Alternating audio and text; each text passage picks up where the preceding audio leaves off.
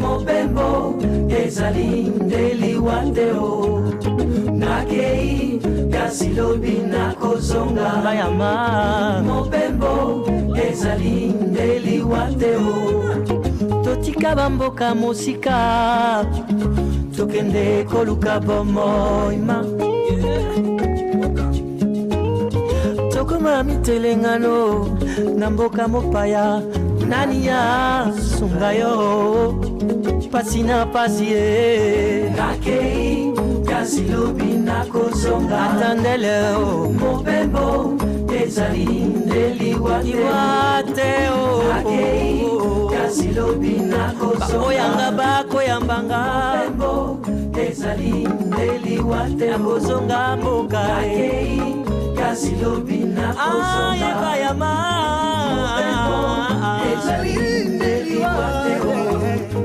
atandele tokozonga Kinshasa pasio yo elekie binyokolo mboka ya mopaya pasi baninga atandele tokozonga Kinshasa pembeni ya bayeba ndakayo atandele tokozonga mboka mboka babo tabiso atandele nakei kasilobi nakozonga Mopembo ezalindeli wateo baninga nakei kasilobi nakozonga zaliseloko yango ngae Mopembo ezalindeli wateo tokozonga mboka kasilobi nakozonga tokozonga Mopembo ezalindeli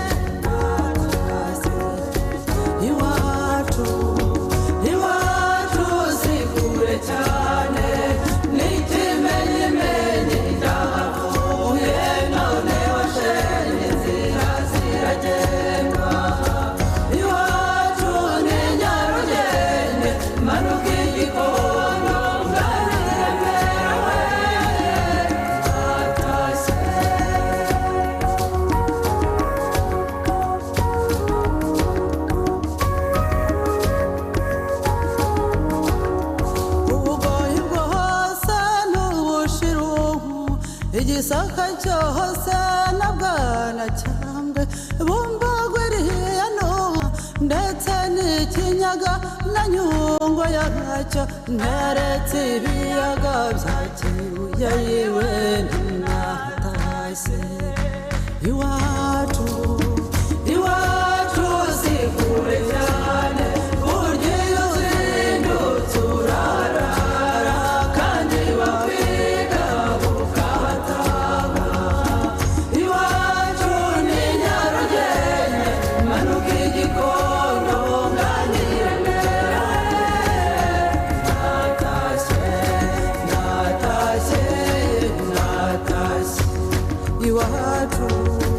iwacu si kure cyane n'ikimenyimenyi ndahavuye noneho shenge nzira ziragendwa iwacu ni Nyarugenge manuka igikondo nganire natashye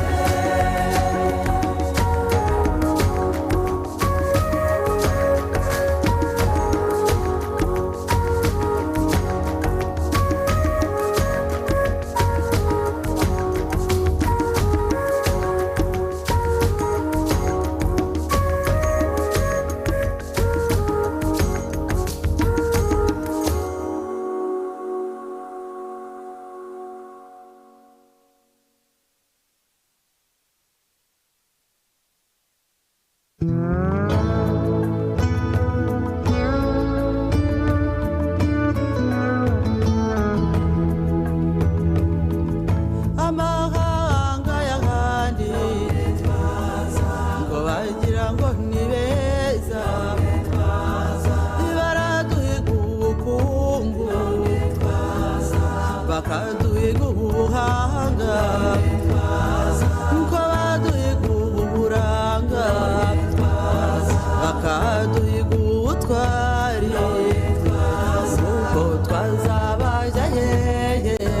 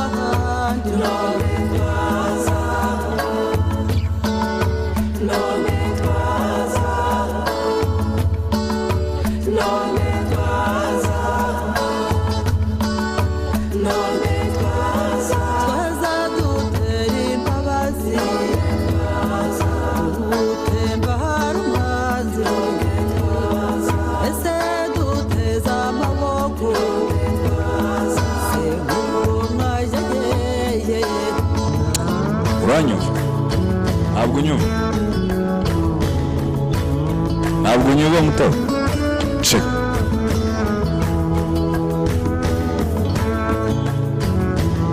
Mutabazi ntabwo unyumva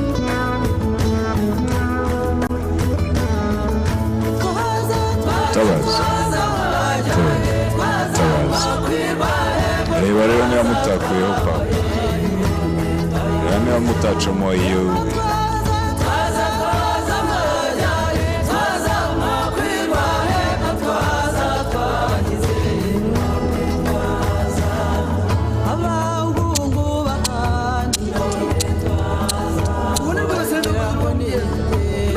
usanga wicomekeye muri renga usanga wacometse muri link yinshi wacometse nawe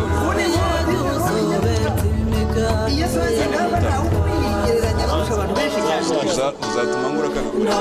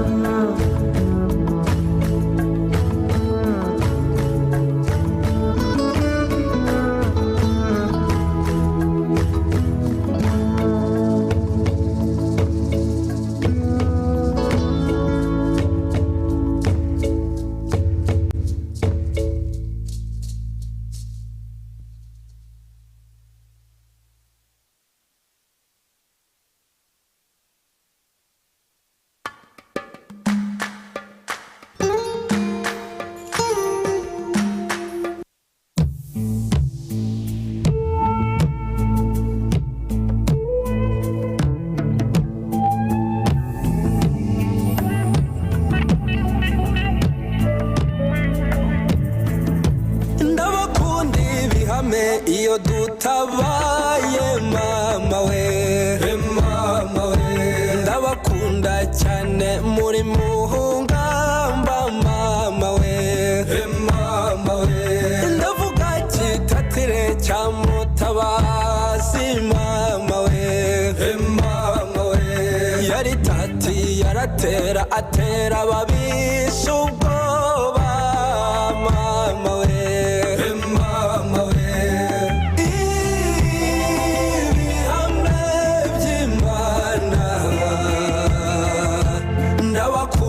cyane mama we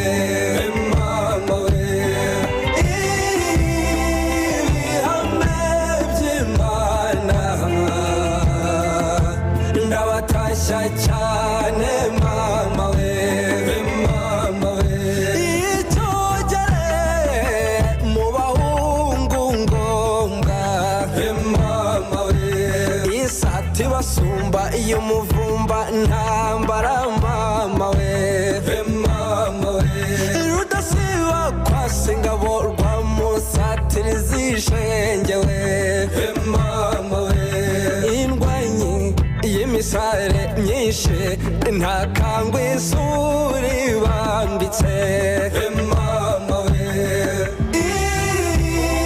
ibihame by'Imana ndabakunda cyane mama we mama we ibihame by'Imana ndabatashya cyane mama we mama we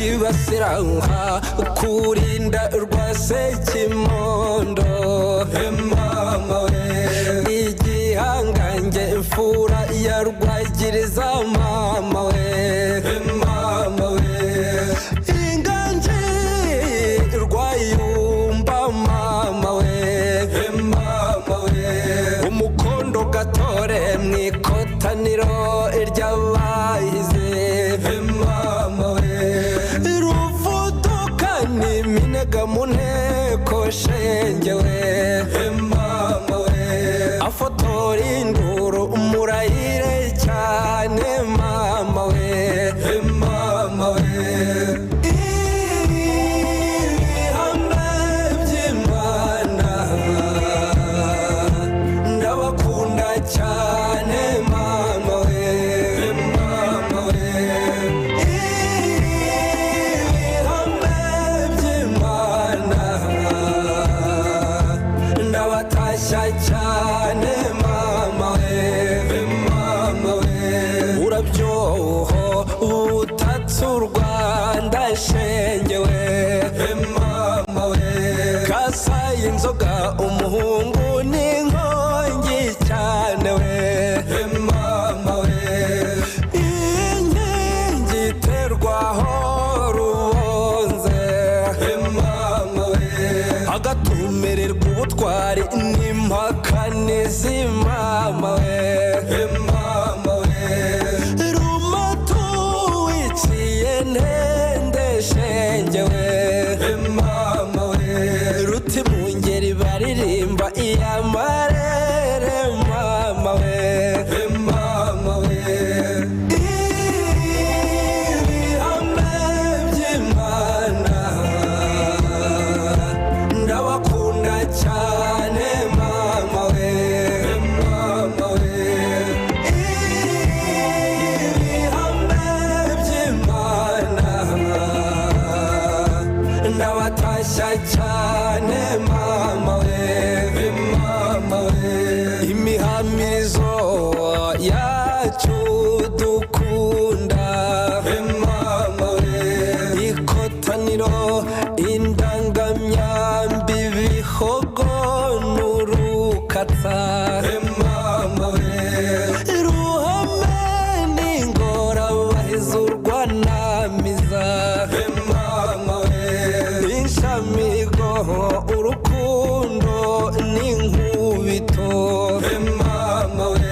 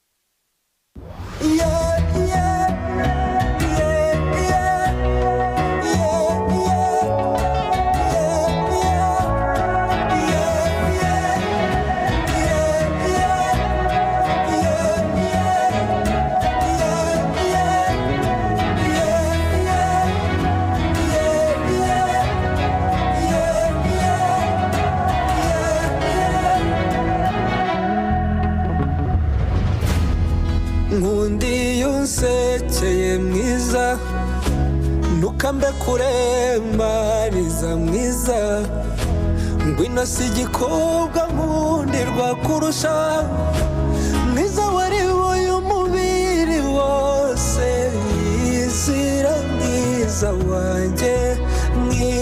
wanjye urabaruta mata kwabasha inkanda yo bwacyakambaru ubukombe dore umwiza w'u Rwanda yo mama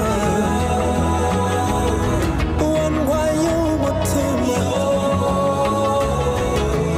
yo mama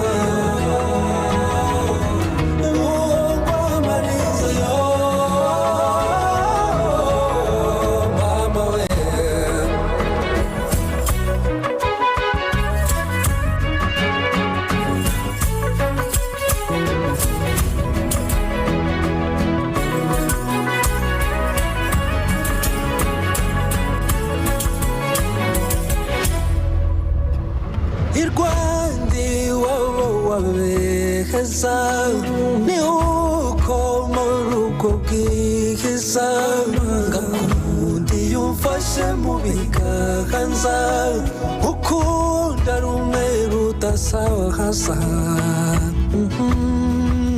mwiza wanjye urabaruta mata kwabasha inkanda yo kambaru ubukombe dore umwiza mu Rwanda yo mama wantwaye umutima yo mama uwangwabariza yo mama we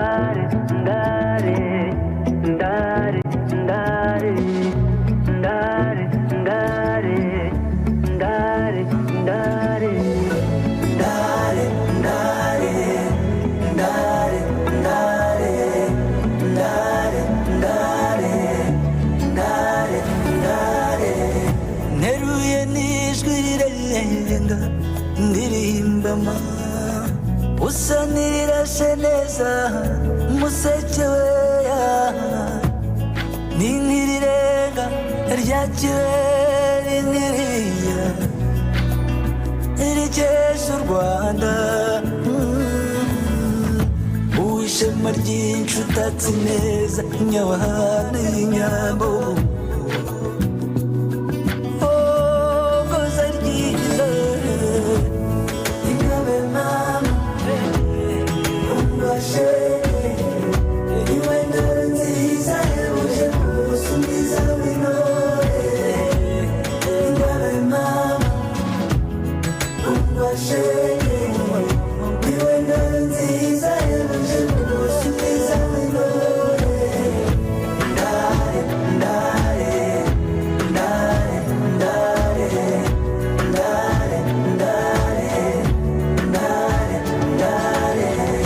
arizirwa kabero uw'inseko nsayineza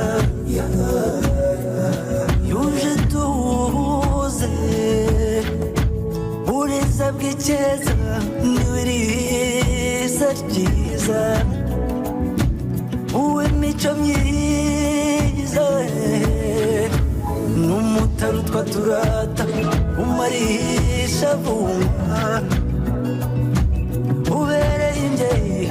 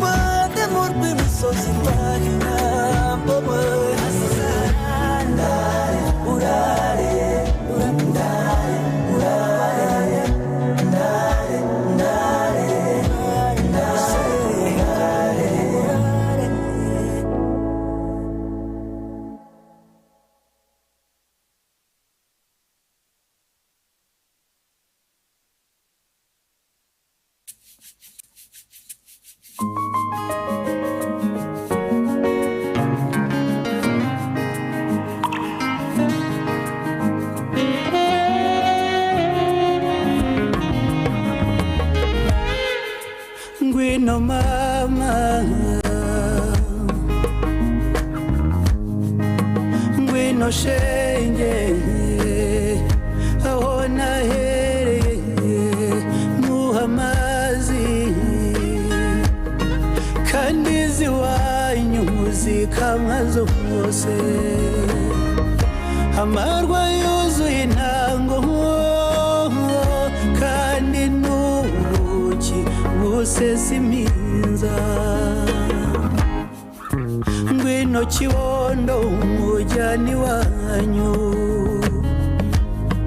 iyo ababyeyi bahoza abana, banga guhora bakabahendahenda, bakabahongera ababaheka. Nugerayo bazaguha amata, baguha impenge usomeza ishyushyu, n'umutobe uzakumara inyota, kandi n'impungure zihoza abana. Urihema nturira, urihema mubaze, nifuza ko hazibanye umata bateza adatemba, ko biganza bikabamariza, nayo nyambi inogeye amaso, nayo nyambi inogeye amaso.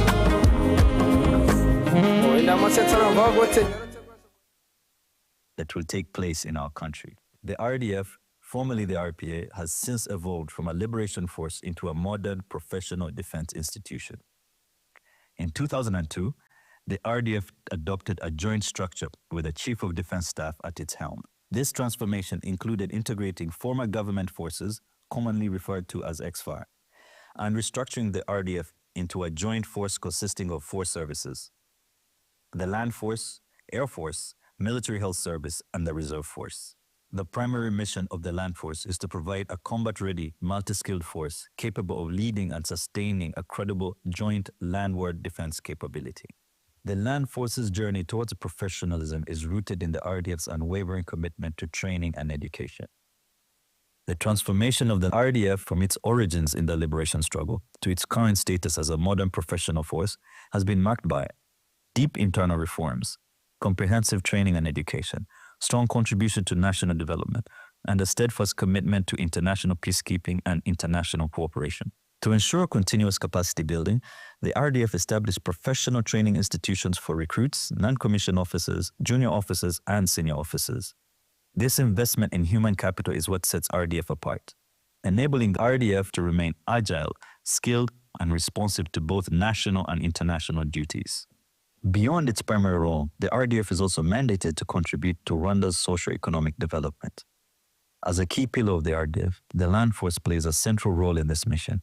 Each year, RDF works in partnership with other security organs and some government institutions to undertake development projects under the initiative known as the Defense and Security Citizen Outreach Program. Through this initiative, the RDF conducts various activities to include construction of homes for vulnerable citizens and the 1994 genocide against the Tutsi survivors, construction of road networks and bridges to enhance connectivity between citizens, construction of schools to enhance education, provision of health services, and construction of health facilities, as well as contributing to environmental conservation initiatives. These efforts not only enhance public trust in the military, but also improve the standard of living for Rwandans, thereby reinforcing long-term peace and security. Since its establishment, the RDF has grown in size and professional roles over the years, to include participating in UN peacekeeping missions and bilateral interventions around the African continent to save lives in times of need. Rwanda is currently the second largest troop contributor globally and leading in Africa, with over 5,900 forces deployed in the Central African Republic under MONUSCO and South Sudan under UNAMIS, all under UN mandates, and more than 6,000 troops under bilateral agreements in the Central African Republic and Mozambique. These deployments highlight Rwanda's commitment to preserving peace, protecting civilians, and responding to crises across the African continent. Even in peacekeeping and bilateral missions, RDF troops engage in outreach activities such as providing free medical services to the local community, providing scholastic material to the students, and constructing education and health facilities to build trust and solidarity with the local population they serve. We believe that participating in such activities contributes to achieving lasting peace. The RDF remains at the forefront of safeguarding Rwanda's sovereignty while contributing to social and economic development, as well as playing a constructive role in regional stability and global peace.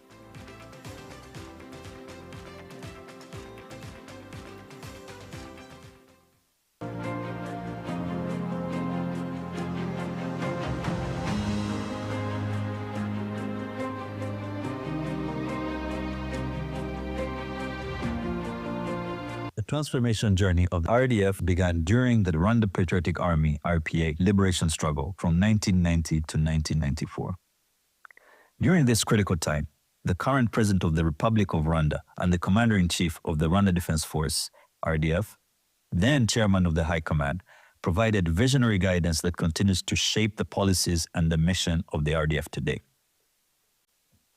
One of the most defining moments came in a 1993 briefing to the RPA soldiers when he stated, "Our military will be the bedrock for the transformation that will take place in our country." The RDF, formerly the RPA, has since evolved from a liberation force into a modern professional defense institution.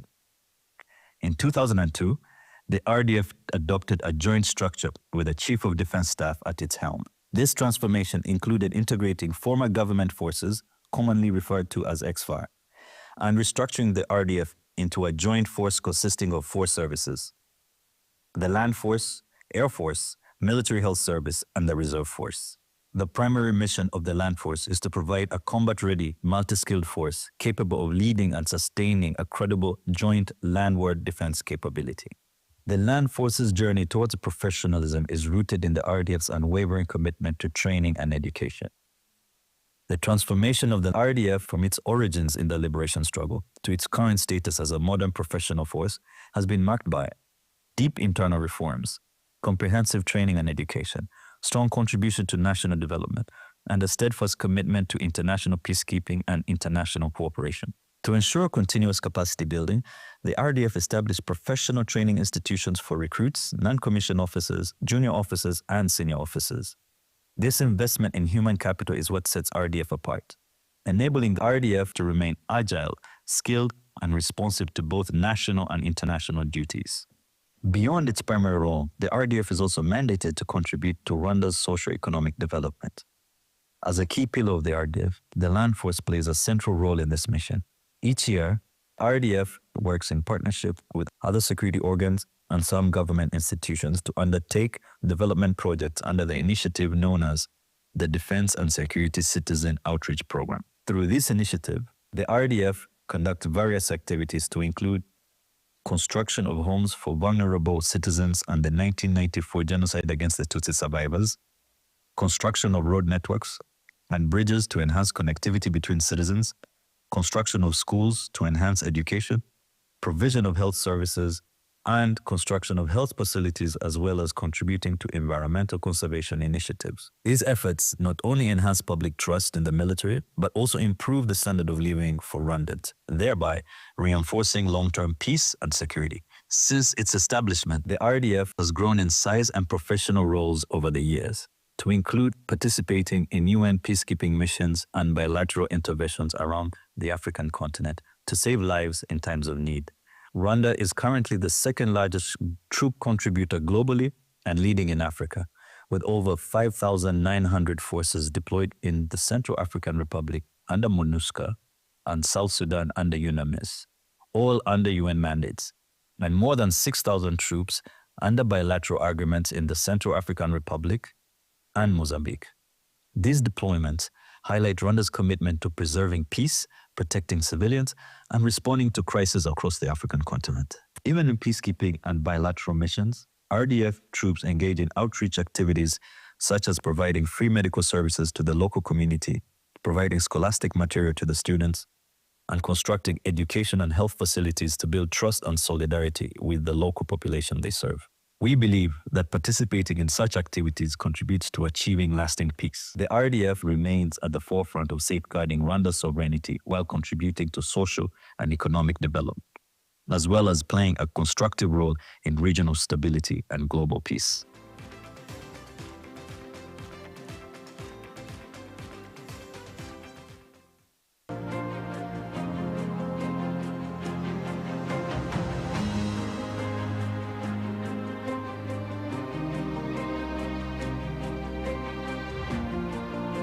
The transformation journey of the RDF began during the Rwanda Patriotic Army (RPA) liberation struggle from 1990 to 1994.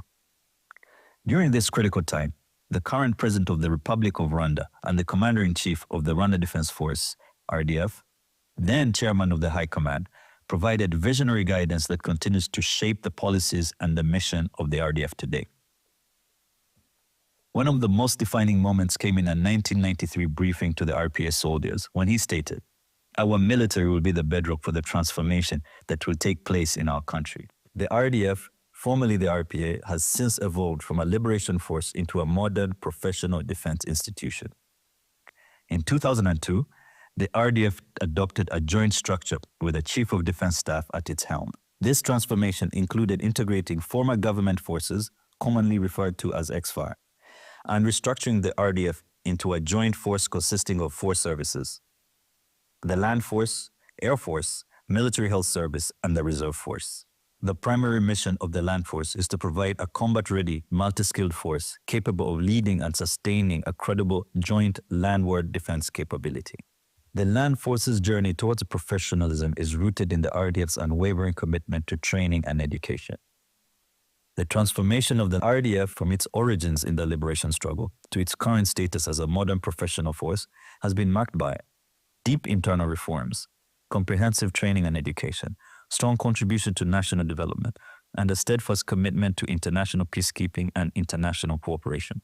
To ensure continuous capacity building, the RDF established professional training institutions for recruits, non-commissioned officers, junior officers, and senior officers. This investment in human capital is what sets RDF apart, enabling the RDF to remain agile, skilled, and responsive to both national and international duties. Beyond its primary role, the RDF is also mandated to contribute to Rwanda's socio-economic development. As a key pillar of the RDF, the land force plays a central role in this mission.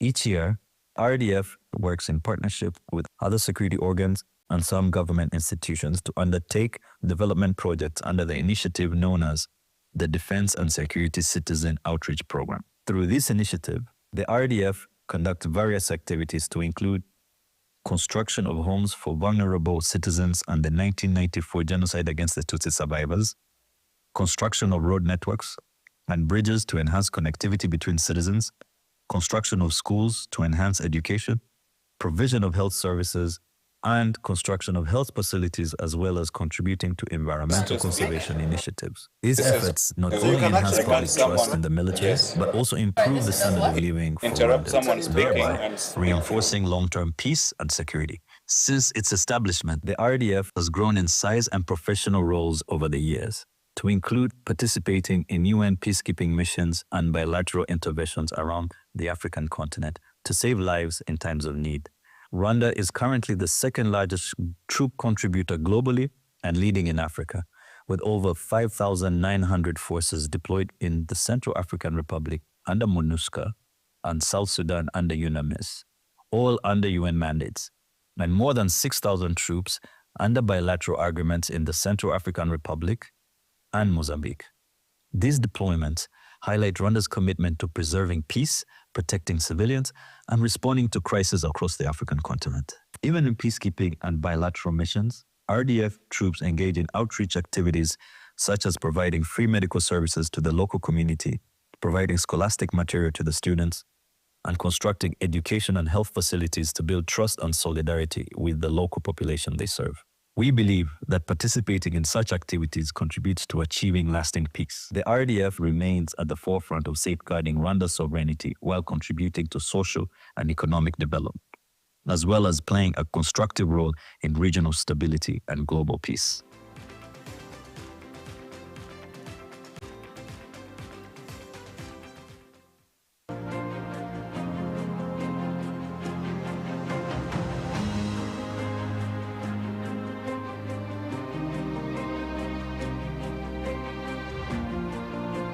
The transformation journey of the RDF began during the Rwanda Patriotic Army (RPA) liberation struggle from 1990 to 1994.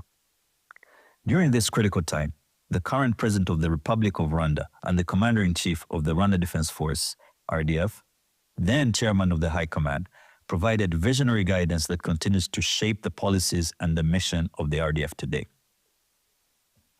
One of the most defining moments came in a 1993 briefing to the RPA soldiers when he stated, "Our military will be the bedrock for the transformation that will take place in our country." The RDF, formerly the RPA, has since evolved from a liberation force into a modern professional defense institution.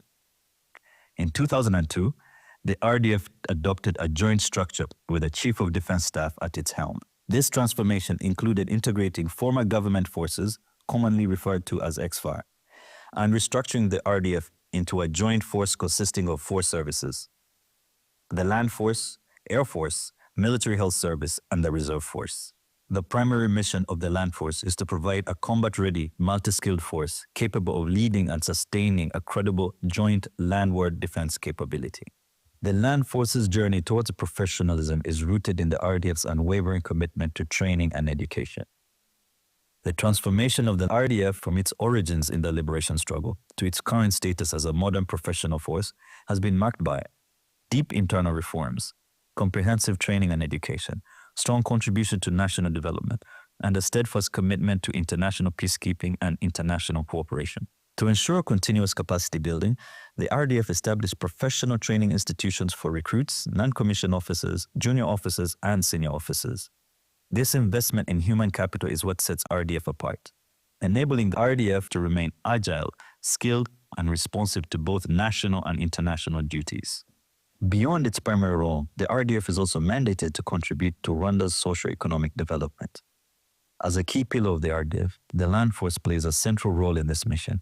Each year, RDF works in partnership with other security organs and some government institutions to undertake development projects under the initiative known as the Defense and Security Citizen Outreach Program. Through this initiative, the RDF conducts various activities to include construction of homes for vulnerable citizens and the 1994 genocide against the Tutsi survivors, construction of road networks and bridges to enhance connectivity between citizens, construction of schools to enhance education, provision of health services, and construction of health facilities, as well as contributing to environmental conservation initiatives. These efforts not only enhance public trust in the military, but also improve the standard of living for Rwandans, thereby reinforcing long-term peace and security. Since its establishment, the RDF has grown in size and professional roles over the years, to include participating in UN peacekeeping missions and bilateral interventions around the African continent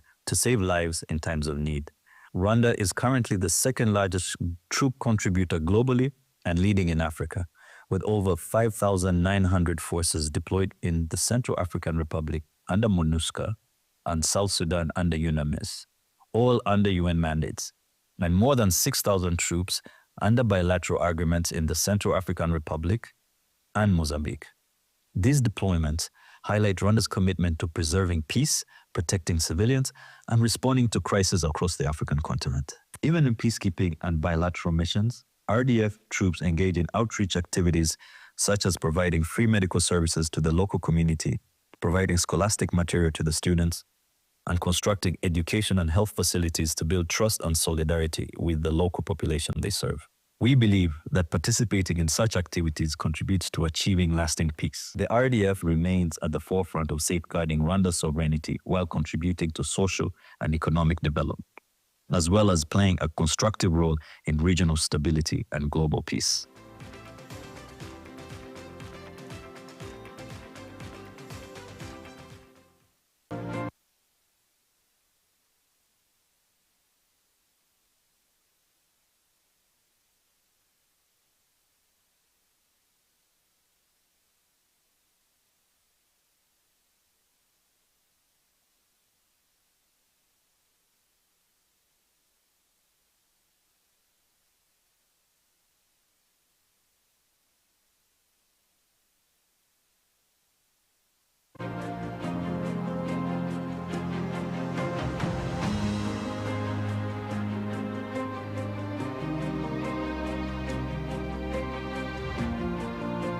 The transformation journey of the RDF began during the Rwanda Patriotic Army (RPA) liberation struggle from 1990 to 1994.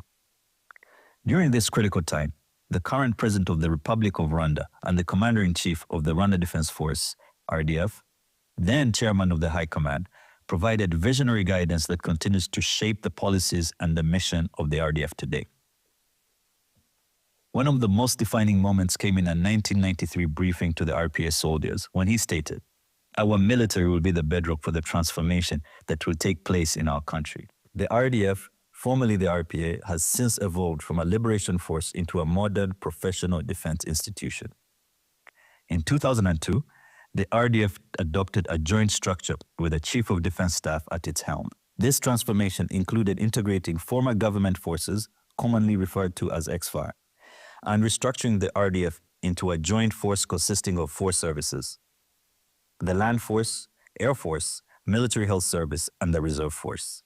The primary mission of the Land Force is to provide a combat-ready, multi-skilled force capable of leading and sustaining a credible joint landward defense capability. The Land Force's journey towards professionalism is rooted in the RDF's unwavering commitment to training and education. The transformation of the RDF from its origins in the liberation struggle to its current status as a modern professional force has been marked by deep internal reforms, comprehensive training and education, strong contribution to national development, and a steadfast commitment to international peacekeeping and international cooperation. To ensure continuous capacity building, the RDF established professional training institutions for recruits, non-commissioned officers, junior officers, and senior officers. This investment in human capital is what sets RDF apart, enabling the RDF to remain agile, skilled, and responsive to both national and international duties. Beyond its primary role, the RDF is also mandated to contribute to Rwanda's socio-economic development. As a key pillar of the RDF, the Land Force plays a central role in this mission.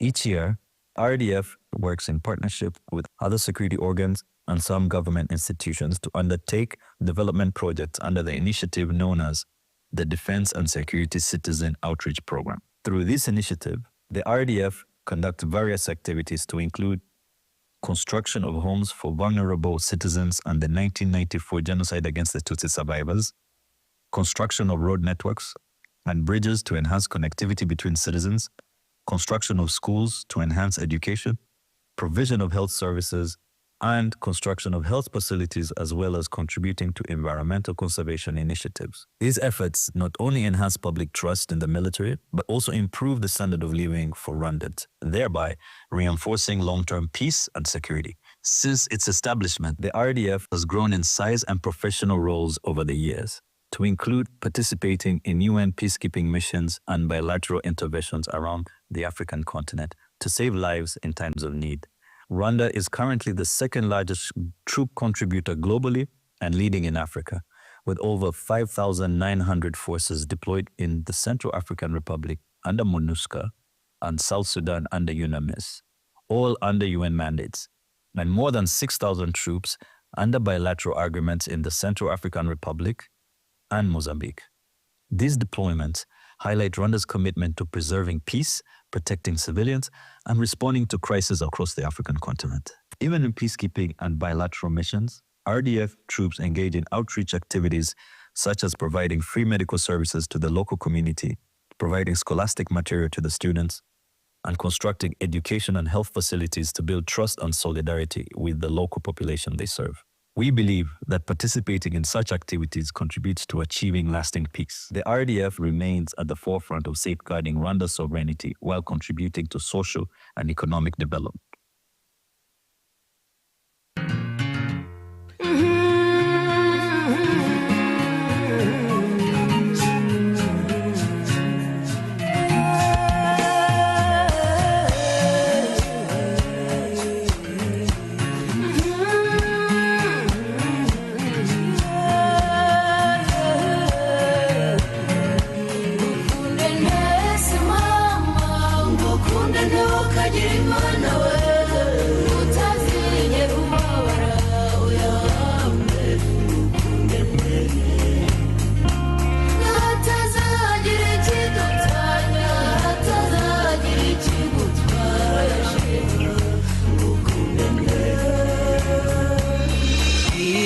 hino mama aho numva umutima wawe ukuteye yigira hino shaha aho mpora nkubona bugufi bwanjye menye icyo ukunda n'icyo wanga nkurinde icyakubabaza nitoze kugukunda bikunyure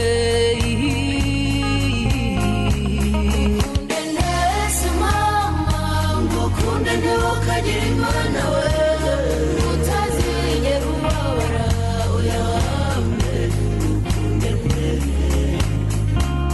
hatazagira ikidutanya hatazagira ikigutwara ukunde kuba mbere inshuti magaruka mbere umuvandimwe kubaye data na mama ukambera aho ntari umutima wanjye uguteza amatwi nanjye ngutegeye amaboko cyo ngwino nyibwirira ngukunde neye ngukunde nese mama ngukunde ntukagire imana we utazigera ubabara uyambe ngukunde neye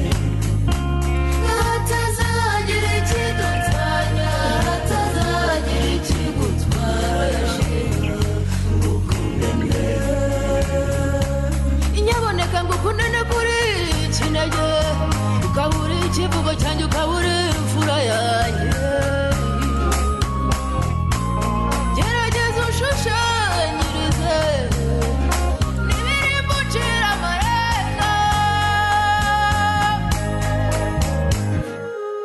ngukunde nese mama ngukunde ntukagire imana we utazigera ubabara uyambe ngukunde nese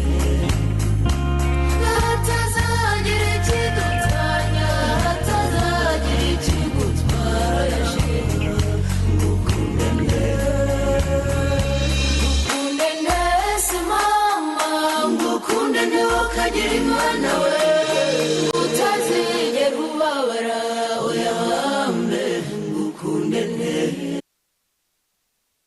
Nimwumve ibyiza by'u Rwanda, reka nsingize urwambyaye mama.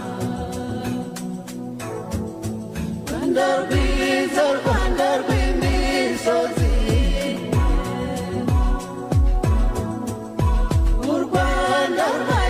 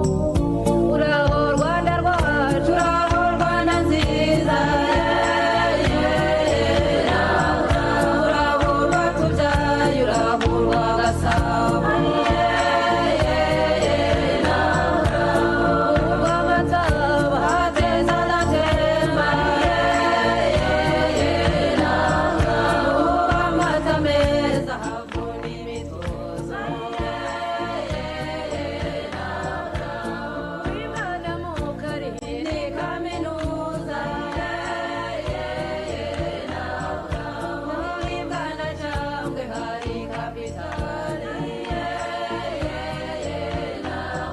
Wibugo yini murera murebi birunga Unibiyaga vyiza bibereye amaso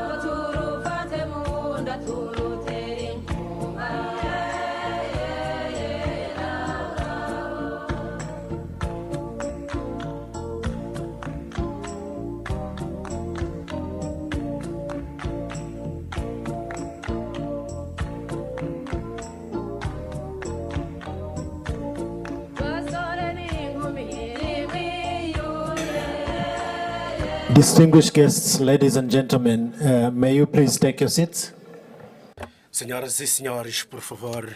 سيداتي وسادتي رجاء خذوا أماكنكم.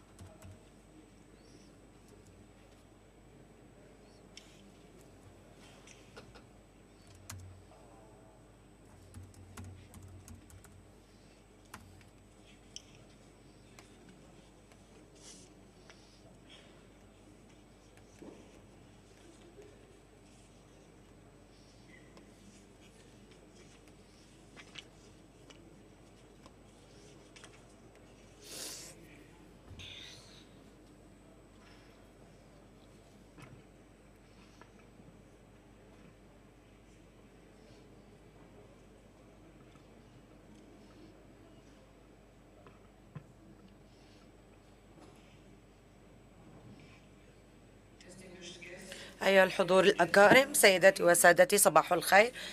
صباح الخير، مرحبا بكم في الندوة في اليوم الثاني من قادة القوات البرية للاستفادة من قدرات قوات تعزيز تنفيذ السلام والأمن. السيد هو الإداري. رجاء اسمحوا لي أن أعطيكم بعض الإعلانات الإدارية. التأكد أن جميع الهواتف على الوضع الصامت ولدينا ترجمة، ويمكننا استخدام القناة الأولى للإنجليزي، الثانية للفرنسي، الثالث للعربية، والرابعة للبرتغالي. هل هناك أي مشاكل؟ رجاء أن عودوا لنا مرة أخرى. Thank you very much. Distinguished guests, أيها الحضور الأكارم، مرحبا بكم في اليوم الثاني للعرض. الجلسة الثانية سوف نناقش I was looking for you. To guide this discussion is Ms. Chidi Blyden. Ms. Chidi Blyden is the CEO of Culturally Bound, a strategic advisory firm that leverages the global African diaspora civilian security sector solutions for Africa's growth and development. She served as the Deputy Assistant Secretary of Defense for African Affairs of the US from 2021 to 2023. Ms. Blyden is an expert and social-cultural advisor on Africa's conflicts, security, and development issues. She comes to the role with policy, national security practitioner experience from her career in government, academia, and non-profit sectors. Her work focuses on the impact of culture in developing policy and community-centric approaches to security challenges in African nations, underscoring the role of women and youth in peace and security. Ms. Blyden served in the Obama administration as the Special Assistant to the Deputy Assistant Secretary of Defense for African Affairs from 2013 to 2017. She managed several functional and regional responsibilities, including U.S.-Africa Defense Policy for East and Central Africa, served as Africa Peacekeeping Advisor to the Stability and Humanitarian Affairs Office, and was the department's lead on the President's Africa Peacekeeping Rapid Response Partnership Initiative. She has received several awards for her time in public service, including the Office of the Secretary of Defense Medal for Exceptional Public Service. Ms. Blyden began her career in security studies at the National Defense University Africa Center for Strategic Studies as the Senior Academic Research Associate and Academic Operations Coordinator. From 2007 to 2013, she contributed to the academic curriculum and led the execution of over 30 programs on counterterrorism, defense economics, conflict management, security studies, and civil-military relations for Africa's security sector professionals. She was the first Africa director at the Center for Civilians in Conflict, where she led the design and implementation of culture-specific training for the Nigerian Armed Forces on civilian harm at Jaji during Boko Haram crisis. Ms. Blyden recently served in Congress on the House Armed Services Committee policy team, advising on Africa and South America's defense equities. She has been an adjunct professor at Georgetown University in the Security Studies program. She is a graduate of Texas A&M University with a Bachelor of Science in Sociology and the Carter School for Peace and Conflict Resolution at George Mason University with a Master's of Science in Conflict Analysis and Resolution, and serves on the board of the World Affairs Council of American Leadership Council, the Women's Foreign Policy Group, and Sita Arts Center. Please join me in welcoming Ms. Chidi to facilitate this discussion. Good morning, everyone. Good morning, everyone. Good morning. Excellencies, Chiefs of Defense, distinguished guests, and colleagues, ladies and gentlemen, good morning, and it is a privilege to open today's session with you all. Last night was truly a wonderful experience, and the camaraderie reminded me of just how dedicated this defense community is to Africa's peace and security. I want to add my thanks to those of others and express my gratitude to the government and the Ministry of Defense of Rwanda for hosting this year's Land Forces Chiefs of Staff Symposium and for their leadership in advancing peace and stability on the continent. The theme, leveraging land forces capabilities for enhanced implementation of peace security strategies, reminds us that true strength lies not only in command and capability, but in connection. The connection between our militaries and the citizens that we serve. The focus of our discussion, cementing civil-military cooperation through citizen outreach programs, goes to the heart of that relationship. My advisory work in civil-military relations over the years has shown that civilians are not passive beneficiaries of protection. They are active partners in security and peace building. This topic is near and dear to me, as I've spent my career in the US government ensuring that African militaries are equipped with the education, tools, and professionalism to protect their states, while continuously trying to build a bridge between the military and civilian worlds bent out of my own experience. In 1994, I was a young teenage girl in Sierra Leone. My mother had been assigned to the UN to help with the democratic elections. This was around the beginning of the conflict in Sierra Leone that would later be known as the Blood Diamond War.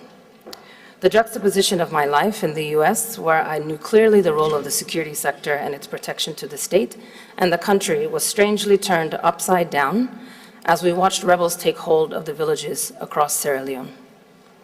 Across the continent, in Rwanda, a different type of conflict was emerging. As I heard the genocide over the BBC radio unfold and the international community struggle with its response, I wondered what the role was of not just the military security sector, but what civilians could anticipate would happen. As a privileged American, I was convinced that the international community would intervene. After all, it was the military's role to protect the citizens from enemies, from both foreign and domestic. In the summer of 1995, America evacuated its citizens from Sierra Leone, leaving behind the other half of my family. I am indeed a daughter of the continent. I was sure that the armed forces of Sierra Leone would restore peace and security to the country, but after a decade of war, it was actually a bilateral turned multilateral intervention by ECOMOG, led by Nigeria, that would liberate Sierra Leone. No one came, and the disconnect between the government, rebels, and civilian relationship stayed awry. Trust between the civilian and the military forces, trust between civilians and military forces had eroded. That was then, but I would say that this is a continued issue. And this trust, the foundation of civil-military cooperation, is increasingly being tested in this new age of warfare with digital advances, misinformation, and AI-driven disinformation. Yesterday's discussion honed in on the uses of technology. We cannot escape it. The information domain has become a new theater of conflict, one where perception can be weaponized as effectively as any physical force. The challenge before us now is how to defend truth with the same discipline we defend territory. Best practices in civil-military outreach remind us that trust is built before, during, and after crisis. The most effective programs emphasize three key principles: communication, co-creation, and consistency. Communication requires that military messages are transparent, timely, and culturally attuned. Co-creation means involving community leaders, women's groups, youth, local media as active partners in security messaging. And consistency means maintaining engagement, even in times of relative calm, because credibility cannot be built in moments of emergency. Successful outreach programs also prioritize listening as much as informing. Civilian feedback loops, liaison officers embedded in communities, and joint training initiatives all serve to humanize the military presence and turn security into a shared responsibility between security forces and civilians. These are foundations upon which long-term legitimacy and stability are built. We have an opportunity here as we watch the new age of technology take place and we watch the new age of warfare unfold. We have the use of technology as not a tool of just positivity, but also as a tool for launching and bounding forward. The task is to apply technology ethically, transparently, and inclusively, ensuring that our digital engagement strengthen but not erode the trust that we have with civilians. I look forward to our exchange today on how outreach, transparency, and the responsible use of technology can help enhance citizen and civilian engagement and reinforce the bond between armed forces, the security sector, citizens, and public institutions. I'm joined by an esteemed panel that will share their experiences and truly provide their deep insights into these challenges and opportunities. So to start off, let us please welcome Lieutenant General Kayanja Muhanga from Uganda. Lieutenant General Muhanga serves as the Commander of Land Forces of the Uganda People's Defense Forces. A veteran of Uganda's liberation struggle and subsequent peacekeeping efforts, he has held several senior command roles, including Division Commander, Commander of UPDF Contingent in Somalia, AMISOM, and Head of Operation Shuja in the Democratic Republic of the Congo. Lieutenant General Muhanga has been instrumental in developing Uganda's counterinsurgency doctrine, fostering regional cooperation, and strengthening community engagement in post-conflict stabilization efforts. His leadership style reflects Uganda's emphasis on discipline, operational precision, and the sustained building of trust with local populations during and after conflict. Sir, over to you.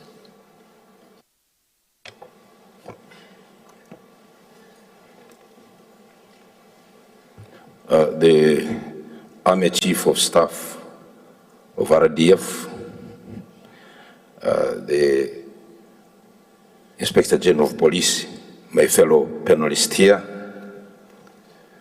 the Army Chiefs of Staff, Stroke Commander Land Forces,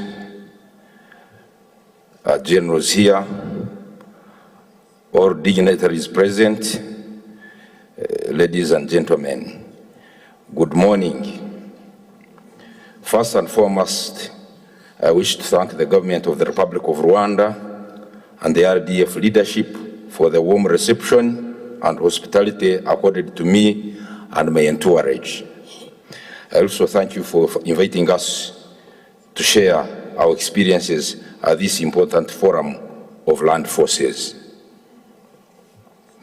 I'm called Lieutenant General Kayanja Muhanga, the Commander Land Forces of the Uganda People's Defense Forces. On behalf of the UPDF, I salute you all in your respective capacities and convey warm greetings from the UPDF Chief of Defense Forces, General Muhoozi Kainerugaba. We are gathered here today to engage in various discussions aimed at leveraging land forces capabilities in dealing with contemporary threats and finding solutions to the attendant operational challenges that we confront during the course of our work. Our topic today for discussion is cementing civil-military cooperation through citizen outreach programs. The UPDF perspective is what I will present this morning. Introduction: civil-military cooperation is the dynamic and complex relationship between a nation's armed forces and its civilian institutions and society. Key aspects of CIMIC involves ensuring the military is professional, that is, preventing it from becoming a threat to the people it serves. Civil-military relations refer to structural relationships between modern military forces and their host societies, including the dynamics of military involvement in state affairs and expectations of citizenship related to military service.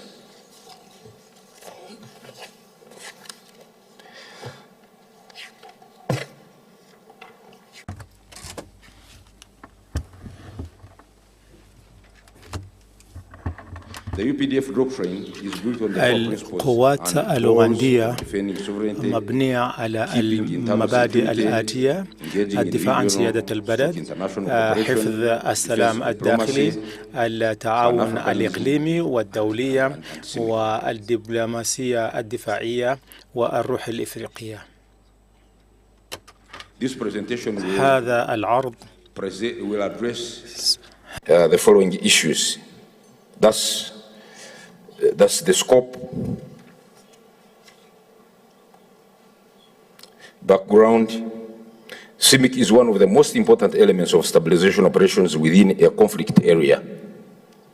After the end of the Cold War, civil-military relations was introduced in order to harmonize the contribution of the armed forces and the civil society organizations in areas of operation.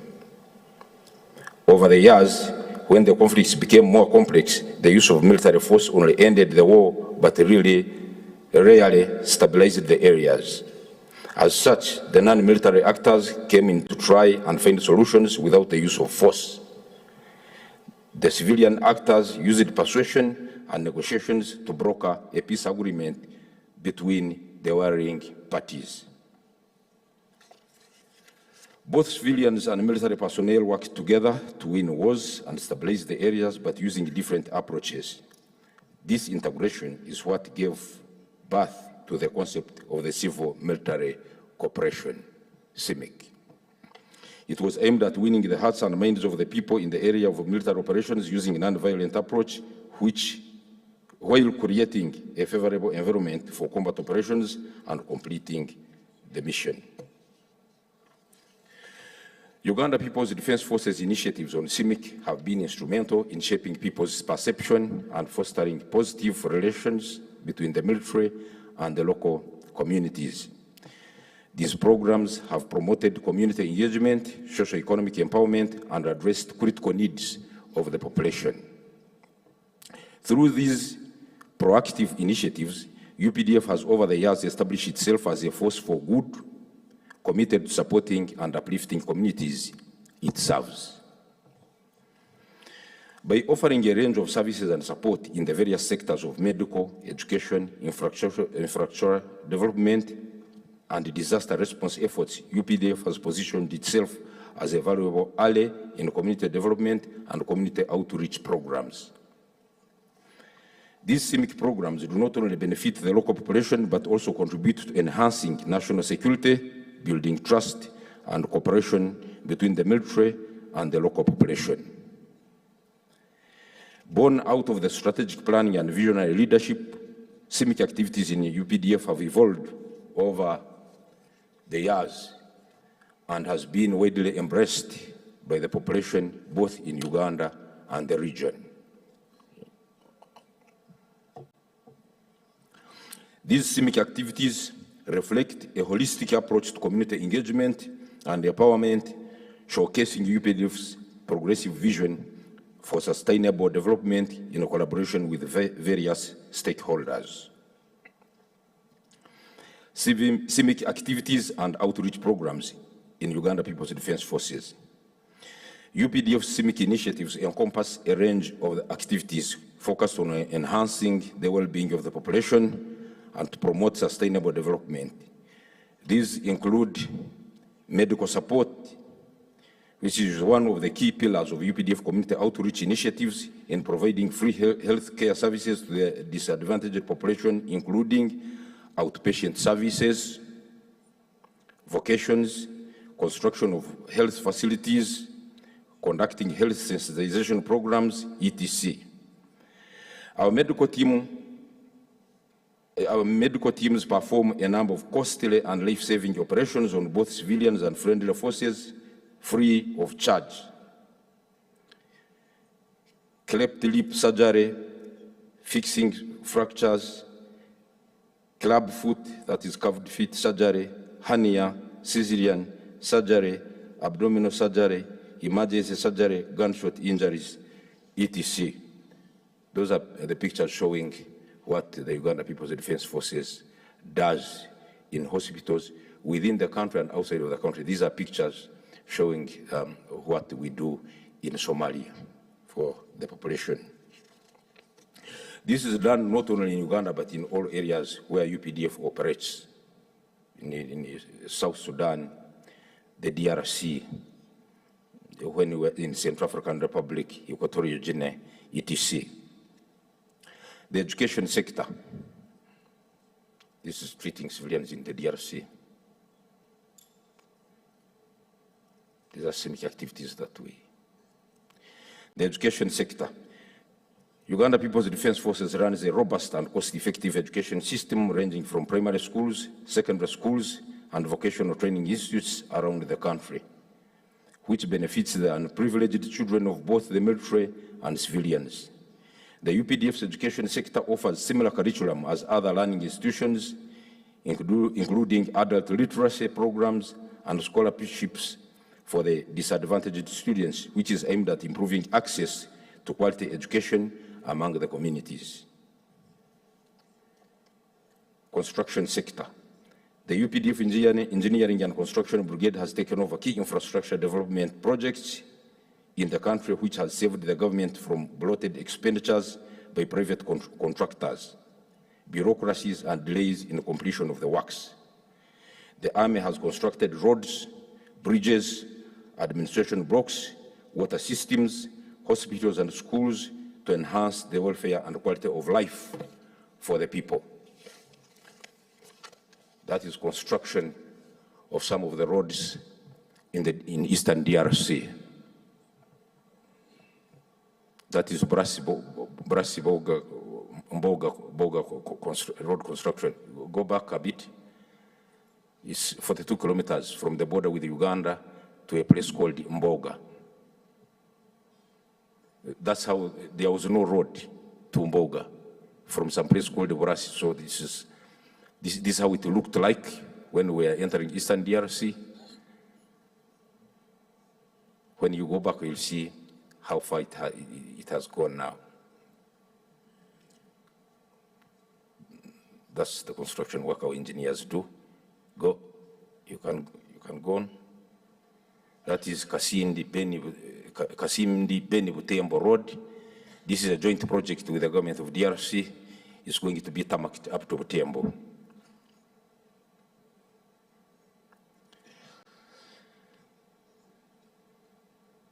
Other recent notable achievements include the expansion of Entebbe Airport Terminal by Engineers Brigade, building regional immigration offices in Igulu in northern Uganda, and refurbishment of Mandela National Stadium, among many other projects. Now, Operation Wealth Creation. Operation Wealth Creation is a presidential initiative under the Ministry of Defense, launched in July 2013, implemented and led by UPDF in collaboration with the Ministry of Agriculture, with a focus on raising household incomes and wealth creation, transforming subsistence farmers into commercial farmers to end poverty.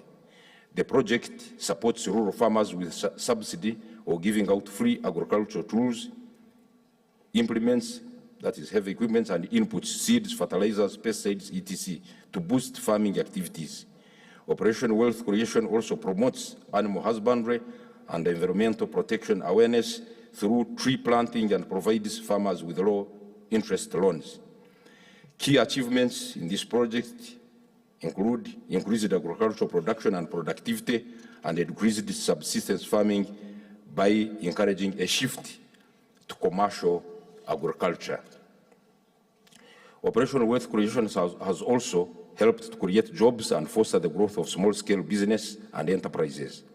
The program has encouraged millions of Ugandans to participate in commercial agriculture. Tarehe Sita Day. Tarehe Sita is a Swahili word, means 6th of February. UPDF commemorates the annual Tarehe Sita, 6th day of February celebration, which is a Liberation History Day in Uganda. In the days preceding the event, UPDF performs a series of voluntary outreach activities in the community as a gesture of appreciation. Tarehe Sita is 6th of February when a revolution against the past government of UNLF was launched by attacking a training school called Kabamba, and which proceeded into a 5 years bush war that liberated the country from tyranny. This mainly involves a series of voluntary activities, in cleaning in the cities and urban centers, construction of schools and health centers in targeted areas, and it emphasizes the importance of a strong civil-military cooperation, establishing the UPDF as a people's army. Overall, these initiatives demonstrate the will and commitment of UPDF, impacting positively on the lives of the underprivileged people and the communities at large. Collaborations and partnership. That's a picture showing the UPDF searching teams of landslides in the slopes of Mount Elgon some years back. UPDF is constitutionally established and mandated as per Article 208 and 209, respectively, to cooperate with civilian authorities in emergency situations, civic relations, and engaging in productive activities for national development. Teamwork for the backbone of UPDF CIMIC and outreach programs through strategic and partnerships with key government agencies and non-state actors such as the Ministry of Disaster Management, Ministry of Health, Red Cross, UNICEF, etc. The military can mobilize funds, logistical support, technical expertise, and establish networks to expand in order to reach a wider community.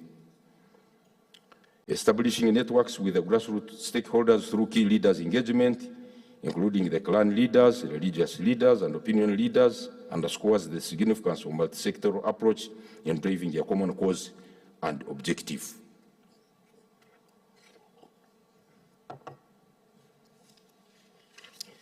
key leaders in the engagements is carried out in conflict areas. These are meetings by the commanders in the DRC, meeting the local leaders. Achievements. Courtesy of UPDF, CIMIC, and community outreach programs, numerous activities have been undertaken showcasing the tangible impact on the communities. The UPDF education policy have had a transformative impact on access to affordable and quality education, resulting in a notable increase in literacy rate. This initiative has created employment and empowered the unprivileged individuals to become more self-reliant and productive citizens. B, the UPDF CIMIC programs have transcended borders to Somalia, DRC, South Sudan, CAR, etc., helping us win the hearts and minds of the people wherever we have deployed and viewed as a force for good. Improving security and stability in the region, i.e. in Somalia, Eastern DRC, South Sudan, etc. Enabling effective military operations in conflict zones through better intelligence gathering and reconstruction efforts. These relationships build public trust, provide a framework for civilian leadership to guide military actions, and enables civilian and military bodies to collaborate more effectively on complex challenges. These success stories illustrate the profound benefits and contributions that the UPDF bring to the forefront in activities other than war, emphasizing our commitment in addressing pressing societal needs, which contributes to peace and stability. Now we come to the last part, challenges.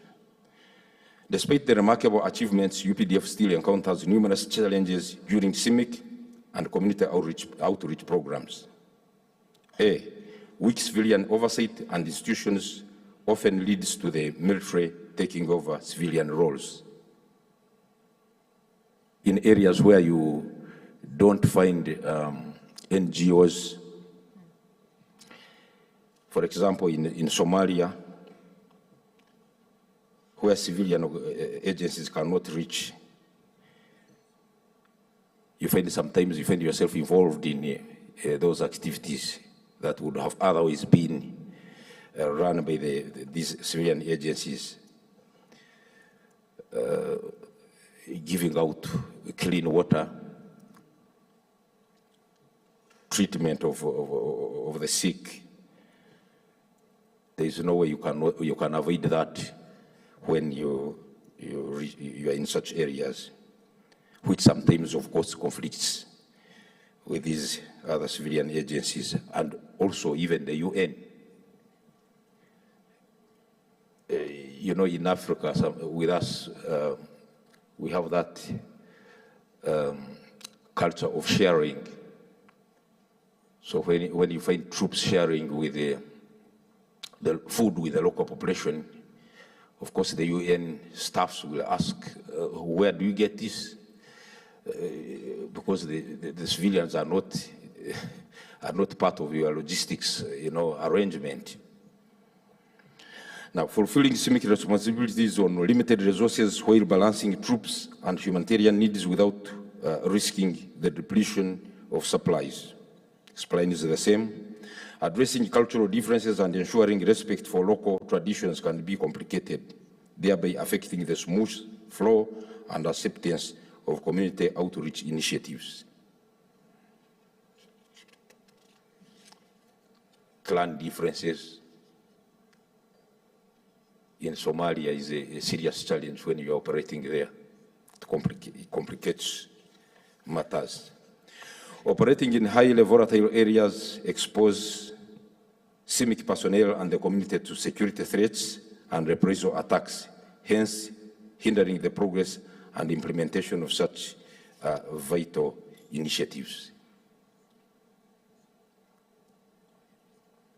During CIMIC work, the troops are a target to these terrorists and also the community. When you leave the terrorist target, community members, especially leaders, which becomes a big challenge. Lack of professionalism, military operations adhere to military codes of conduct and respect for human rights. So where you find half-trained forces in a civilian population, sometimes you have problems. You people who have operated in such areas where you have some military that operate like militias, you must have experienced such challenges. So the challenges and achievements are many, but this is what I have managed to put forward, and that's my conclusion. In the interest of time, I'll not read the conclusion. I end up there, and I thank all of you for listening to me. Thank you. Thank you, General Mwanga. You have confirmed the comprehensive role of the UPDF in Uganda's security sector, and I have had the privilege of working with the UPDF in support of CIMIC activities in regional peacekeeping. Let me now turn to Major General Chikunda, Harrison Elijah Soko. I apologize for butchering the first name. Major General Soko is the Army Commander of the Malawi Defense Force, appointed on 18 December of 2020. He is a graduate of the United States Military Academy with a Bachelor of Science in Economics and a holder of postgraduate diplomas in Public Administration and International Relations. Major General Soko has served in critical leadership roles, including Commandant of the Malawi Armed Forces, Chief of Plans and Policy, Chief of Military Operations, and aide-de-camp to the President. His career reflects a deep commitment to professionalism, institutional reform, and ethical command. Under his leadership, the Malawi Defense Forces have maintained a reputation for neutrality, discipline, and positive engagement with civilian communities during national and regional operations. General Soko, the floor is yours. Au niveau des opérations militaires, Général Soko, vous avez la parole. Thank you very much, Chidi. Merci beaucoup, Chidi. On the onset, allow me, on behalf of my delegation, to thank de remercier Army Chief of Rwanda Defense Forces, le chef d'état-major de General Nyakarundi, le général Nyakarundi, for the very warm reception from the airport and all the facilities put at our disposal. I say thank you very much. And I must say again, your city is clean and beautiful. If I'm to vote for everybody here, I would say maybe it's the most beautiful city in Africa. And very clean. I've been asked to say something which is common to all of us, which is cementing civil-military cooperation through citizen outreach programs. As a way of introduction, civil-military cooperation stands at the heart of sustainable peace building and effective security operations. In environments where insecurity converges with weak governance and socio-economic fragility, the relationship between armed forces and the civilian population becomes a decisive factor in mission success. Building trust. Essayer de bâtir donc la confiance. I will say that again. Building trust. Encore une fois, bâtir la confiance. Legitimate and mutual understanding between soldiers and citizens is not just a moral imperative. It is a strategic necessity. Citizen outreach initiatives provide tangible avenues for the military to connect with communities beyond the battlefield.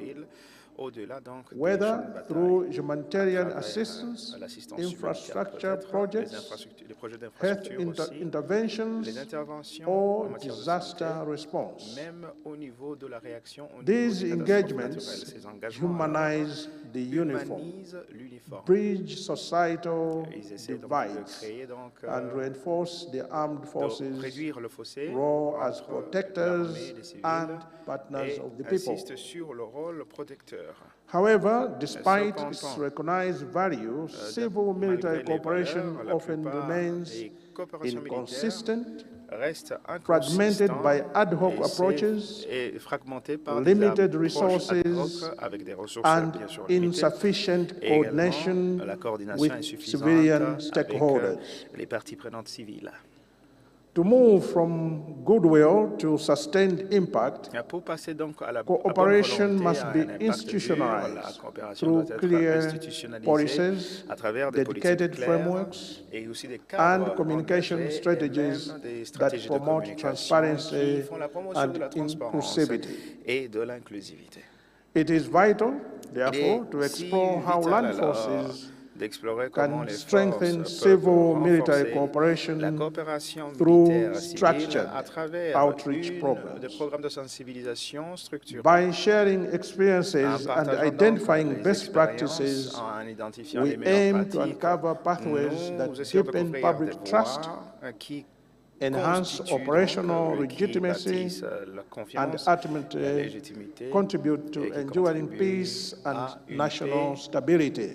Durable et une stabilité durable Current nationale. practices. Les pratiques actuelles alors.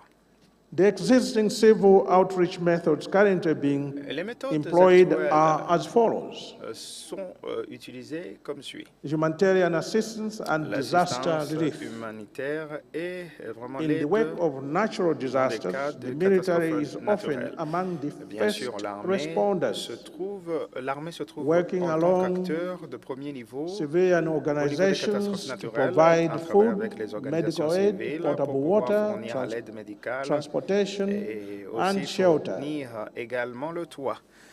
B. B. Routine medical and dental civic action programs. Les programmes d'action Military routiniers pour medical la santé, les services services are médicaux de extended l'armée, to communities located near military cantonments servent aussi les communautés locales and to areas et identified des as zones needing medical outreach. identifiés comme These programs éloignés provide des free programmes de soins de medical, santé. dental, C'est and donc optometry resources. des soins de the santé services. gratuits et des services gratuits See envers la infrastructure population. development. Maintenant, parlons des développements des Military infrastructures. engineering units assist Les in unités de constructing génie militaire or repairing roads, bridges, aident la schools, construction des and routes, other des public écoles et infrastructure. d'autres infrastructures publiques. Such projects Ces projets leave a lasting and positive impact laissent un on the impact communities, important au niveau des contributing to local communautés, development contribuant and donc au resilience. développement résilient.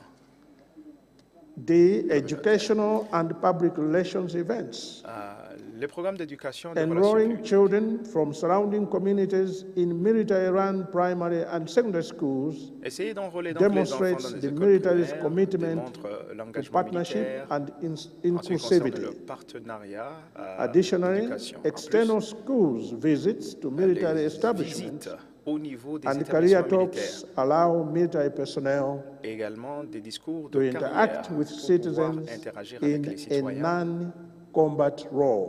dans des rôles de non-combat. Information sharing and Le public partage forums. d'informations dans des forums publics. During peacekeeping operations, À travers les missions key de leader maintien de la paix, engagements and les community engagements les focus plus meetings importants se in focalisent affected areas help dans address des domaines local affectés. concerns, dispel Il y a donc le misinformation, consentement pour pouvoir and enhance chasser la mission mauvaise effectiveness. information et assurer donc une mission These efficace. forums Les build forums trust. comme ceux-ci Again, bâtissent I will la say confiance, build trust. je dirais encore une fois, bâtissent Transparency la and transparence understanding between the et military la and compréhension civilian entre les populations. militaires et les civils.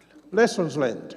Les leçons apprises. Despite the successes discussed above, Malgré le succès déjà implementing discuté, mettre en effective œuvre CIMIC outreach requires careful consideration. La coopération militaire The following points should be taken into account when engaging in civic activities. Pour pouvoir s'engager dans des affaires Clear civiles. perception of motive. Il faut comprendre la perception CIMIC et programs la must be transparent Les programmes CIMIC to prevent communities from perceiving them as propaganda doivent éviter or toute forme de precursors propagande. to combat operations. Humanitarian assistance L'assistance humanitaire activities should therefore remain distinct from military objectives. D'être B. différentes aux Proper activités militaires. coordination with civilian leaders. Coordination avec les leaders Effective civils. cooperation depends on a coopération shared understanding dépend de la among compréhension stakeholders mutuelle and entre a les parties clear prenantes division et of une roles vision and claire responsibilities. des rôles et des responsabilités. Coordination La gaps coordination, can lead to duplication les lacunes of de efforts, coordination peuvent mener à la cultural duplication misunderstandings, d'efforts et également une and mauvaise mistrust compréhension between et le able manque de partners. confiance entre les partenaires. C. C. Cultural differences. Les différences culturelles. Military and civilian Les organizations organisations militaires et often have civiles different institutional cultures, ont des priorities, and priorités operating différentes, procedures. divergentes et des procédures divergentes. Understanding and respecting these Comprendre differences ces différences is essential et les to les building respecter productive est essentiel working relationships. en ce qui concerne les relations E. de travail. B. Clear CIMIC policies. Des politiques There is a need civiles for a militaires claires. well-defined Il faut bien policies définir outlining les politiques how the en military montrant comment should l'armée engage with communities devrait in être both engagée peacetime avec and le civil conflict situations. durant les périodes de paix comme les périodes de Clear conflit. policy guidance Les supports directives de effective politique planning, pour pouvoir faire une training, bonne planification, and budgeting une for formation, CIMIC une outreach budgétisation programs. pour des programmes de sensibilisation. F. entre Resources. militaires civils. F. Successful Les ressources. implementation of CIMIC Une activities requires adequate réussite des human, activités CIMIC financial, demande and logistical resources, des ressources which logistiques remain et a major financières challenge for qui many sont un military défi institutions. important pour plusieurs institutions militaires. Possible solutions. Des solutions possibles alors, Institutional frameworks, le cadre inclusion of CIMIC activities. institutionnels incluant To donc les ensure activités civiques. effective CIMIC outreach, Pour there is a avoir need des of activités de embedding sensibilisation CIMIC activities il within faut, military policy, que des politiques soient bien doctrine, claires, avec and des doctrines institutional claires, arrangements avec des arrangements as clairs.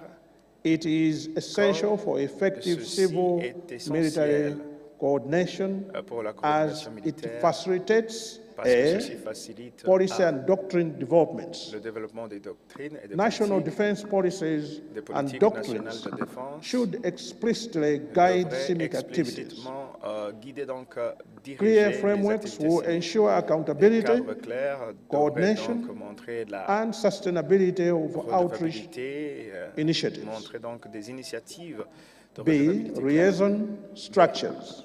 Les structures. Policies should formalize Les politiques the doivent establishment of formaliser, liaison offices l'établissement or des bureaux units de between the liaison military and civilian entre, agencies. Les organisations militaires These et structures civiles, et will ces enhance structures information sharing vont and améliorer help donc le partage counter d'informations misinformation et lutter besides contre la combating mauvaise duplication information of effort. et éviter donc la duplication d'efforts. Community engagements. Engagement communautaire. Building trust La and construction de la legitimacy confiance et de la requires légitimité active and requiert inclusive engagement un engagement with actif et communities. inclusif avec les communautés. The military can Alors, adopt the following approaches. L'armée peut adopter des approches A. suivantes. Tout d'abord, Community-driven approaches. des approches communautaires. Engage local menées par leaders, les women, communautés, and en youth impliquant to donc ensure les jeunes, les femmes, inclusivity and local pour ownership assurer of CIMIC l'inclusivité activities. et l'inclusivité au niveau des B. activités civiques. Needs-based assessment. Une évaluation aussi des Conduct besoins. comprehensive assessment Mener une évaluation to complète identify pour identifier the actual needs of the les besoins communities. clairs de la communauté. Capacity building. Renforcement de capacité. To strengthen human and institutional Renforcer capacity for les effective capacités outreach, humaines pour the des following actions programmes de are recommended. sensibilisation Les actions suivantes sont A. recommandées. Civic skills development. Le développement des compétences civiques Identify key skills required, including cultural awareness, compétences clés, negotiation, la négociation, conflict sensitivity, and interagency cooperation. Et la coopération interagence. Training tools. Les outils de formation. Develop and implement dedicated CIMIC training modules for both military and civilian personnel. Pour le personnel civil. Resources which are not enough. Qui ne sont pas ensure sufficient financial and logistical resources to sustain outreach operations. Financière et logistique pour pouvoir Cooperation, maintenir des opérations. Foster regional and international partnerships créer des to partenariats promote knowledge exchange, adoption of best practices. Les meilleures pratiques et l'adoption de bonnes pratiques. Communication strategies. Les stratégies de communication. Effective communication is critical in ensuring accurate information flow and countering misinformation, especially in conflict-affected areas. The military can enhance communication through the following measures. À travers des mesures suivantes. 1. Proactive communication. Communication proactive. Maintain open and proactive communication with communities to build transparency and credibility. This helps prevent misinformation, which can undermine operations and erode trust. B. Les opérations et lutter contre, diverse communication tools. Sur la confiance. Les outils Use de community radio, utilisons donc les radios social media platforms, les plateformes des médias town sociaux, hall meetings, and liaison officers et même les to disseminate officiers de liaison accurate information pour pouvoir disséminer des effectively. informations efficaces, C. des vraies informations Partnerships with media and civil society. Avec les médias et Collaborate la société with civile. local media outlets Collaborer and avec, civil society les organizations, organisations de la société civile et les to médias promote accurate promouvoir, narratives des récits and justes, strengthen réels et public renforcer understanding. la compréhension In publique. conclusion, En conclusion, civil-military cooperation la remains coopération a vital civilo-militaire foundation for sustaining reste la peace fondation pour, and security. Pour le maintien de la paix. et By la sécurité. formalizing outreach Reconnaissant, initiatives les initiatives and de aligning sensibilisation, them with national en s'alignant priorities, avec aussi des the priorités armed nationales, forces les can, forces armées can strengthen peuvent public renforcer trust, la confiance publique enhance et legitimacy, améliorer ou renforcer and la build légitimité et bâtir societal resilience. la résilience I sociétale. thank you Je vous for remercie listening. pour m'avoir prêté oreille attentive. Thank you, Major General Soko. Merci, As you've Général Major reinforced, Soko. civilians, the military, and the security sector have to have En a trusted insistant, relationship, sur and cette information and communication résilience, are key. vous avez So parlé I'm de honored to l'importance de introduce la our next communication. panelist that Panéliste represents a suivant, public institution that is il closest to the représente people. donc l'institution publique qui CG est Felix près de la Nahumuranya population. is the Inspector General of C'est the l'inspecteur général Rwandan National Police. de la police Before nationale his du Rwanda. appointment, he served as a Deputy Il Inspector a General of Police in charge of travaillé operations, comme, donc, as Commandant of the National inspecteur, Police College, général de la and police. UN Police Chief Training Officer Il a with été UNMISS, the UN aussi mission in chargé South de la Sudan. formation au niveau des As a Nations graduate of the Unies. National Defense College Karen and the University of Nairobi, Il CG est Namuharanya lauréat de has been a l'Université central de figure in advancing Nairobi, community policing and de professionalization CG within Namuharanya. Rwanda's security institutions. Il est donc dans les His leadership institutions de emphasizes sécurité du Rwanda. ethics, accountability, Il montre and donc public la partnership redevabilité, as le the partenariat cornerstone of public-privé. policing. His approach to integrating Son technology approche and pour l'intégration citizen de la participation technologie offers et la valuable insights participation into how civilian-led montre institutions can comment les maintain trust institutions, enfin, in les the digital institutions age. dirigées par les CG civils Felix, over peuvent to you. travailler avec des forces. CG, vous avez la parole. Thank you very much. And, Merci beaucoup. I associate myself with Je m'associe bien how sûr my previous speakers explain the concept aux explications de of mon civil préopinant sur military le concept cooperation. de la coopération And I civile will militaire. straightforwardly Et de manière operationalize directe, that cooperation opérationnaliser through cela citizens travers, outreach programs as we apply them here in Rwanda. And I put things in context first. Je vais d'abord mettre les choses dans le contexte. In their presentations, some keywords Dans leur kept coming. présentation, il y a des mots clés qui continuent à venir. Trust, La confiance, legitimacy, la légitimité participation. et la participation.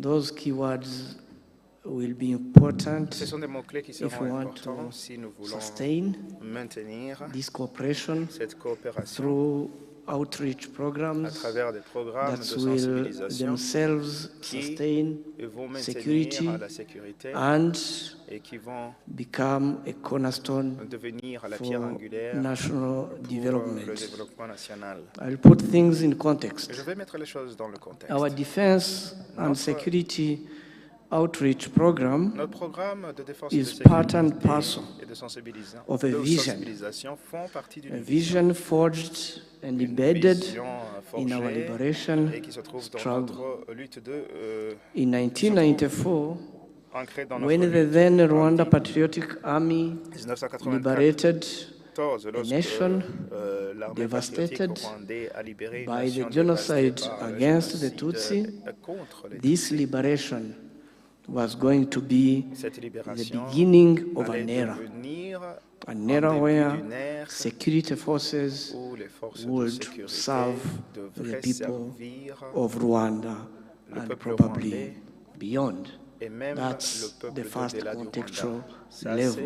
c'est le premier The second élément de contextual contexte. level has to Deuxième do with the élément de mandate. contexte a Mandate à voir of avec defense le and mandat. security organs, Le mandat and des for organes de this sécurité specific context pour ce contexte of en Rwanda particulier Defense Force pour les to forces defend de défense du Rwanda, and develop.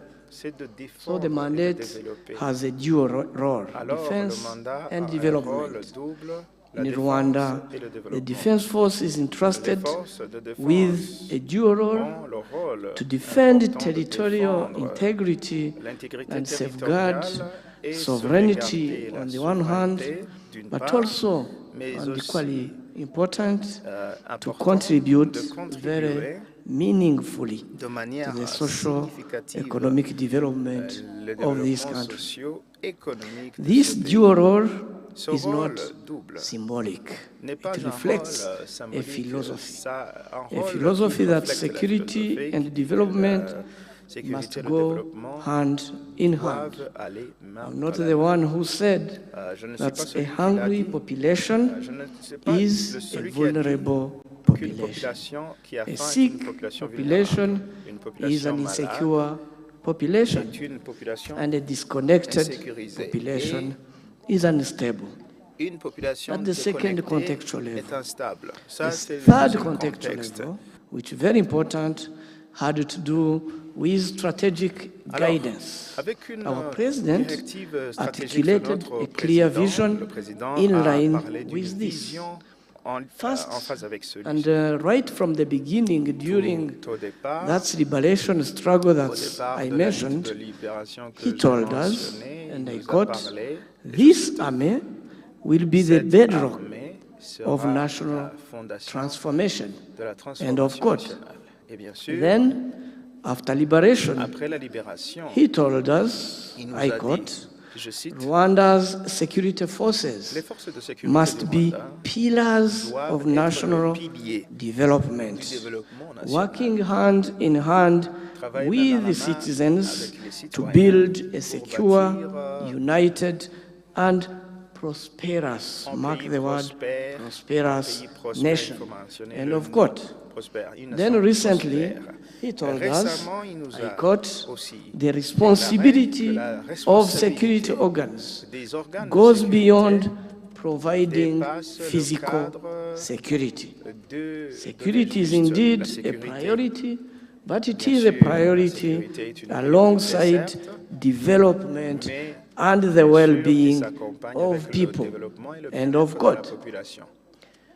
He was telling us that Alors, il nous whatever we disait do, que tout ce que nous we faisons, should make sure that nous devrions donc nous assurer this que will create ceci a créera situation une situation where telle que people la in population Rwanda au Rwanda are able to take their safety and security for granted. Donc la sécurité And that's three levels of context. From the liberation journey, where the army is told that it will be the bedrock of transformation, to the liberation time, where the mandate is clearly dual. Defense and development. To today, where we are pillars of both national development and the connection between security and that development. So, I can't be at a wrong place when I'm talking to you, when the Commander-in-Chief has told the Rwanda Defense Force about what should be done. And the Rwanda Defense Force and other security organs will go to their boardrooms, to their dashboards, to their labs, to craft how it will be done. In your context, I think you call it mission command. So, crafting how it will be done took us to interact two big variables: security and development. And the interplay between two important variables led us to this citizen outreach scheme to operationalize the nexus of development and security by creating a social contract between armed forces and local populations. What began as Army Weeks, Police Month initiatives expanded into holistic outreach program with activities ranging from medical outreach, infrastructure development, social protection related activities, community policing campaigns, and so on and so forth. Civil-military cooperation, as clearly explained by two previous colleagues, in our case, is not a peripheral element of security practice. It is a strategic imperative in our security architecture.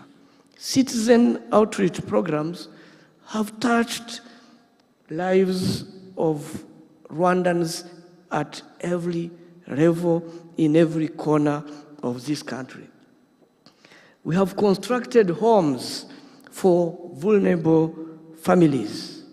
We have built schools to facilitate implementation of government policy for access to education for all our children, and early childhood development centers, commonly here known as ECDs.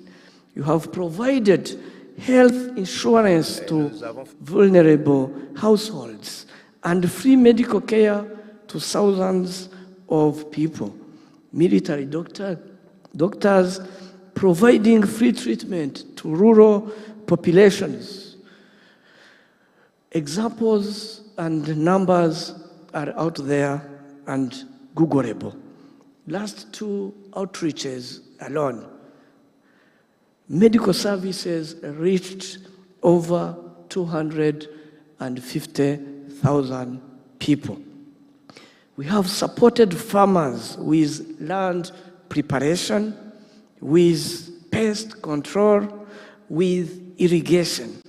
We have planted trees, protected watersheds, build resilience against climate shocks. We have constructed bridges and roads connecting rural areas to urban centers. We have provided water supply chain and systems, solar energy, and the other social protection related schemes to rural populations. This model of outreach programs that operationalize the cooperation, the civil-military cooperation, has gone beyond our borders. Rwanda has applied these practices beyond Rwanda, particularly in peacekeeping missions and in other bilateral deployments. South Sudan outreach programs with our mission in UNMISS with displaced communities have reinforced peacekeeping legitimacy. These outreach programs have reinforced our peacekeepers' legitimacy. That's keyword previously captured by my colleagues. In Central African Republic, MINUSCA, Rwandan contingents have integrated some of these outreach programs with humanitarian support, restoring confidence in local populations. In Cabo Delgado, Mozambique, Rwanda Defense Force and the Rwanda National Police have combined their tactical operations with humanitarian support to displaced populations, winning local trust in the fight against violent extremism. Winning local trust, another keyword. These interventions demonstrate that citizen-centered approaches are transferable, even in fragile and conflict-affected environments. The security development interplay underscores that sustainable peace and security cannot be achieved by security forces in isolation. They require citizens' participation and trust building. Citizens' participation, another keyword among the keywords. Citizen outreach programs build the trust and legitimacy of security institutions in the eyes of citizens, thereby reducing the gap between the uniformed services and the local communities. We need to reduce the gap between ourselves and the people we serve. This functions as a preventive security measure, addressing grievances before they escalate into insecurity. Rwanda's journey demonstrates that citizens perceive security institutions as partners in development and guardians of community well-being.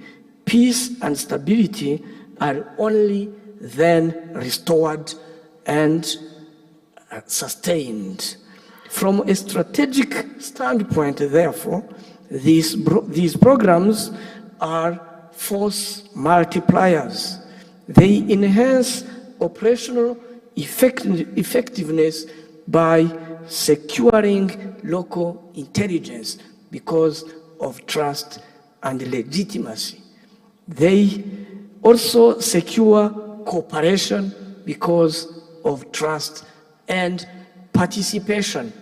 They secure goodwill because of participation.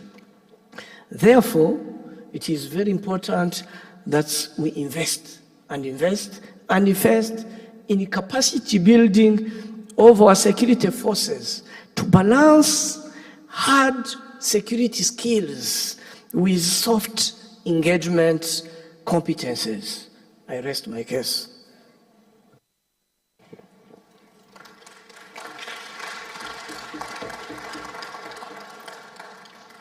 Thank you, Inspector General. So these presentations are clear. The importance of CIMIC, I think, is undisputed. From helping to build roads, participating in the distribution of healthcare and civil-military dialogues with communities, to helping to build reassurance and credibility. Clear CIMIC policies, guidance, and help lead to effective policies and training and education, but the use and the need for resources and moreover education at the junior and senior levels across the security sector must be vital to the sustainability and prioritized for maximum success.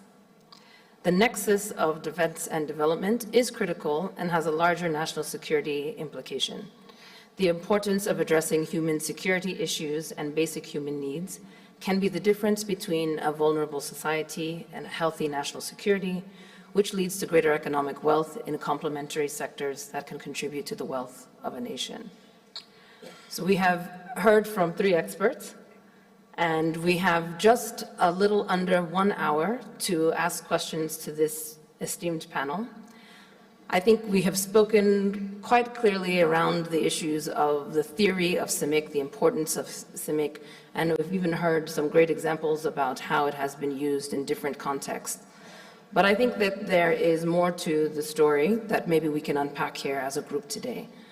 So the first question I'd like to pose as the moderator's choice is to our panelists, and they can have some time to think about this, or they're welcome to answer at this time, about particularly maybe some of the challenges that they've experienced in the resource and communication channels when it comes to working across public institutions, as well as working across civilian communities.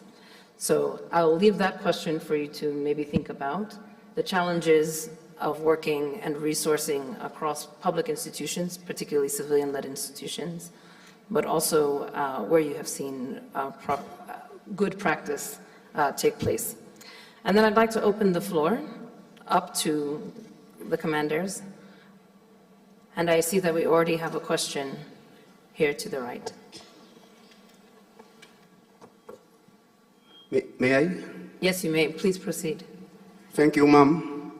Thank you, all the panelists, for your insightful ideas. I'm Brigadier General Simon, Senegalese Army Chief of Staff. So, yesterday in my presentation, I was sustaining that you should have a well-structured and equipped army to be able to take over when it comes to the cooperation, either in multilateralism or in bilateralism. So I again start saying that yes, to conduct CIMIC activities, you should have a well-structured and equipped army. Structures in terms of services, health services, engineering services, and all what you can guess. But also well-equipped. You should have the equipment in terms of health, in terms of engineering. You should have the equipment to be able to conduct CIMIC. And I appreciate your insightful ideas about that when saying sometimes when from Uganda, the general from Uganda pointed out the professionalism. If troops lack professionalism, they cannot really conduct CIMIC. If also in terms of food, you don't support them with your local food, they will prey on the population and they will become unpopular. I appreciate also from Malawi, where you say that it is a key factors for the operation. Yes, CIMIC is a key factors. And also it humanizes us. Thank you for that. From Rwanda, I see that, yes, it's a force multiplier. What we can do, CIMIC is something that made that accepted by the population. So my question to all of you is, maybe it is part also of the question for the ma'am give to you. Did you receive special funding from your respective government, or are you just managing by your own resources? Because if I take my own example, you know that in Senegal we had a rebellion, Casamance, a long time. So I was deployed there from platoon leader to sector commander, that anytime I had to do something, it was by my own means, the amount of the means I'm given for the troops. Of course, I don't let my troops starving. I will give them the necessary, and when is something remaining, I try to help. So, is really my question. Are you receiving really funding for your own government or administrative authorities, or are you just managing by your own resources, whatever can be the level you are? Thank you.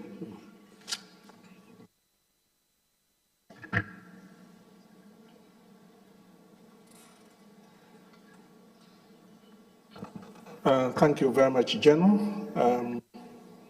That is a pertinent question. To say, do you receive special funding for CIMIC activities? In most armies, I will talk about my army. There is, in the budget, there is always the 10%, which is for unseen circumstances. This is what we put aside, apart from what we have budgeted for ourselves.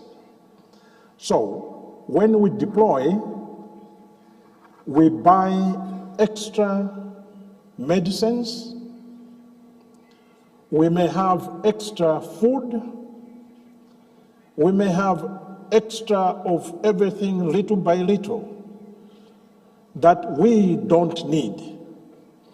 So when we deploy, if we find that some of the communities have gaps in whatever they want, it could be medical, our boys are out there to assist. It is the same when there is a natural disaster. We deploy, first to provide security. It's in our DNA, or I think all the militaries is like that. But again, you look at the immediate needs of the people. Is it water? Do they need medicine? Do they need food? Before the other stakeholders come in. Mind you, like in Malawi, we have disaster management organization, which is the main focus when there is a disaster. They address, they put all the resources of the nation together.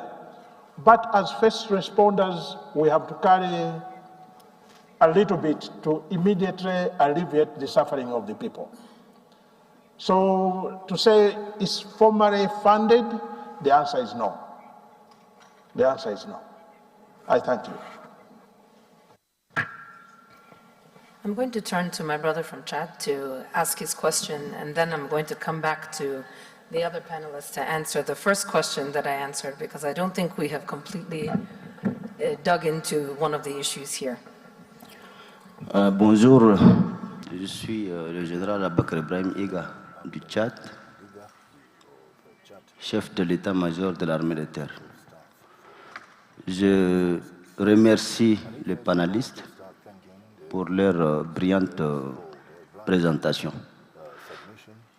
Moi, pas une question, je voulais apporter mes contributions, mes expériences par rapport aux actions civilo-militaires. En effet, nous avons eu à effectuer en 2013 une mission FATIM, Force d'intervention militaire au Mali. Et arrivé à la frontière à Manéka, la première ville de la frontière du Mali, nous avons eu à manœuvrer dans le cadre de l'action civilo-militaire. Nous avons assisté les blessés par le terrorisme, on les a soignés et on a encore sensibilisé la population de Manéka. À notre arrivée, il n'y a presque aucune autorité au sein de Manéka. que des populations et des terrorismes. Et c'est cette population-là qui nous ont aidés d'avoir des informations réelles. Le plan d'opération dans les bureaux ou bien dans le centre des opérations et les pratiques sur le terrain sont pratiquement différents. Et cette population, ils nous ont aidés à avoir beaucoup plus d'informations, surtout dans les zones d'accès de terrorisme, dans les zones où les terroristes ont mis des mines. De Manika, on est arrivé à Kidal. Juste à l'entrée de Kidal, ils ont miné. C'est une zone montagneuse. Il n'y a que seul accès. Et sur cet accès-là, les terroristes ont mis des mines. Mais ce sont ces populations-là qui nous ont montré que voilà, ici, il y a des mines. Nous avons utilisé notre génie pour exploser les mines avant de nettoyer la ville de Kidal. Et par la suite, de Kidal, arrivé à Tassalit, c'était les mêmes problématiques. Ce sont ces populations de Tassalit qui nous ont facilité, qui nous ont aidés de nous donner des informations réelles sur le terrain. Et de Tassalit, quand on partait à Tigargar dans les montagnes, Tigargar, c'est une zone montagneuse à peu près, je peux estimer 50 km ou 30 km à l'intérieur de la montagne. C'est une grande wadi où abrite tout ce qui est de terrorisme, avec leur matériel et leur personnel et leur centre de formation et tout cela. Pour arriver à cet objectif, c'est un enfant mineur qui était peut-être utilisé auparavant par le terrorisme. Cet enfant-là, ce sont les populations qui nous ont dit que c'est cet enfant-là que peut-être il a des informations. Quand on l'a amené, l'enfant il est assoiffé. Moi j'avais un bidon de l'eau avec moi, je voulais donner de l'eau, il a refusé de boire. Premièrement, moi j'ai bu, et quand il a vu que j'ai bu de l'eau, il a bu de l'eau. On lui a donné des biscuits, on a causé avec lui. Après il nous dit, mais qu'est-ce que vous voulez? Nous on a dit, le terrorisme, ceux qui sont en train de faire du mal à la population, ce sont ceux-là que nous on veut lutter contre. L'enfant nous a montré tous les axes possibles, entrée et sortie de terrorisme, ce qui a nous permis d'accomplir notre mission. Et au retour, dans les différentes villes, la confiance a été rétablie avec la population. À chaque moment, quoi qu'il arrive, ce sont cette population-là qui nous informe, même les kamikazes. Donc, c'est en 2013. Bien avant que ça, nous avons les actions civilo-militaires qui n'est pas assez développées au sein de l'armée tchadienne, mais à partir de 2013, nous avons eu à développer les actions civilo-militaires dans chaque unité de combat, même au sein de la force spéciale. Ils ont des formations. Et le gouvernement tchadien a mis un budget spécial pour les actions civilo-militaires. Et nous construisons des ponts pour faciliter les axes, des routes, et on assiste au soutien sanitaire, des médicaments, et on assiste aussi dans de construction et les inondations.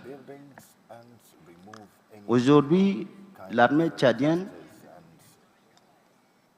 avait déjà, je pense, 90% de confiance de la population tchadienne. Cette population coordonne étroitement avec l'armée. Et surtout, encore un deuxième exemple que je voudrais donner au niveau du lac Tchad, le phénomène de Boko Haram, qui vit aujourd'hui sur le lac.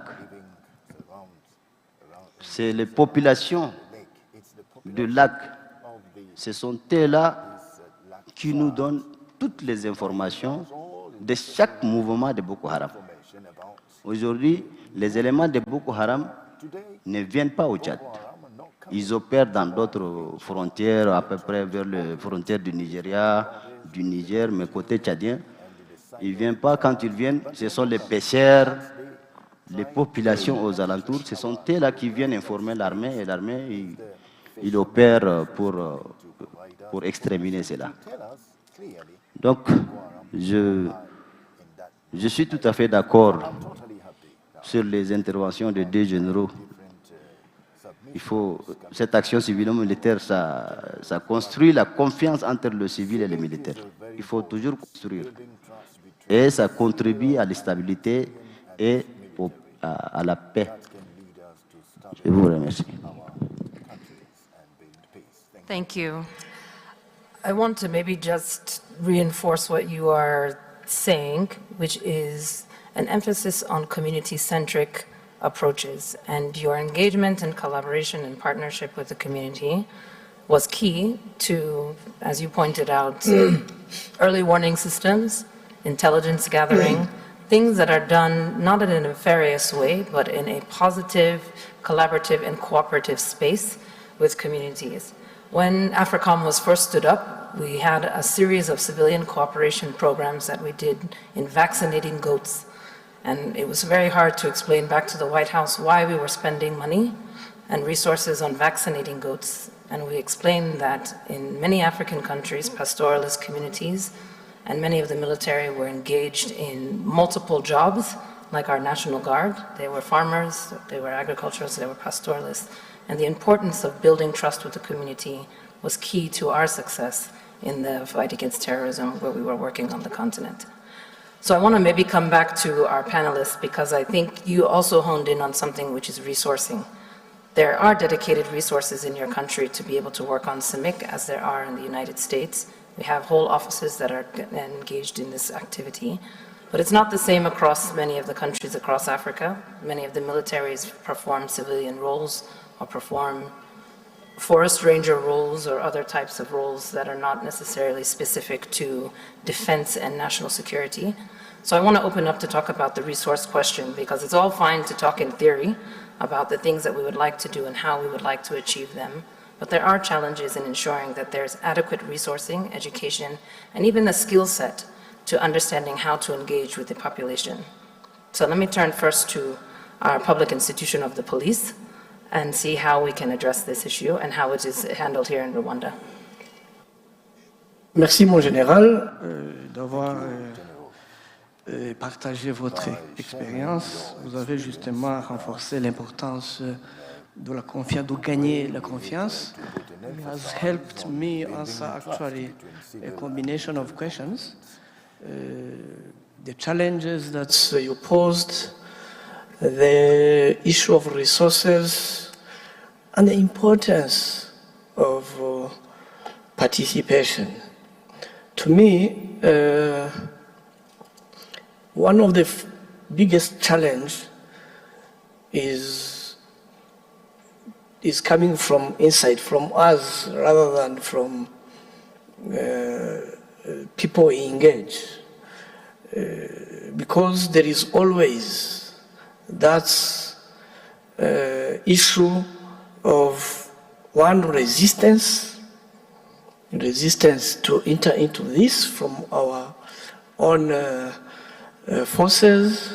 Secondly, this resistance is reinforced by the excuse that this thing is very expensive, costly, no resources, and that's combination of not willing to go in and having a very valid excuse will make our forces from different corners of our countries engage differently at different levels. But when you really operationalize this in a well-structured manner, you end up realizing that it is even more cost-effective, very cost-effective. I'm using my case to demonstrate how it is cost-effective. We deal with criminals and crime and insecurities. There are two ways of dealing with it. As police force, dealing with criminality and insecurities and criminals single-handedly. It is possible, it is done in some part of our regions and continent. Or, let's communities play a big part, probably the biggest part, in dealing with insecurities and criminals. It is also possible, actually that's the approach we use here in Rwanda. Crime emanates from a community, originates from a community, and is committed by a member of a community, and will affect the community. And the criminal will run back to the community. How dare you, police force, coming to deal with this crime without that community? So when you send back that responsibility to the community, it becomes very easy, cost-effective to deal with the crime using people affected by that crime and where the criminal has run to. So it is only after you have dealt effectively with it that you realize that it is more cost-effective. So the excuse of resources can be done by people who are already in the mindset of resistance to enter into this scheme. Number two, the other challenge can come from the other side. That's why my last point in my presentation was saying, how do we educate ourselves and our forces to balance between hard skills, military skills, forces, with soft skills, engagement. So it is probably how we engage them that doesn't facilitate their immediate buying of the approach. So you may encounter some resistance from that side, probably because of how you approached them. It is true that resources are an issue indeed. But if you have made civil-military cooperation using these outreach programs part and parcel of the whole, doctrinal, then you budget for it from the beginning. It's not an ad hoc exercise. It's part and parcel of you. It is a strategy to achieve confidence, trust, legitimacy, which will help you achieve sustainable security. Therefore, it's a tool to use for you to get there. Then you must budget for it, however costly it is, but it is costly because it will make you get there. Because if you don't get there, it is even more expensive. Thank you.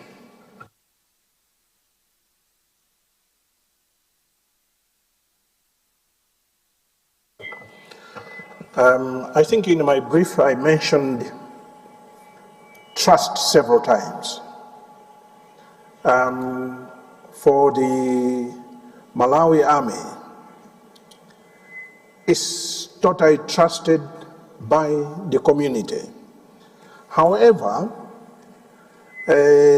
or maybe before I go to the however, we are always the first responders to any disaster, natural disaster. We are the first responders.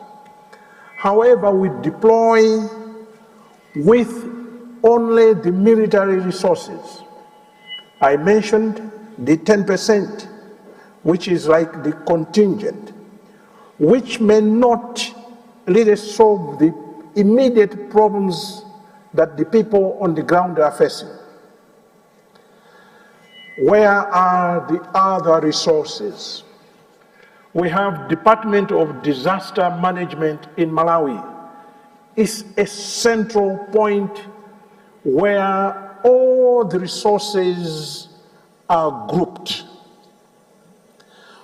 But they may not move at the speed that the military moves. There is some sort of bureaucracy. We respond within maybe 12 hours to 24 hours. But the other organization may respond in 4 days, 5 days. And yet the people on the ground are suffering. The issue is the resources are not stocked in advance to say when there is disaster, we pick these ones. It is that time when they start mobilizing the resources. By the time they are being deployed to an affected area, it's too late. Our resources as the military may be depleted by that time. A good example is we carry extra tentage. We may have 30 tents, which are for our use. But when we are on the ground, we give these tents to the affected people. Believe me, at the end, they are never recovered going back to the barracks. So it is an indirect donation to the community. Maybe I should stop there. Thank you very much. I apologize, I'm not able to see who is raising their tent card, but I know we had one person on the left here, I think from Egypt, and then General Nakarundi after, please. بس عشان الترجمة هتكلم عربي. I will speak in Arabic.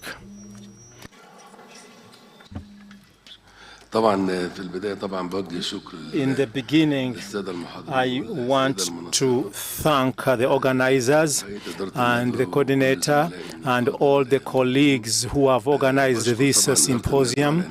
And I also want to thank the organizers for choosing this very, very dynamic title.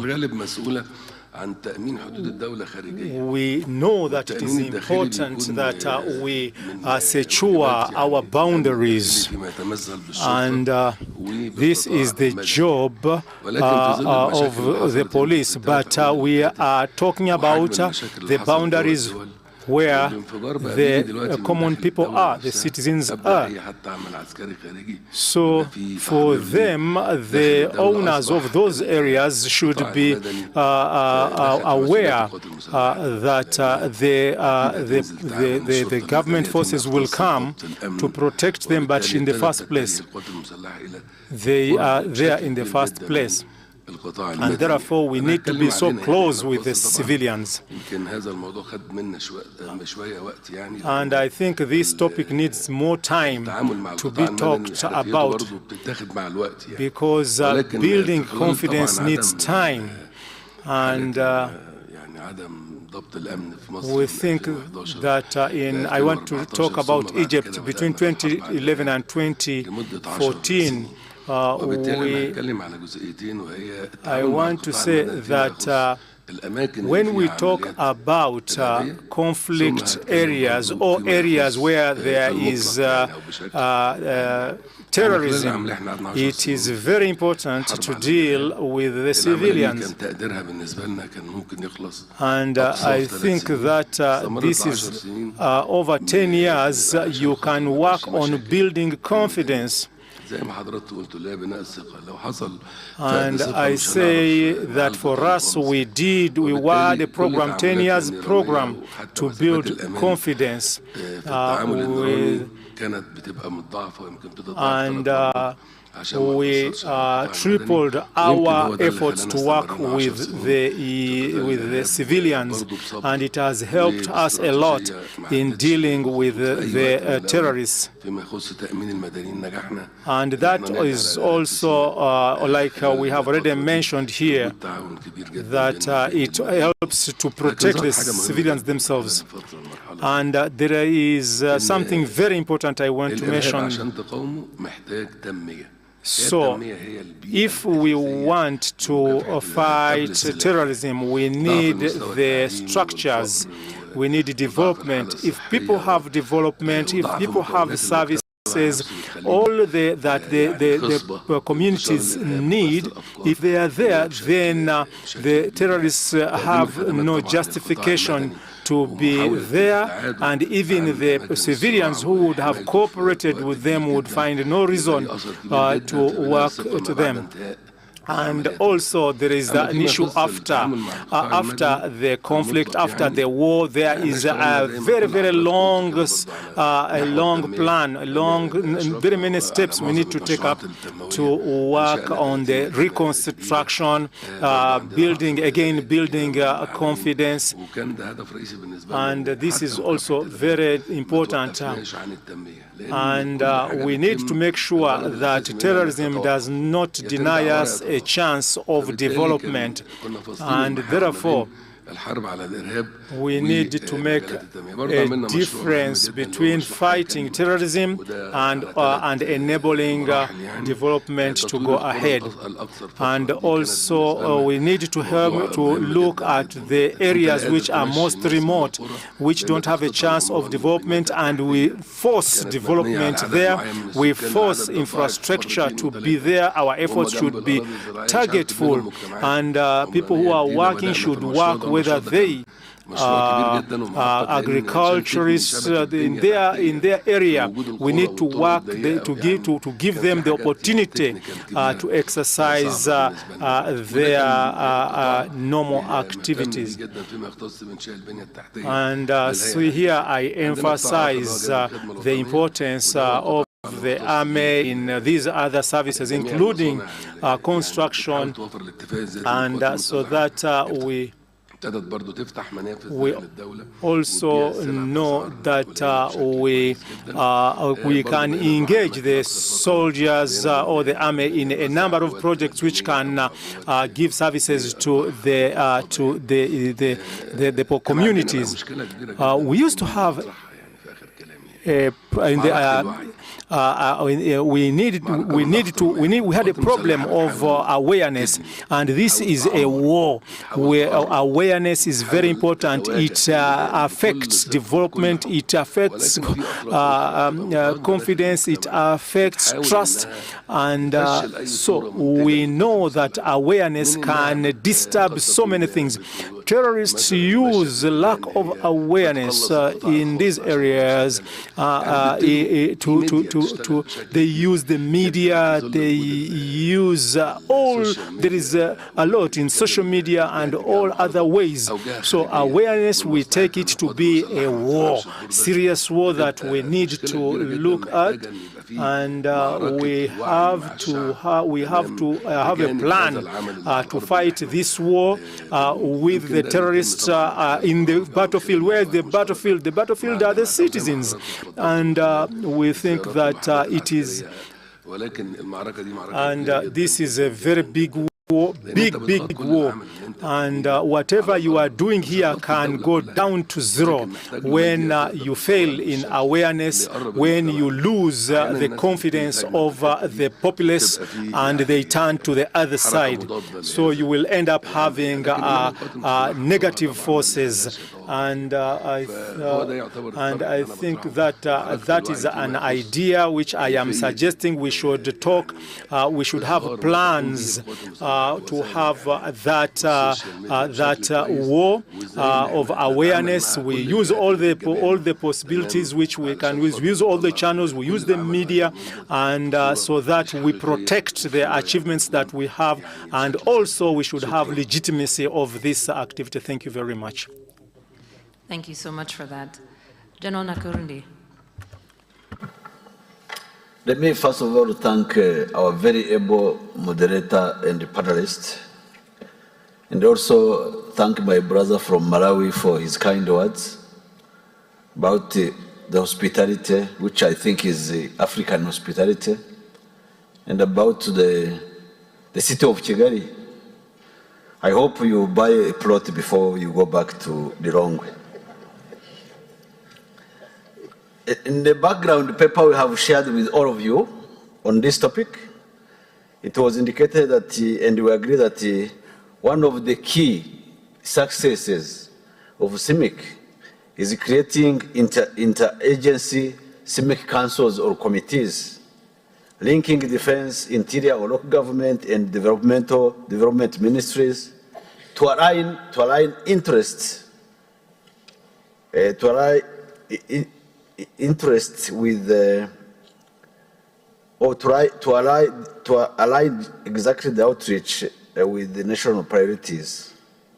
While I know that we do that in Rwanda, and you have heard the IGP repeatedly saying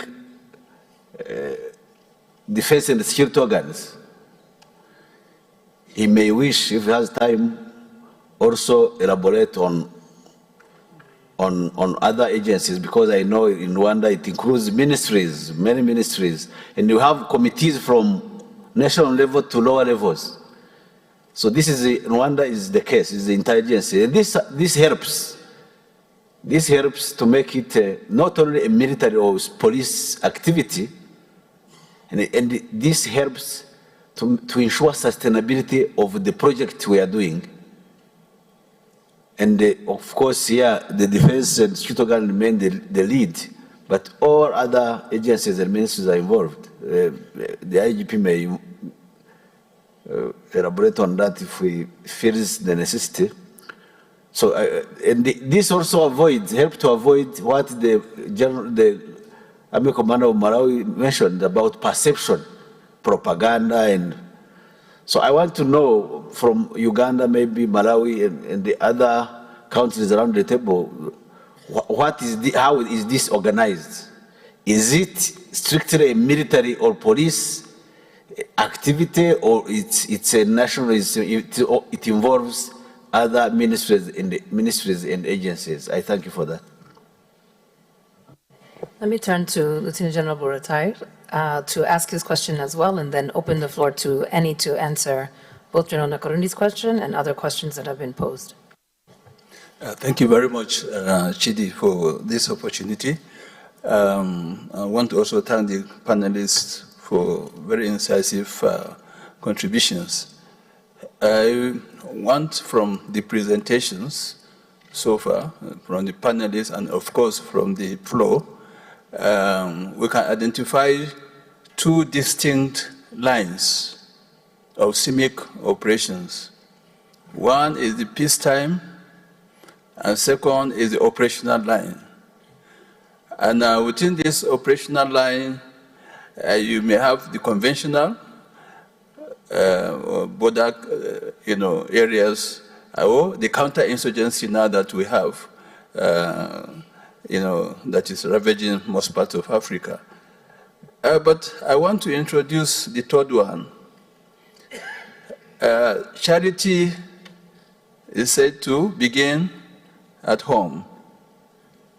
While I was in service as Chief of Army Staff, we introduce the third one, which is a community-based project or constituent projects, which will focus, or which has been focusing on the service personnel itself. We've had experiences, and probably from different armies also, the military. There are some generals, when they retire, they cannot go back to their homes. It will be so aggressive that he has not contributed anything to the community. This is civic. As I said, it begins at home. And you must win the minds, the hearts and minds of your people to give that support. And it impacted greatly to the communities that we came from, our constituencies. We came from them, and we must make impact. And they must accept us, and they must support the government based on what we are presenting to them. So extending it to this area is very, very important, because you will get the support at the peacetime period. When the situation arises, they will give the whole support to the government policies and projects. And if there are crises, they will always reach you and tell you this is what is happening at your constituency. Because some officers, some generals don't have control, or they cannot have access to their communities, and there is so much probably aggression. There is poverty in some areas, there is lack of water, lack of health facilities, and roads. So we introduced this in the Nigerian Army, where we had officers identifying specific projects within their own communities, and it's budgeted, and we advance the money. We get a reliable contractor who will do that, and he is given the fund and executed and followed up. Virtually, when I started, and it's still continuing, not only within the Army, but the Navy and Air Force have also taken up. So this is key, in the CIMIC relations, our CIMIC direction. We must take it while we focus on community-based, on either disaster environment or counterinsurgency operations or border crisis or conflict areas, to make sure that they get this assurance, building confidence, to get information, as the Chadian General said, and in fact all the Inspector General of Police and the chiefs here who have spoken. It's very important. You get intelligence, you get the support. They will help you to further achieve the humanitarian, objective of your operation. So I think if this one is captured within the armies, it will help a lot. And you only need to see how your people will receive you at the end of your retirement. You go home, and they will be happy to receive you. You've made impact physically there. I give you a story. For several years, a community in Edo State, and my first chief of, the second chief of military, civil military commander, or what you call it, the chief of civil military relations, took the project to his community. The politicians couldn't achieve that. We are not going into politics, but the point is, that's their primary responsibility. But for many years, they've never gotten water, borehole water or tap water, until when that project was executed. And that officer, today, he will raise his head high, going back to his community to be well received. So this is my addition to what all have been discussed. Thank you. I'm looking around the room, but maybe I'll take the liberty of answering General Nakarundi's question about the security architecture, the national security architecture, or the whole of government approach that I know is at least used in the US context. I was going to ask how many of you have state partnership programs in your countries? Just by a show of hands. Do you know if you have a state partnership program? I can tell you that you do. I can tell Senegal has Vermont. I know that Rwanda has Nebraska. And these are state-level programs that come from the United States. How many of you had Millennium Challenge Corporation programs, infrastructure development programs in your country? I can tell you all of those who did. 35% of our programs were in Africa. They were in Senegal, Nigeria, Cote d'Ivoire. They were around the continent. What I'm trying to allude to here is the whole of government approach that includes civil military institutions or civilian institutions that are performing security functions, economic security, human security, as the Inspector General talked about, that help contribute to a greater development and secure nation. That was the US's approach, and it happened from different parts of our government. When you hear the US talk about the whole of government approach, it means Congress has had to sign off on legislation that says Africa should get money in these areas. It says that our defense budget should have a certain amount allocated for defense works and cooperation. It says that our development agencies, at the time USAID and the Millennium Challenge Corporation, should also engage as a part of our national security apparatus and our architecture.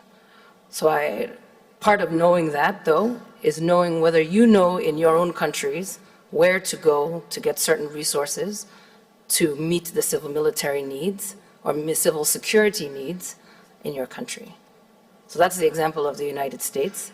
But I think to General Nakarundi's question, we worked together in the Defense Department. He also had to go to the State Department. He spent many times going up to the Hill, going to each different department in the US security architecture to get the resources that were needed for the military and the security of his country. So that's my example. What's yours?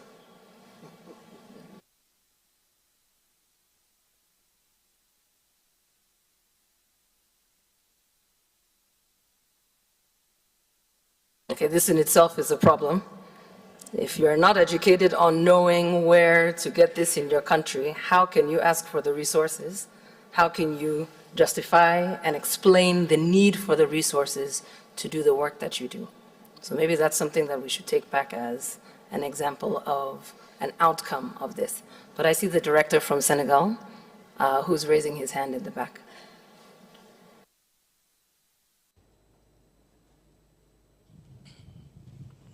Thank you very much. Good morning, everyone. Following up to your question, which is for me is legitimate, it's normal. But then when you get those funding, I'm coming from the civilian part of the equation. When you get those funding, what is the mandate behind funding, US funding government in Africa? Because these fundings are not just funding to support the military, to support the civilians or the programs.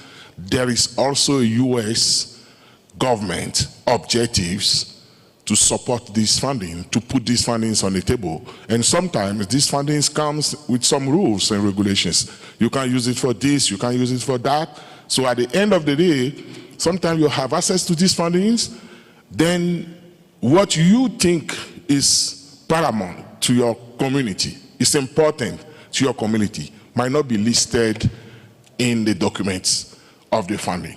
How do you go about this? Because we know that European Union, American government, they put in funding on the table to support our militaries, to support our countries. But behind, there is also their own objectives. And sometimes you want to build a school and they will tell you, no, you should just put something else. But you know your population doesn't need that. How do you go about this for those who have benefited for these fundings? Because from my background, from working in international development for many years, that is why I got out of this. Sometimes they're not here to develop. These fundings are not here. These partners are not here to develop, to help us. So, and sometimes you have the money, but you don't know what to, you want to use it for something else, but you cannot, because there are some rules that comes with it. So not every money is good. We need to be watchful. Thank you. Well, I'll close that one very quickly because we're not here to discuss U.S. interests in Africa or resourcing. But I think you've answered the question yourself in that there are various streams of money. There are various countries who can provide money. Those who you want to go to and get money from, yes, they're going to have restrictions and they're going to have regulations on that. If you don't want that money, you don't have to take it. You can do actually what was discussed yesterday in the panel about becoming independent off of resourcing from other areas. Of course, if I'm giving you my money, there's an interest behind it. I want to see the stability, I want to see the healthiness, I want to see a relationship and a partnership that is built. I think that there has been an answer to this question in the human capacity and the human resourcing of nations. And investing in that, I think is an outcome, I think is a necessary investment that needs to happen across all countries. As you said, the development world has become an aid space of just going and asking for money. For what? You have resources at home. You have human resources at home. If you really need those resources, you have to really assess whether or not what it is that you need is really helping your country, or if you're trying to build some other interest, whether it's a partnership with a foreign nation or something else. So understanding the crux of where you're coming from that argument is going to be key to how you accept and then utilize resources. So that's not the panel discussion here, and we can definitely have this debate outside. But I think there is an independence upon resourcing that is part of a mindset that needs to change when it comes to development. But I thank you for the question. Great. I have one question here from Burkina Faso, and then also from Central African Republic. Oh, sorry. Is it Chad again? Okay. Okay, thank you, Madam. I'm Colonel Romba Ahmed from Burkina Faso, Chief of Army Staff. In pursuit of what the previous interviewer said, I have to share my experience from my country. In the past, in 2018-2019, we used to benefit from USA Embassy for CIMIC activities. It is the same. They want us to organize some sporting challenges, providing humanitarian assistance to the local population, sometimes revamping some infrastructure. But later, you know that my country is struggling against story for almost 10 years now. At the beginning, in 2015-2016, we're lacking manpower to deploy troops everywhere. So the terrorists, when they get into our country, the time they attack a village, the time the information get the operating unit, the terrorists already did harm to the local population and flew away. So one day in operation, we try to discuss, to interact with local population in a village. They say that it's good, you are providing us healthcare, humanitarian assistance, but this is not our real need. We want security. So we know that we don't have enough manpower to be everywhere. What we are requesting from you is that train us and give us weapons so that we can defend ourselves. This is our real need. We want security. So at the beginning, our government was reluctant to provide training and weapons to the civilian. But later, we are compelled to do that. We provide them training for a couple of weeks, provide them weapons, and we noticed that when the tourists arrive in the village, they managed to organize some resistance before army come. So what I am trying to point out here is that we cannot every time limit CIMIC activities to the traditional things. As I participated in many peacekeeping operations in Sudan, Mali, I have been Central Africa Chief of Operation for almost 2 years. It is the same. but sometimes we are not addressing the real needs of the population. My second point, in the presentation shared by the panelists from Uganda, I saw in the picture soldiers doing engineering work without local population. Sometimes what I notice, when military are doing some engineering work or community work, we don't see local population with them working together. They tend to let the military do the work. This is a situation that there is a lack of interaction. So this is very also important. We need to get them into our project so that we are going to get better results. That's what I wanted to share. Thank you very much.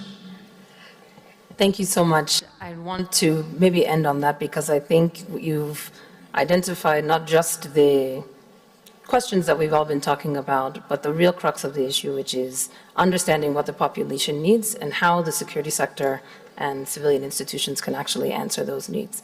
Unfortunately, we don't have the time to answer that question at this moment, but I will ask that those who are taking notes for this session will put that down as a follow-up to how we should address maybe the next steps and strategies for making sure that there's a connection between understanding the population needs, integrating the community so that the outcomes are both effective for the security sector and the community.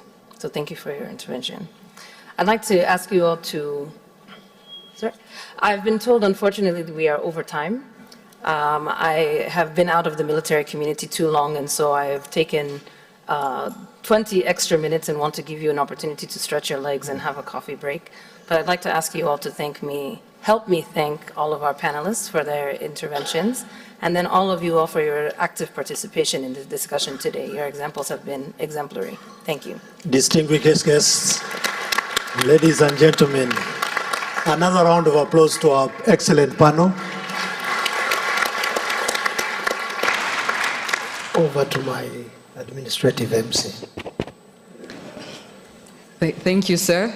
We'll take our coffee break, and we'll be back for the next panel session at 11:30. And for our exiting process, this time around, I will request all distinguished heads of delegates and generals present to walk out first through the back door to the second floor for their coffee break. And then after they've exited, the rest of us will also walk out through the same door to have our coffee break in the normal area. I will kindly request everyone to keep time so that we'll finish our program on the estimated time. Thank you, sir.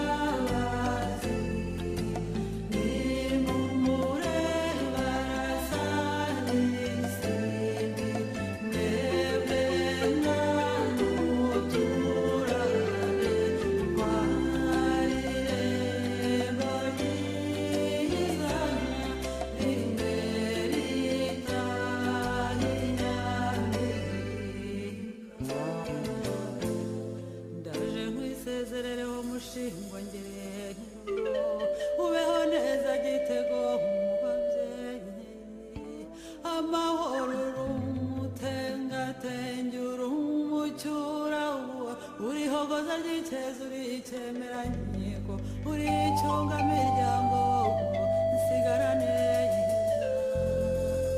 inyanya ruhorakeye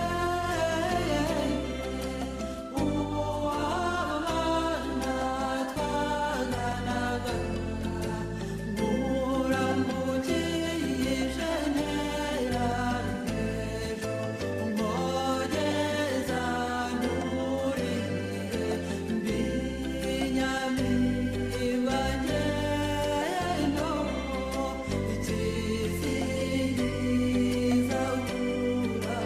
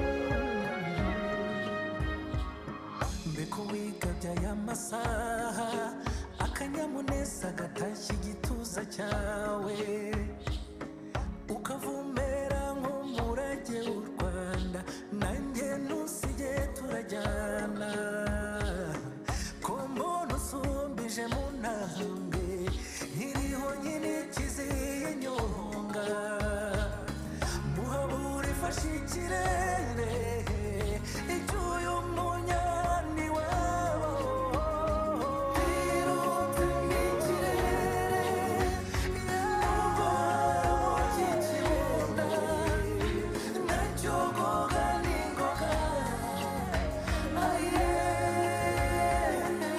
acyura umunyarwanda acyura umunyarwanda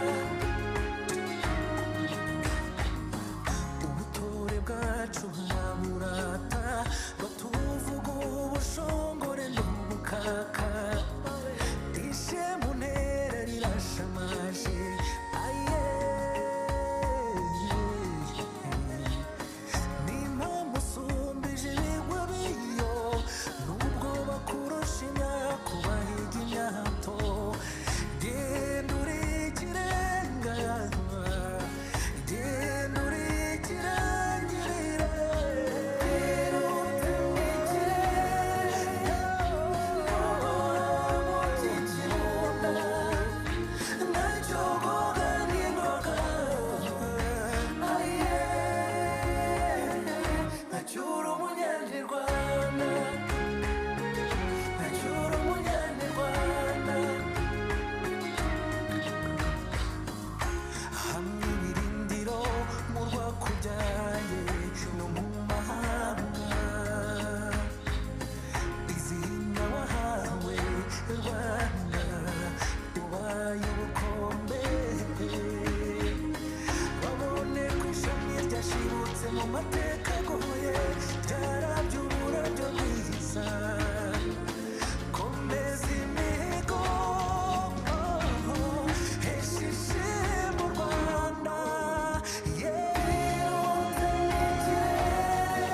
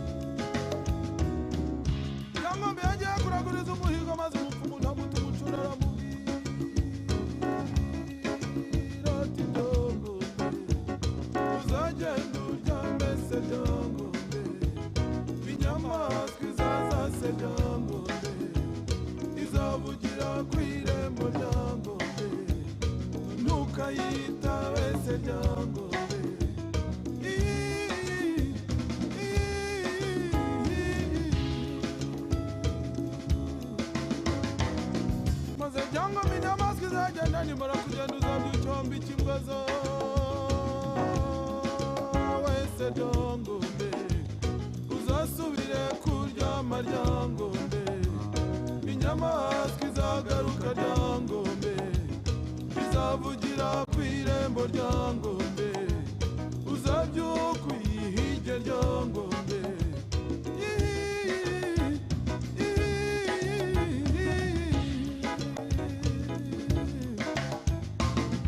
maze rya Ngombe inyamazi uzayihinduza kumesha amashyamba abiri kurya gatatu uzatunguka ku iriba se rya Ngombe uzasanga abakobwa bihagira bambaye ukuri kuko ubusa bwambara abasozi se rya Ngombe maze rya Ngombe abakobwa bose nibakwikanga bazambara uzasanga atarambara rya Ngombe uzamugwe mu nda umuramutse cyane umugwira itwanda ari iwanyu kuko uri umwana w'umugabo wose rya Ngombe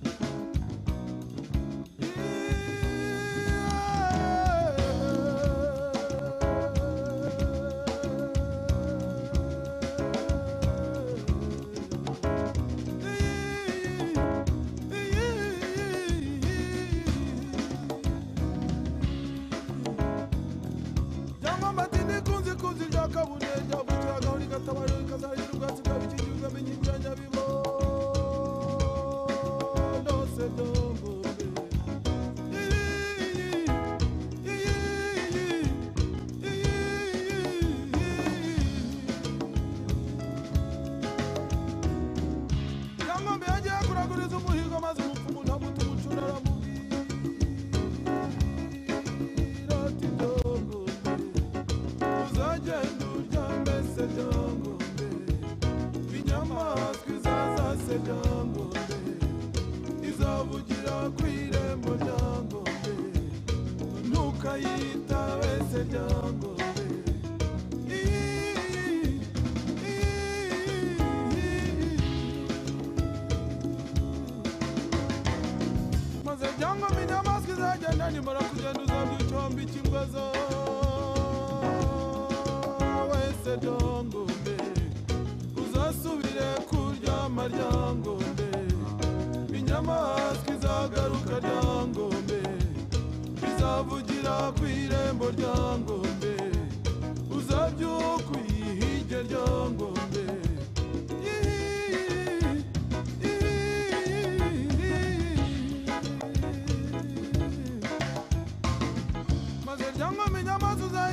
kumenyesha amashyamba abiri kurya gatatu uzatunguka kwiri bose ryongombe uzasanga abakobwa bihagira bambaye ukuri kuko ubusa bwambara abasozi se ryongombe maze ryangombe abakobwa bose nibakwikanga bazambara uzasanga atarambara ryongombe uzamugwe mu nda umuramutse cyane umugwira itwanda riwanyu kuko uri umwana w'umugabo bose ryongombe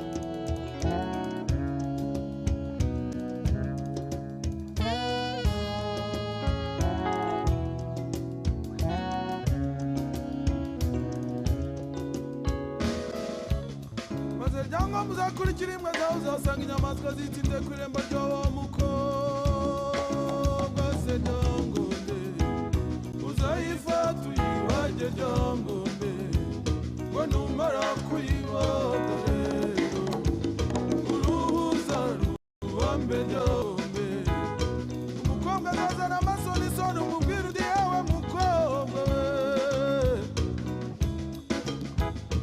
winjira amasonisoni niwibye kandi gani woroze se ryongombe uzamubwira utahubwo mfungurira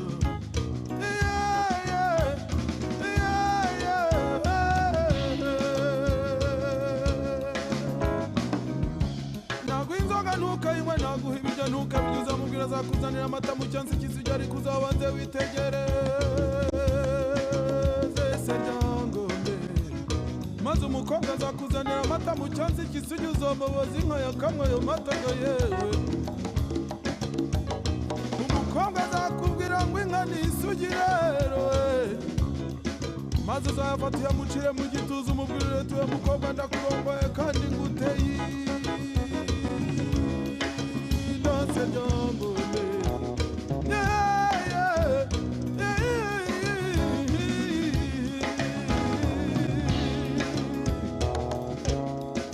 abana b'i Rwanda kuyavuga siko kuyamoroga yemwe cumbikiyeho cumbikiyeho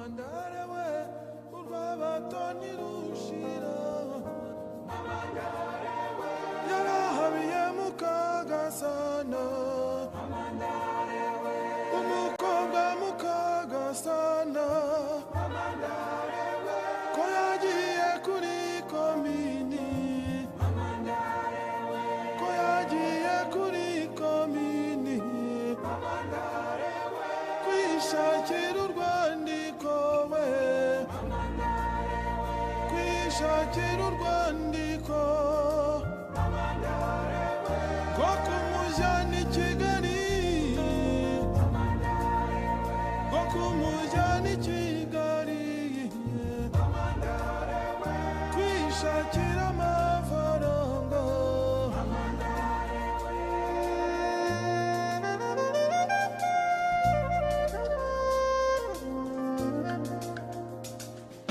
Mamandare we nguwo mwana yavutse ari umwe Mamandare we wazamaranye n'agahinda Mamandare we wazamumara agahinda ye Mamandare we mazarangara akamutera Mamandare we nguwo mwana yavutse ari umwe Mamandare we wazamaranye n'agahinda wazamumara agahinda wazarangara akamutera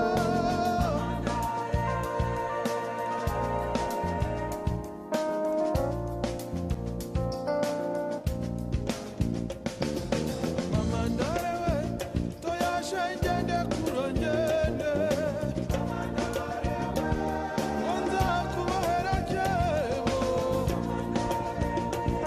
ngo nzakubohera kebo ye Mamandare we ngo ngataka amabara yose Mamandare we ngo ngataka amabara yose Mamandare we nzagatera na nyamuro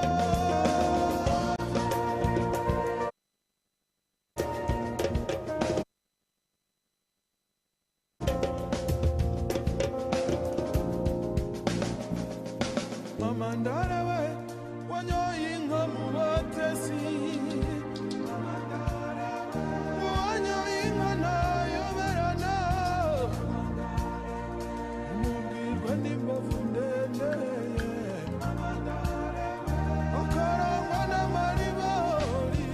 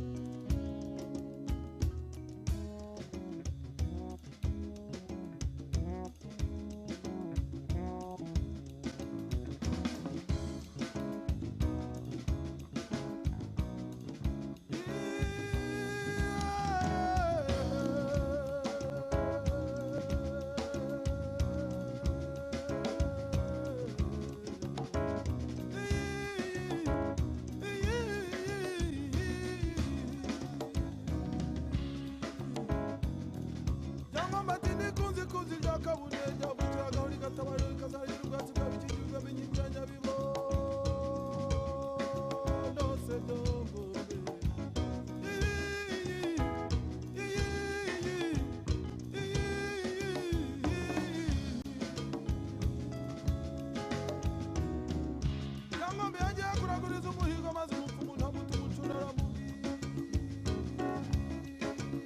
ati ryongombe uzagenda uryame se ryongombe inyamaswa izaza se ryongombe izavugira ku irembo ryangombe ntukayitabe se ryangombe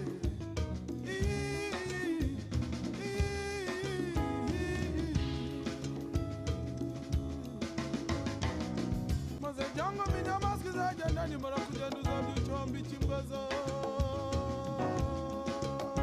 se ryangombe uzasubire kuryama ryangombe inyamaswa izagaruka ryangombe izavugira ku irembo ryangombe uzabyuka uyihige ryangombe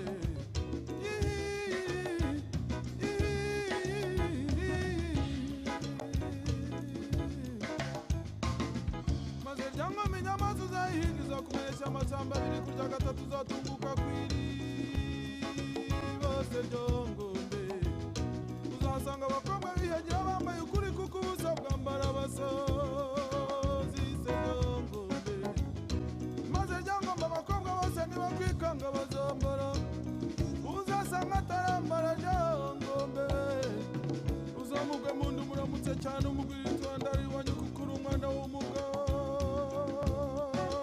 bose ryangombe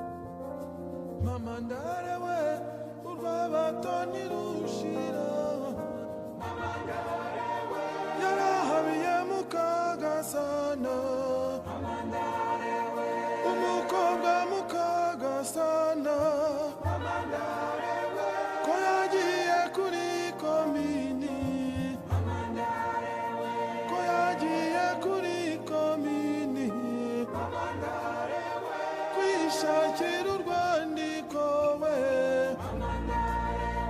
kwishakira urwandiko rwo kumujyana i Kigali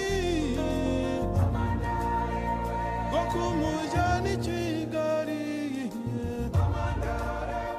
kwishakira amafaranga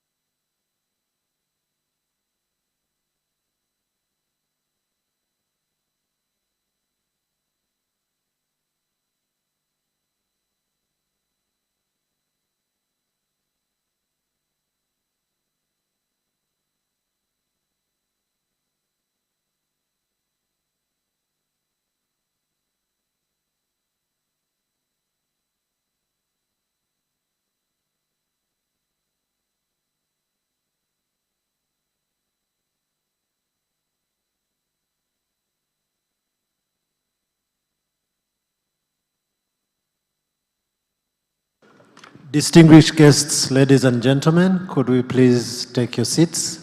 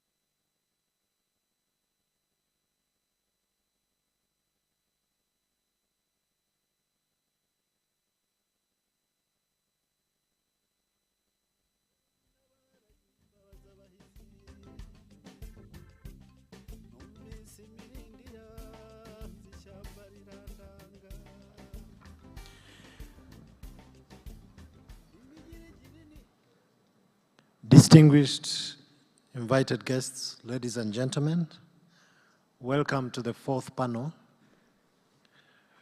under the theme focusing on enhancing interoperability among land forces in Africa and beyond, to be moderated by Brigadier General Patrick Karuretwa. Brigadier General Patrick Karuretwa is the Director General of the International Military Cooperation in the Ministry of Defense of the Republic of Rwanda. In addition to this position, he also serves as the President of the Military High Court. With a military career that spans almost 34 years, General Patrick Karuretwa previously served as the Principal Secretary to His Excellency the President of the Republic of Rwanda from 2014 to 2019, as well as the Defense and Security Advisor to the President from 2011 to 2014. He is a graduate of the Fletcher School of Law and Diplomacy at Tufts University in the United States of America, where he obtained 2 master's degrees in law and diplomacy and international law. He also holds a bachelor's degree in law from the National University of Rwanda. With a special forces background, General Patrick Karuretwa military experience includes serving as head of operations and training in RDF's 2nd Infantry Division and a senior officer in the Republican Guard Unit. He is an alumni of the Rwanda Defense Force Command and Staff College. Please join me in welcoming General Patrick to moderate this session.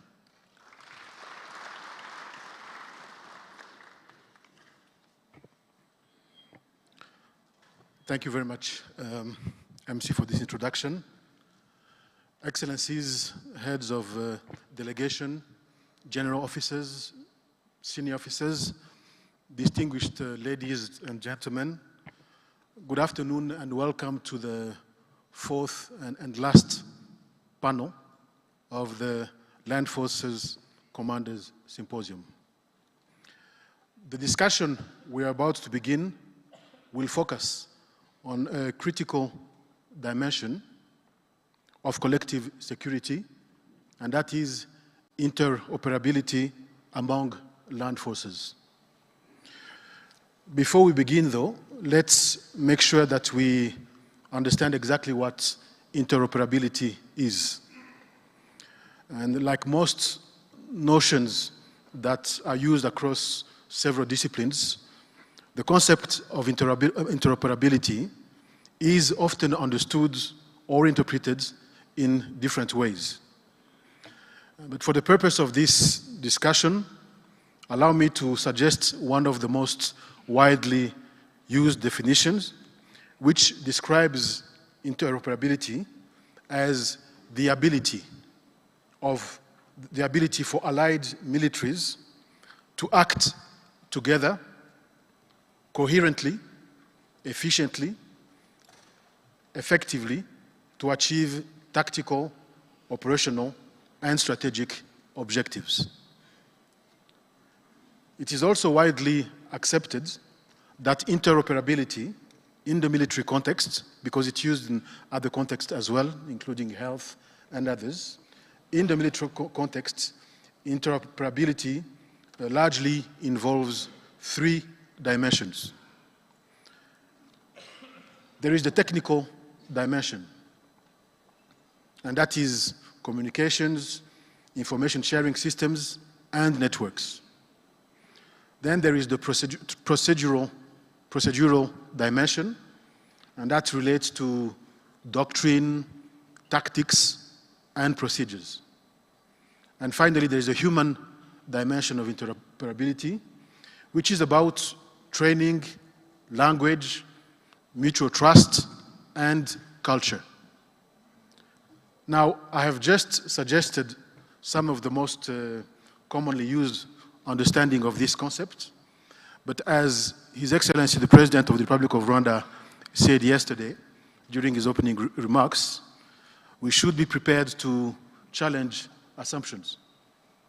So if anyone disagrees with the definition I just shared, do not hesitate to say so and to suggest alternatives. Ladies and gentlemen, I think we can all agree that we currently live in an era where the nature of the threats we are confronted with largely transcend political borders, as well as geographical and cultural distinctions. Therefore, the ability of our forces to operate seamlessly together across borders, doctrines, and technologies is no longer optional. It is essential. Yesterday morning, His Excellency the President also advised us to be frank with one another. And from this perspective, ladies and gentlemen, I believe it is fair to say that there has been some progress. There has been some progress on the continent with respect to interoperability, notably through regional frameworks such as EAC, ECOWAS, SADC, and others. And I'm sure the panelists will touch on this shortly. Meetings and symposiums like this one are held across the continent. Joint training and multinational exercises are conducted.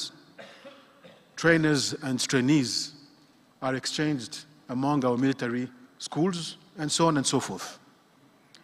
And this is important. These are helpful undertakings as they help us to know each other better.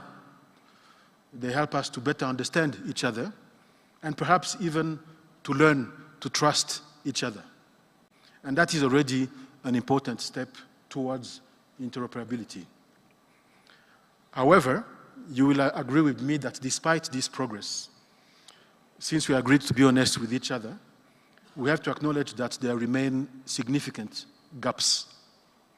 Gaps in terms of doctrine, communication systems, resource capacities, among others.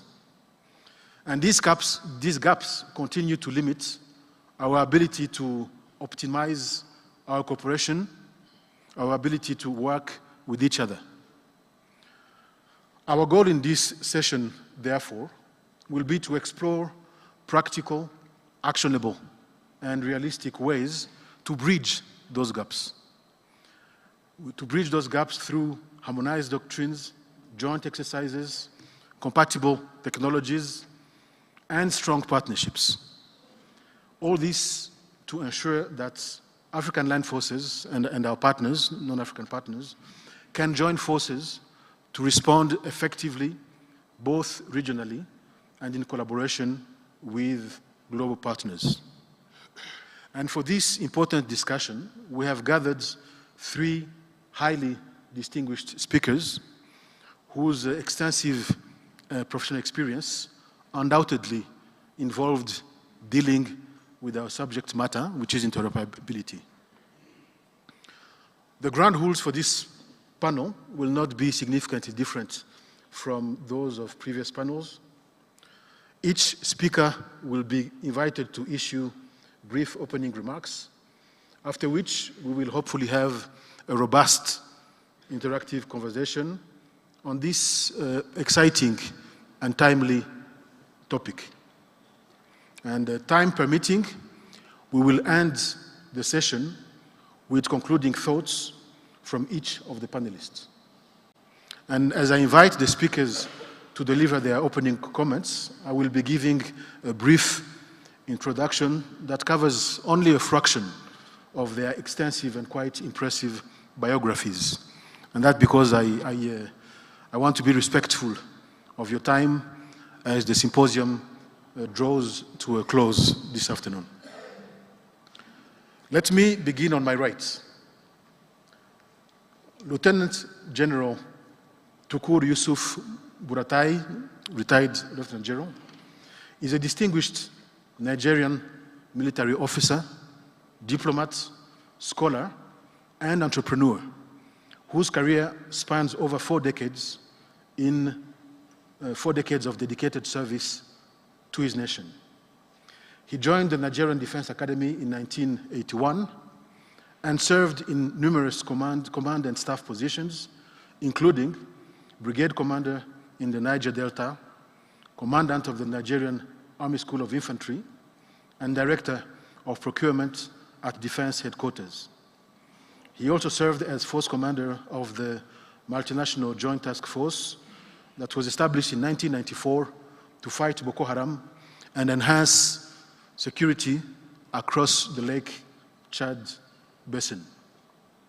In 2015, President Buhari of Nigeria appointed him Chief of Army Staff, a position he held until January 2021. Thereafter, upon his retirement, General Buratai was appointed Nigeria's ambassador to the Republic of Benin.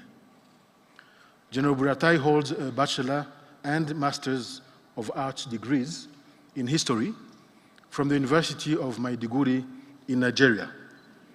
He also holds a Master's of Philosophy in Security Studies from Bangladesh University of Professionals, as well as a Certification of Education from the Nigerian Defense Academy, among other academic qualifications. General Buratai, finally, has also earned multiple honorary doctorates, as well as numerous decorations under various national and international honors. General Sir, over to you.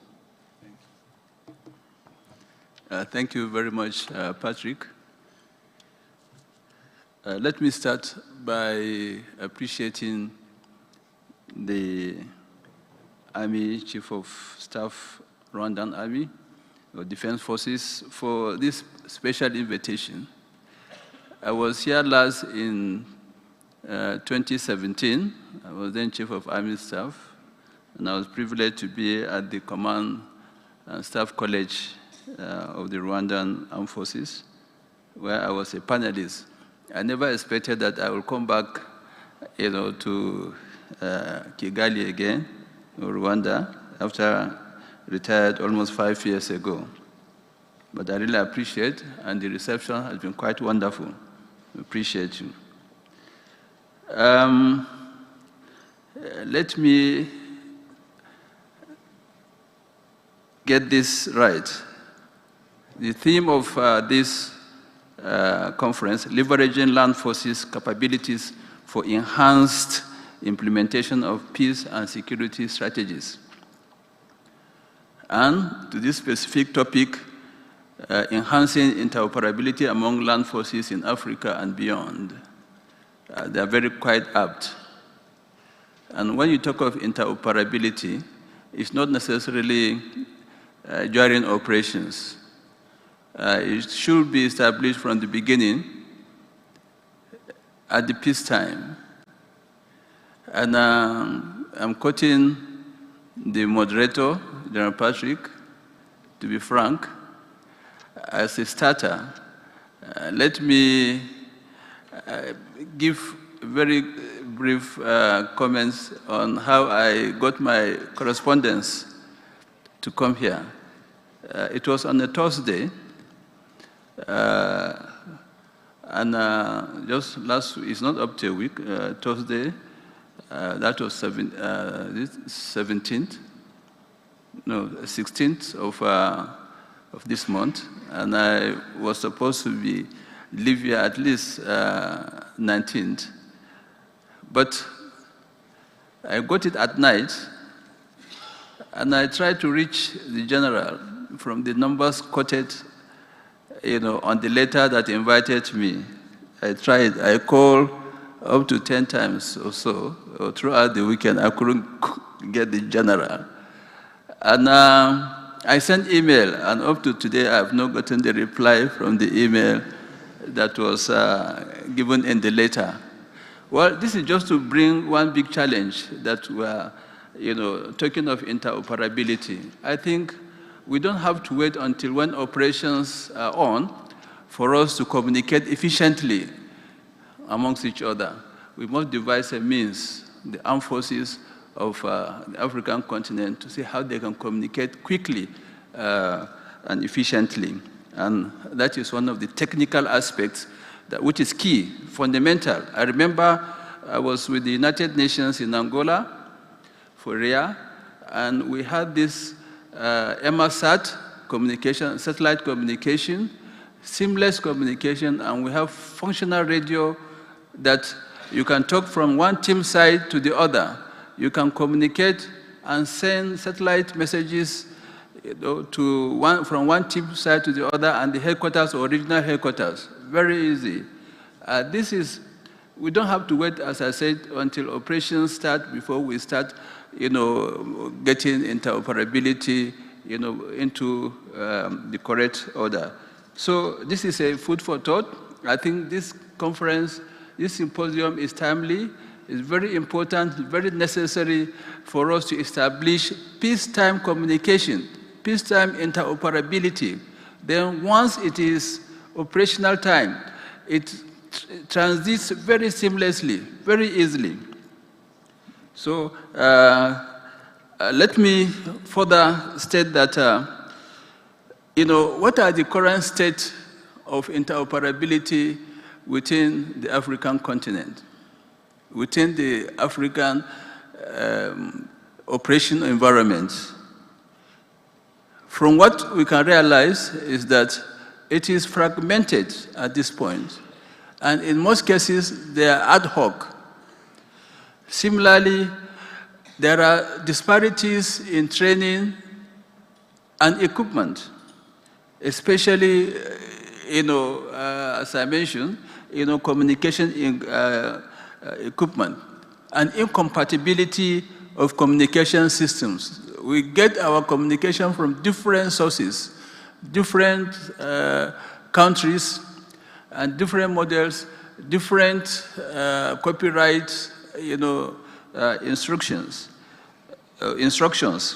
Now, I was a commander of the multinational joint task force, and we had the contributing countries who are still Nigeria, Chad, Cameroon, Niger, and Benin Republic. I'm happy the rep of the army chief of Benin is here.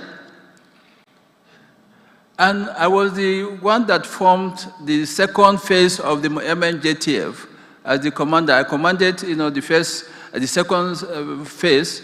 Initially, it was in Chad, in Baga, in Nigeria, but the headquarters now was moved, after reorganization, and I was appointed the first commander of the reorganized with the headquarters in N'Djamena, Chad.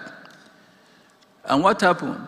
To even get our equipment, this is a practical, experience, and this is very important for us to take note.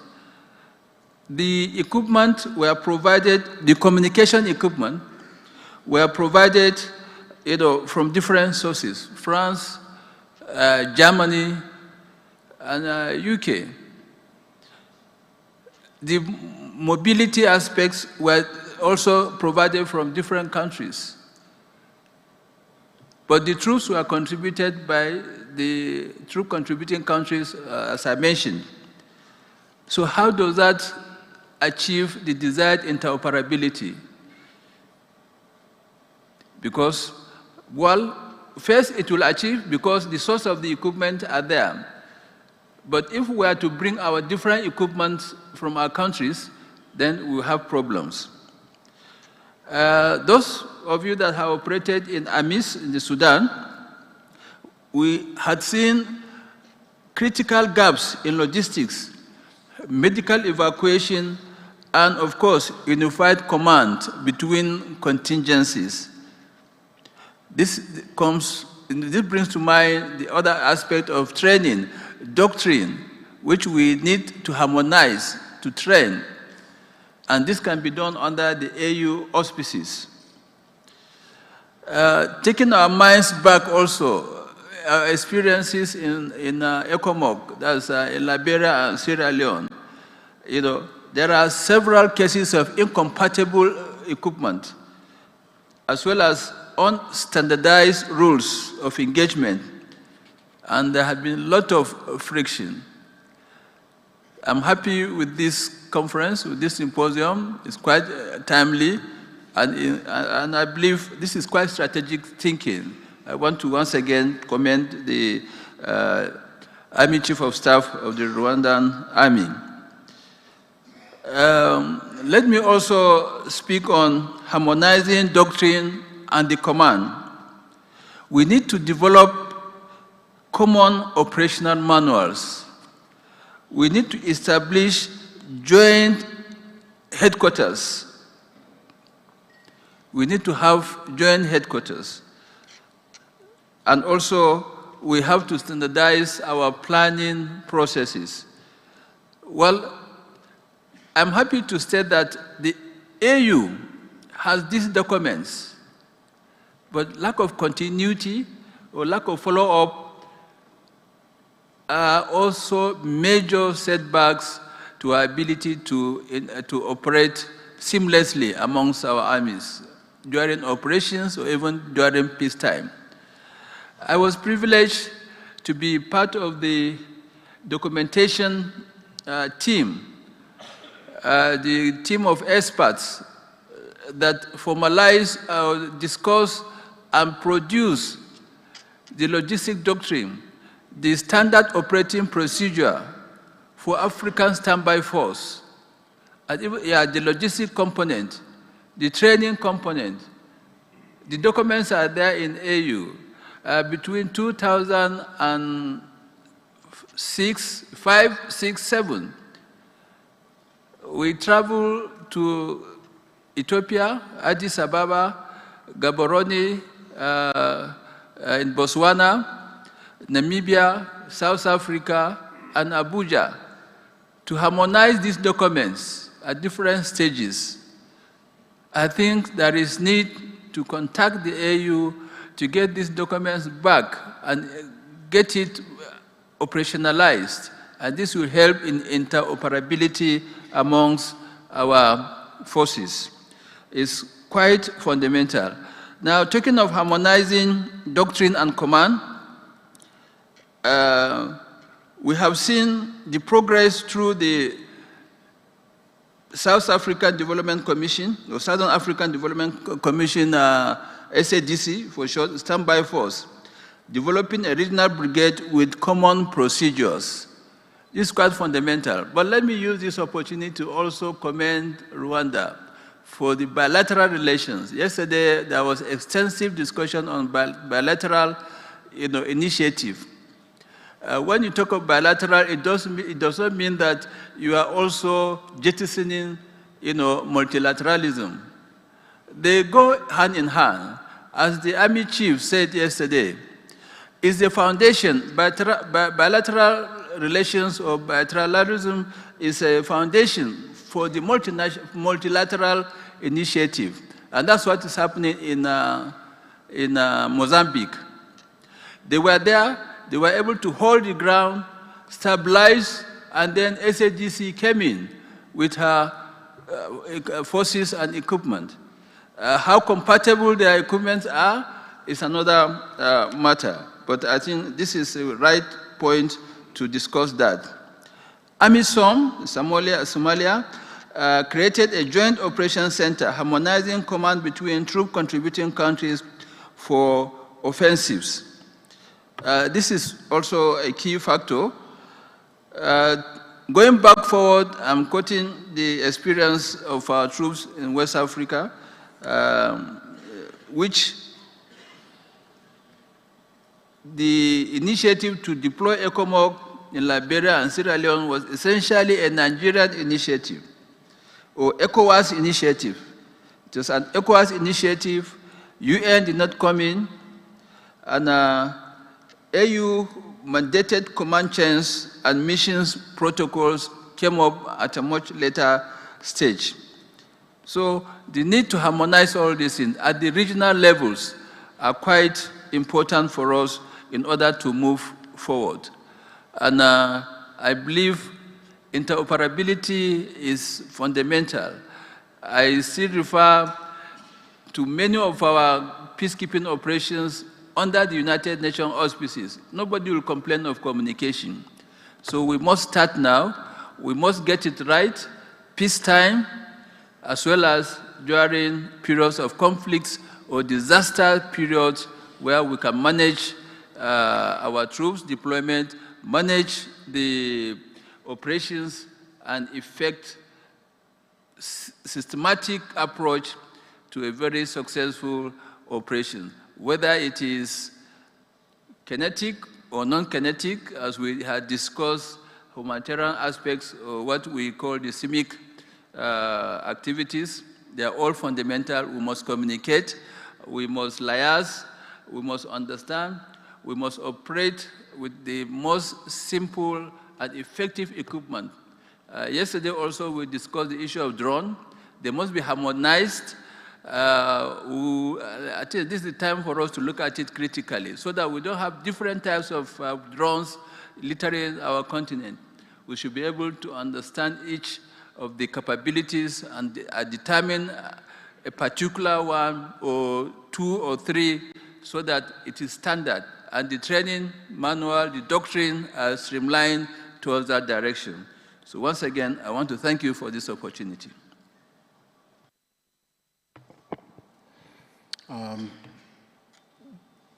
Thank you very much indeed, sir, for these very thoughtful and enriching insights that include examples from your experience. You mentioned a number of very important things. One of them is that we need to strive to establish interoperability during peacetime. We do not wait for operations to begin, for war or disaster to begin, to then try to establish interoperability. We do that in anticipation of those things. We do that during peacetime. The example you gave is indeed an interesting one, the first one, because indeed I was traveling when you were getting ready to come here, and by the time you arrived, I tried to call and your phone was not connected on the network. So interoperability issues right there.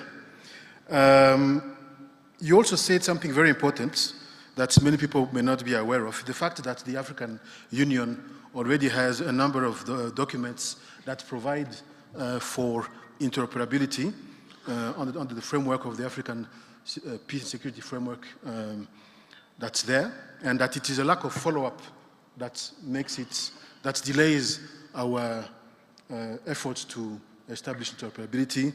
So we know where to start. Thank you very much indeed for this contribution.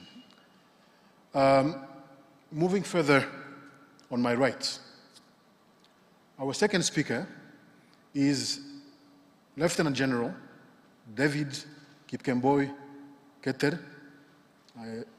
I hope I did well with the pronunciation.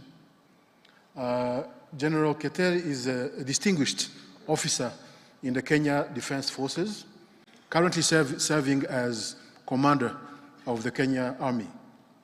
He was commissioned on the 3rd of August, 1990. His professional journey has been shaped by extensive exposure to command, staff, and logistic leadership roles across different echelons of the Kenya Army and Defense Headquarters.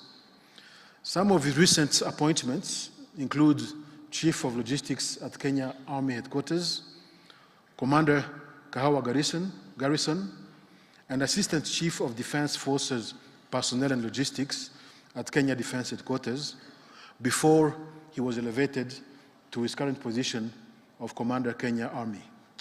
The General Officer has attended several professional and strategic courses, both in Kenya and abroad. His exemplary service earned him a number of decorations and awards, including Chief of the Burning Spear, 20 years of dedicated service medal, and the Constitution medal, among others. General, sir, your audience. Thank you very much, Brigadier General Patrick.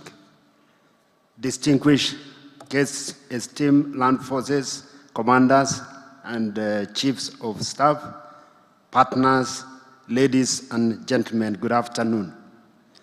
It is an honor to share my thoughts in this summit under the theme, leveraging land forces capacities for enhanced implementation of peace and security strategies.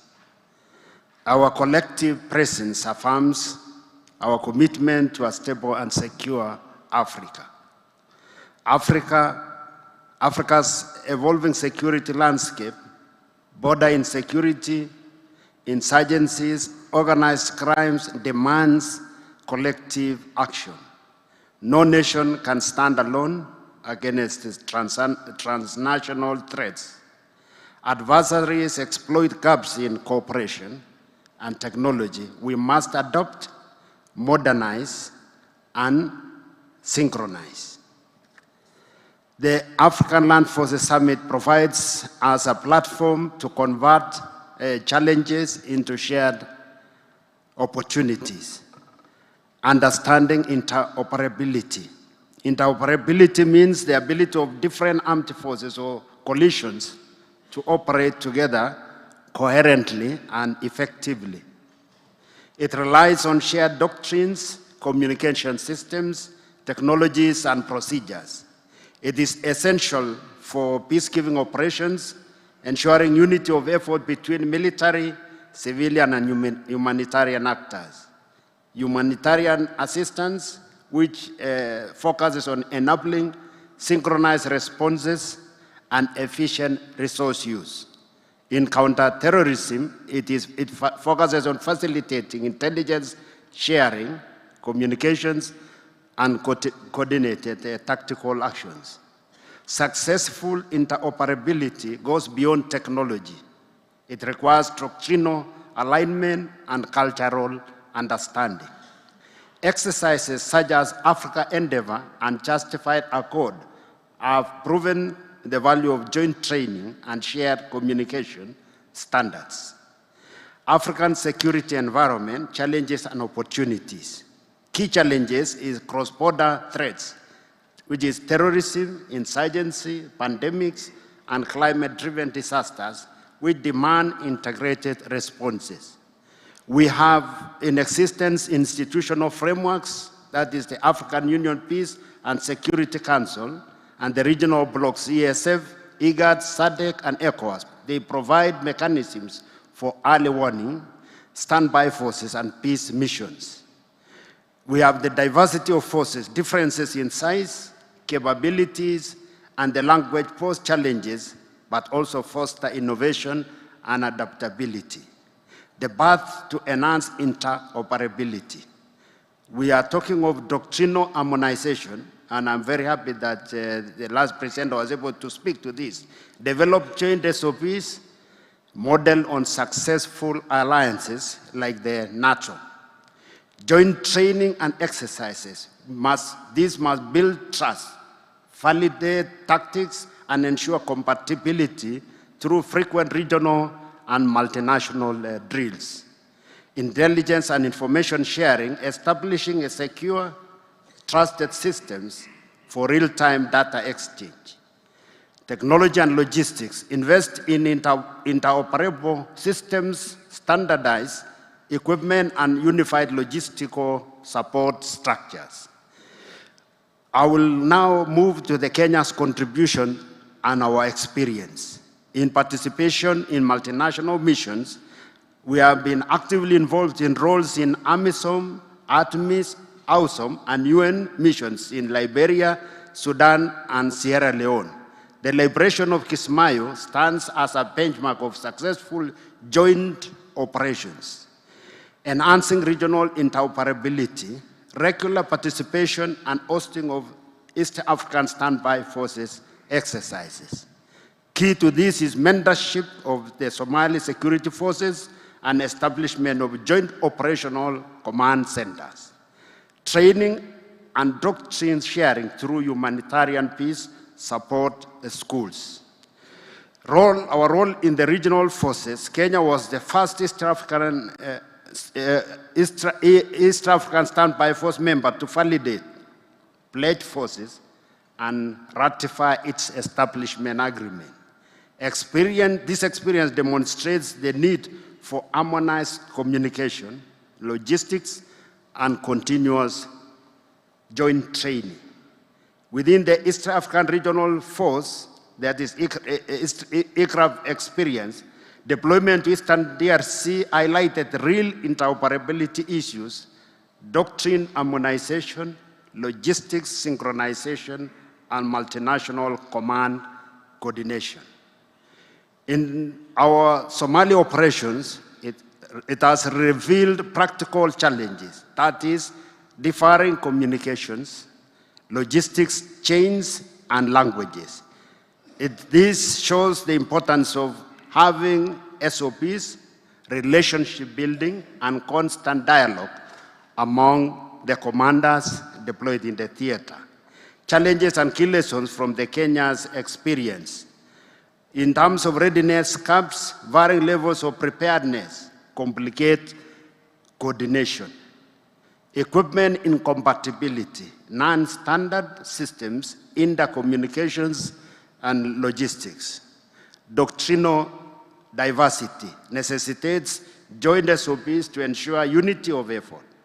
Language and culture communication barriers can slow operations. We have the big issue of resource limitations. Interoperability is costly and requires sustained investment. We have also the issue of political sensitivities. Concerns about sovereignty affect regional commitment. Coordination under pressure. Complex crises test unified command and logistic systems. Kenya's leadership in interoperability.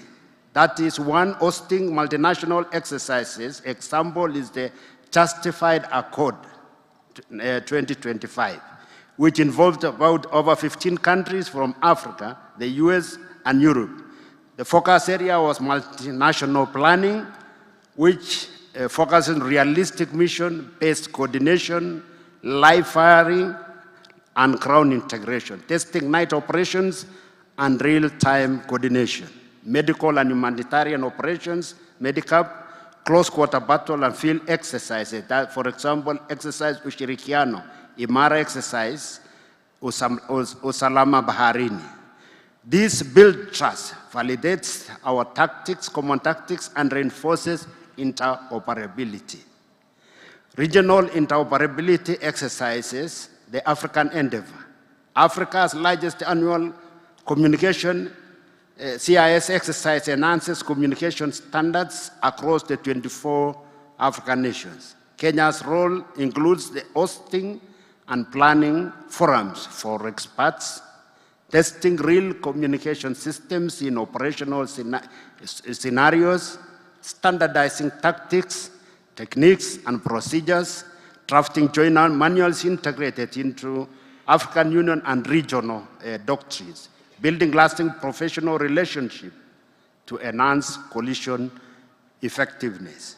In terms of diplomatic and policy engagement, Kenya leverages the defense cooperation frameworks, key features which include joint planning and shared standards, technology and capability development, multinational training, knowledge sharing, and AI ethics workshop, which was held the African Regional RIM Conference, which was held in 2024 in Nairobi. Promotes doctrinal harmonization, leadership development, and shared training standards across the continent. Our way forward in terms of interoperability in African land forces.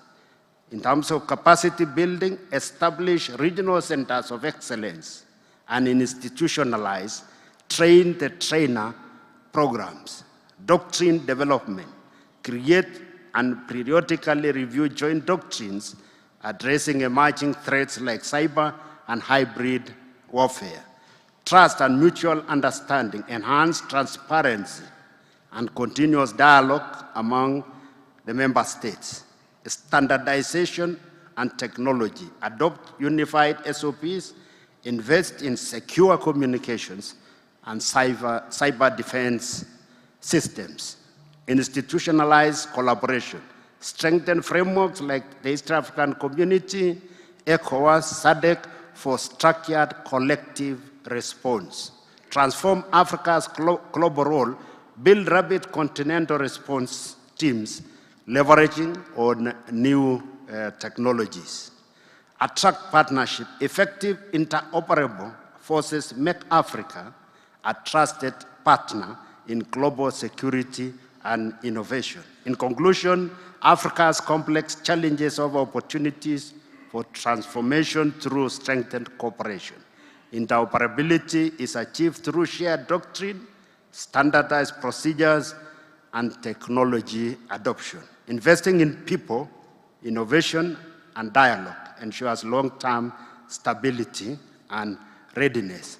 Kenya reaffirms its commitment to regional and global peace through leadership, participation, and partnership. Let us embrace unity, trust, and collaboration to safeguard Africa's future and make it a model of global collective security. Thank you. Thank you very much, General Sir. If you would press again on your... Yeah.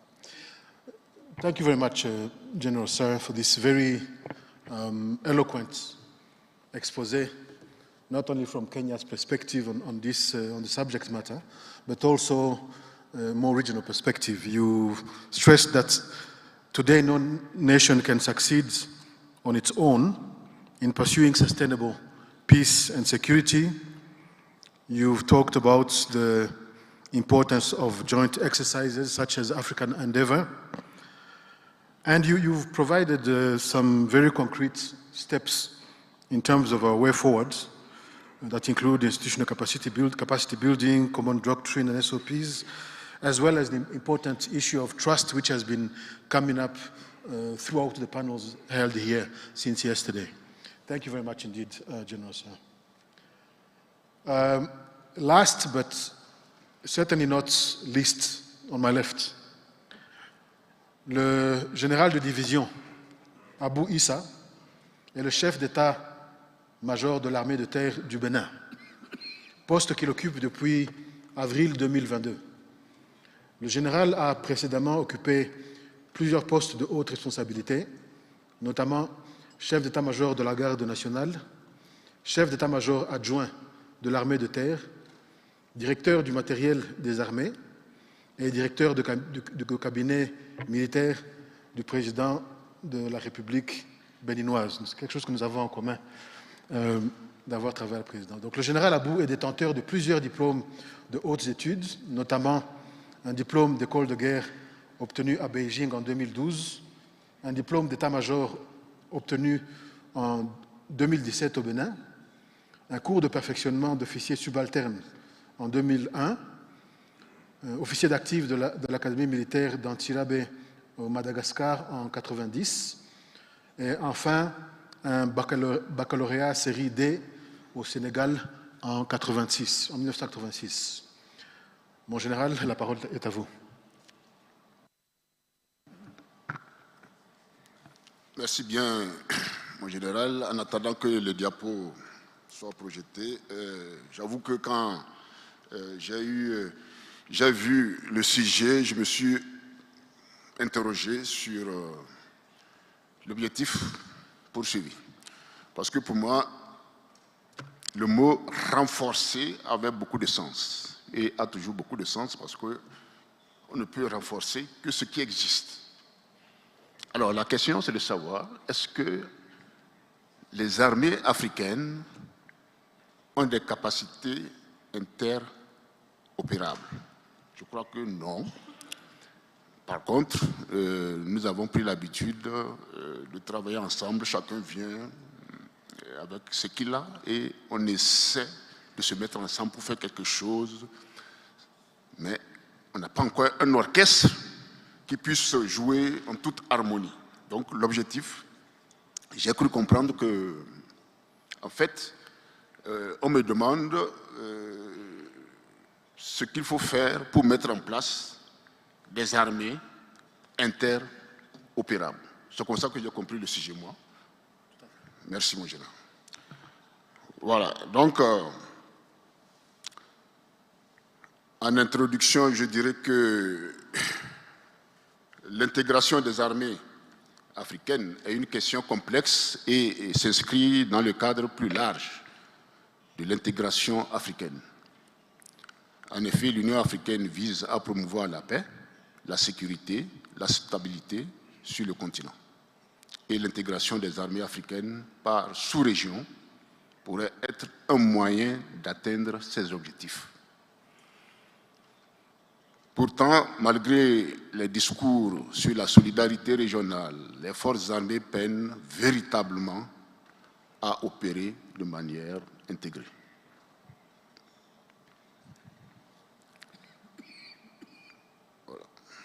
La définition, vous l'avez donnée déjà, donc je n'insiste pas là-dessus. Elle est presque la même. On dirait que nous avons fait un travail de groupe, mais on nous demande tous, tout un chacun de nous, de restituer. Alors, je vais développer ce sujet à travers les défis et partir de quelques initiatives que nous avons en commun aujourd'hui, enfin, c'est-à-dire toutes les opérations qui sont faites à travers le continent pour pouvoir aboutir aux perspectives. Alors, les défis majeurs que nous avons, il y en a, j'ai relevé 7, il y en a beaucoup, hein, mais j'ai relevé 7 pour rester dans le créneau horaire. Le tout premier, c'est d'abord les barrières linguistiques et culturelles. Les héritages coloniaux, chacun de nous, dans cette salle, nous le savons très bien, il y a au moins 5 langues que nous parlons là. Les espaces coloniaux, donc, ont fragmenté l'espace sécuritaire ouest-africain.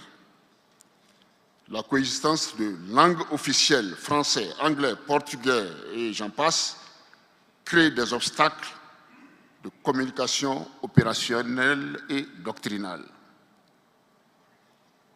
Je m'en vais, pour exemple, la première intervention hier du général algérien, je crois qu'il a fallu courir à gauche à droite pour trouver des kits d'interprètes afin de pouvoir savoir ce qu'il dit.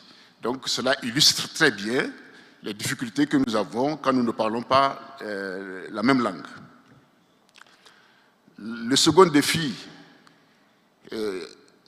concerne l'incompatibilité technique et logistique. Mes prédécesseurs l'ont déjà abordé, je ne vais pas insister trop. Le troisième également été abordé, c'est l'hétérogénéité doctrinale et les formations différentielles. Chacun de nous, selon qu'on soit arabophone, francophone ou autre, nous avons des écoles très différentes et les formations très, très diversifiées. Le quatrième défi que nous devons relever si nous voulons être interopérables, concerne les faiblesses des cadres de coordination. Les structures existantes, c'est-à-dire CEDEAO, G5 Sahel, Initiative d'Accra, souffrent de manque de financement, de manque de financement, de leadership politique et de continuité stratégique. Le chef de l'État l'a dit hier, il faut que nous nous regardions en face pour nous dire la vérité si nous voulons aller de l'avant. Donc, c'est des réalités que nous ne devons pas cacher, sinon on ne sortira pas de cette situation. Otherwise, we want to leave this Alors, le cinquième défi, so the fifth challenge. Le cinquième défi concerne les tensions politiques. Is related to political tensions. Bien entendu, cela entraîne des déficits which brings also de confiance a trust entre les breach États. Between states. Si nous avons actuellement beaucoup d'opérations sur le continent africain, c'est parce que, entre autres, have so many operations in Africa. It's because some countries soit en fight interne, each soit other entre États, internally or between states. Font face à des guerres civiles, je dirais, some have civil wars. De la Somalie et du and Soudan, the case of Somalia and Sudan, like today, it is a reality. That is not improving the integration and interoperability Le of sixième défi the sixth challenge qui est à la mode, c'est le souverainisme étatique. Is that the state sovereignty. C'est une réalité également. It is les États africains sont souvent réticents à céder leur souveraineté en matière de défense et de sécurité. Et c'est un when it comes to interoperability of armies. Le septième, pour finir avec les défis à relever, il concerne, entre autres, les conflits régionaux, les guerres civiles. Je l'ai déjà abordé d'ailleurs. Ces conflits, je l'ai cité, c'est le Soudan. Le Soudan, on a connu cette bagarre. Sudan and South Sudan. la Somalie, and qui est also Somalia, qui est devenue 2 États. That has become 2 states today, although the other one is not recognized officially. Ceci met fin à this puts an end la partie défi. To the part of challenges. Mais je dis bien, il y a d'autres. But there are more challenges, ça me of permet course. d'aborder le second point, But qui est en now fait let me go to the second part. Relatif that is related à to des missions, à des opérations qui ont cours où plusieurs États se retrouvent. Mais ça ne veut pas dire que nous travaillons in states, but it doesn't mean that we are all interoperable. Ça c'est important parce qu'il faut faire cette nuance. Very important because you have this alliance. J'ai essayé de relever 6 parmi ces. And I have 6 examples here. Ces initiatives en cours. With initiatives la première concerne la force africaine en attente. That are there. And we had standby forces. C'est marqué sur le papier. It is written on the paper, but on the ground, that force doesn't exist, the standby force. The African standby. It is a force of African Union. The second initiative is about regional cooperation.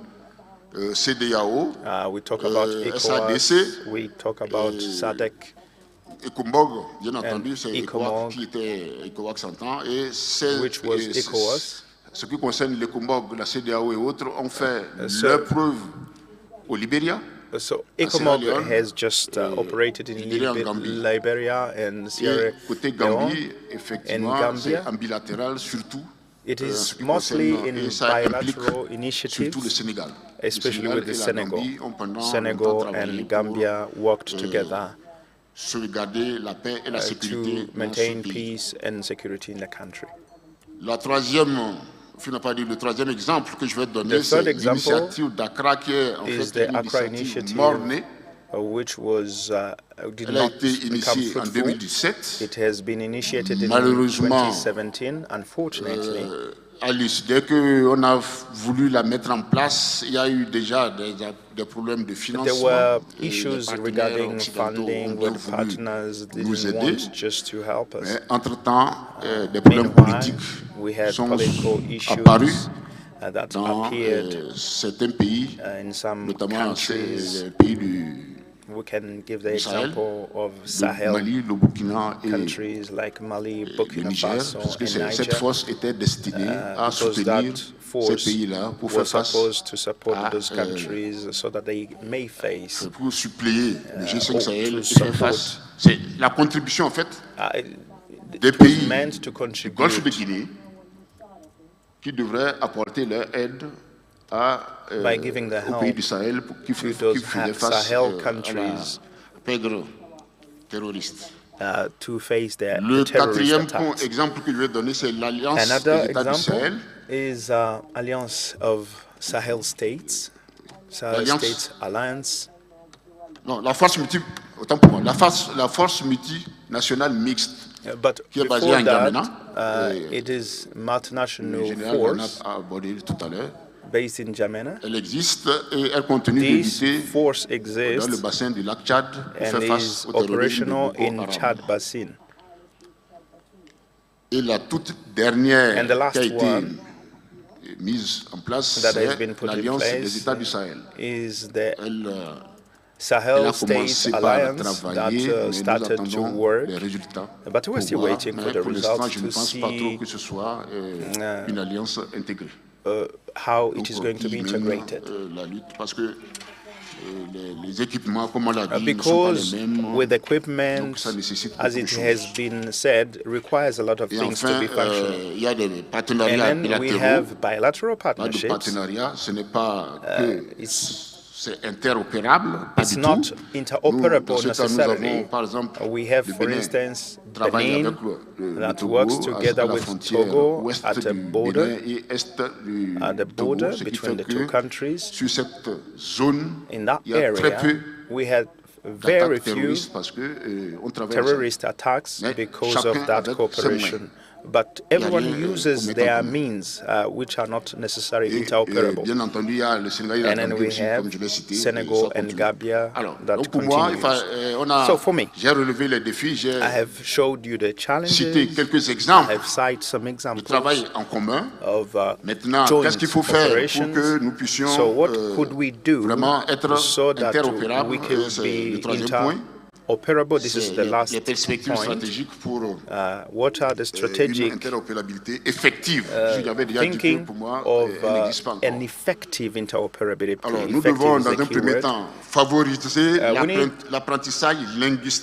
We need to improve the language, learning, and cultural exchange between armies. This is the first element. We need to integrate language modules in the trainings, especially official trainings, by starting at least with officers, because they are the cadres in the army, so that it can go progressively to others. So if we need to go fast, we need to start with the language, with language learning.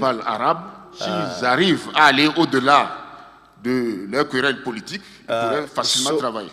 So that it can be easy for Maghreb region and other countries, so that they can be interoperable.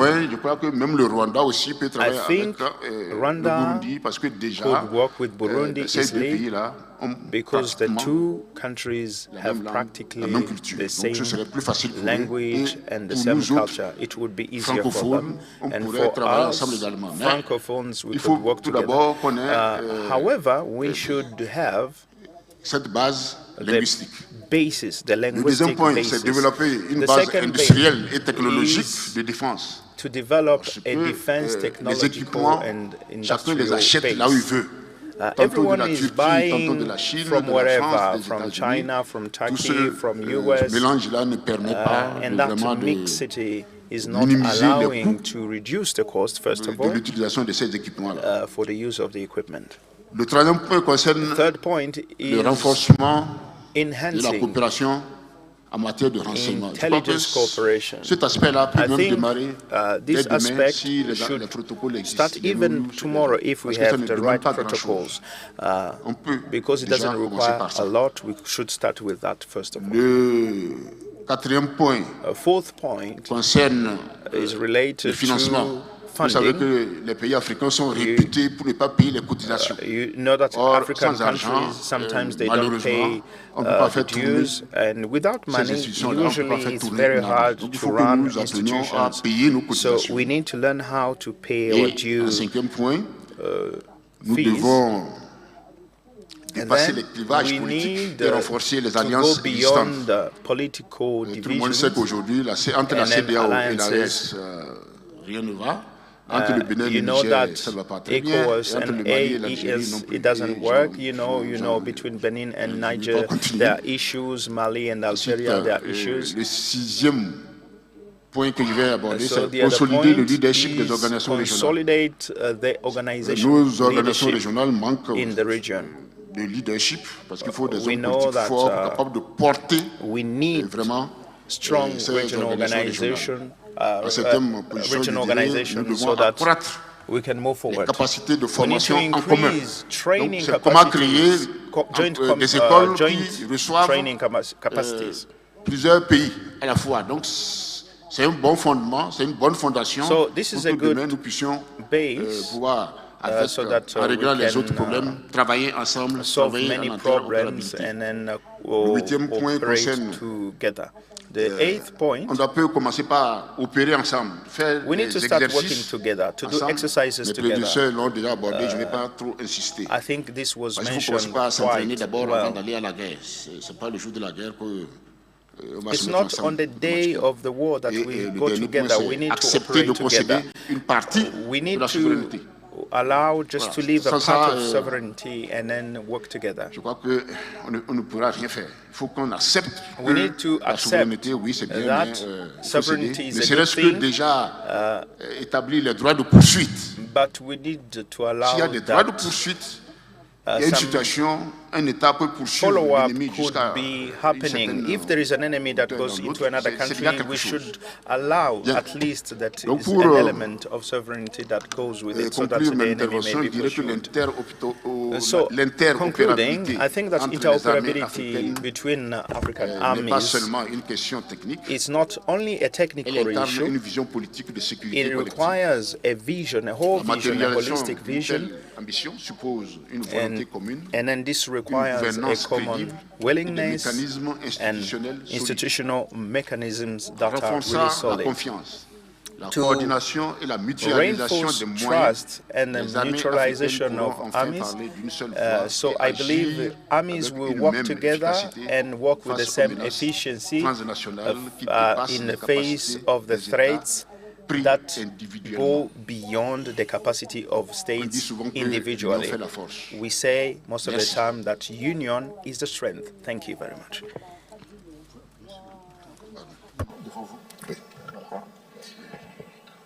Mon général, merci beaucoup.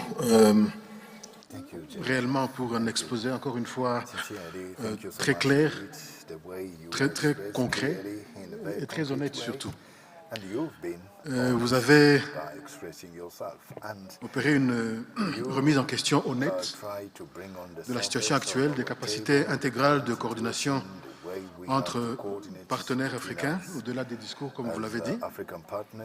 Vous avez parlé de la complexité du problème, mais vous avez exposé de manière très concrète les défis majeurs auxquels nous faisons face, notamment les barrières linguistiques et culturelles et d'autres aspects que je pense résonnent avec tout le monde dans cette salle.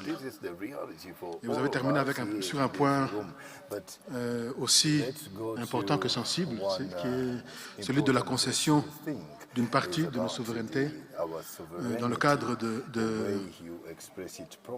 d'aboutir à cette interopérabilité que nous cherchons tous. Shifting back to English, distinguished guests, ladies and gentlemen, I think we can all truly appreciate that our three distinguished panelists have truly provided us with uniquely enlightening insights on the issue of interoperability in the context of African land forces in particular, as well as with our partners. We will now be inviting comments, contributions, or questions from the audience, particularly the land forces commanders and heads of delegation seated on around this round table. If you wish to intervene, I will request that you kindly press the button in front of you on your microphone. You will state your name, your position, and the country you represent here, because our declining eyesight doesn't always allow us to read on your tags from a distance. But let me start by taking advantage of my privilege as a moderator by asking the first question, which can build on more or less on the last intervention. And the question is the following. Any member of the panel should feel free to respond.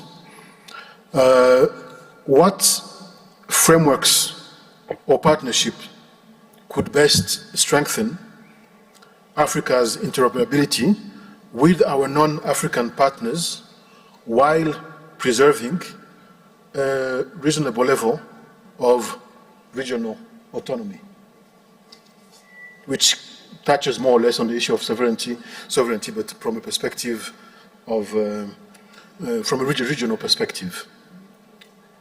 Thank you very much. If you wish to respond right now, go ahead. Otherwise, I will take more questions from the.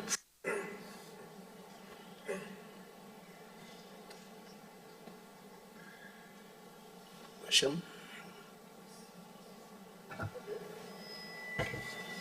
The panel will be responding to this question maybe as we proceed, but in the meantime, there's I think it is Chad? Senegal. Yes. Senegal, go ahead. So, thank you, sir. Thank you, panelists, for your insightful ideas, very relevant.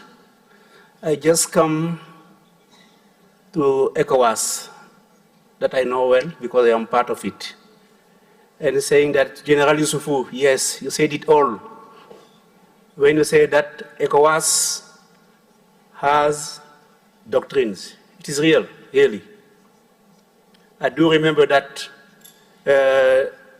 the plan, the strategy was to have 2 standby battalions, one focalized, one satellized by Senegal at the western of the community, and one by Nigeria. And I do remember that 2007, we in Senegal, we trained this battalion, we were given the responsibility. Maybe some of the participants has a remembrance on that. 2007, I was deputy of the battalion that organized the exercise in Senegal. And there you had Gambia, you had Mali, you had Burkina Faso, you had Guinea. So they took part of the exercise. And the counterpart of the Nigerian battalion came in the staff to see how we organize it. 2007. So in terms of equipment, yes, Gambians, of course, come with the equipment. They were nearby. Mali come with its equipment. Burkina Faso, because of the deployment by air, they just bring the people and we give them vehicles and equipment. Just to say that ECOWAS really had pushed. So the following should be the battalion satellized by Nigeria. But you can correct me, I never heard about they conduct one exercise. But the Western Battalion did it at the time. So it is just to say also, in terms of interoperability, the difficulty was the equipment, of course. Sometimes the language is as the General from Benin highlighted it, because Gambia, they are English-speaking, Cape Verde and Guinea-Bissau, they are Portuguese-speaking. So they are Portuguese-speaking. So, but what the point I want to raise in my question to General Yusuf and maybe General Issa, to what extent the responsibility of the community, the ECOWAS community, is engaged when it comes to equipment to these troops? So for me, because for me, the unit in each country were designated.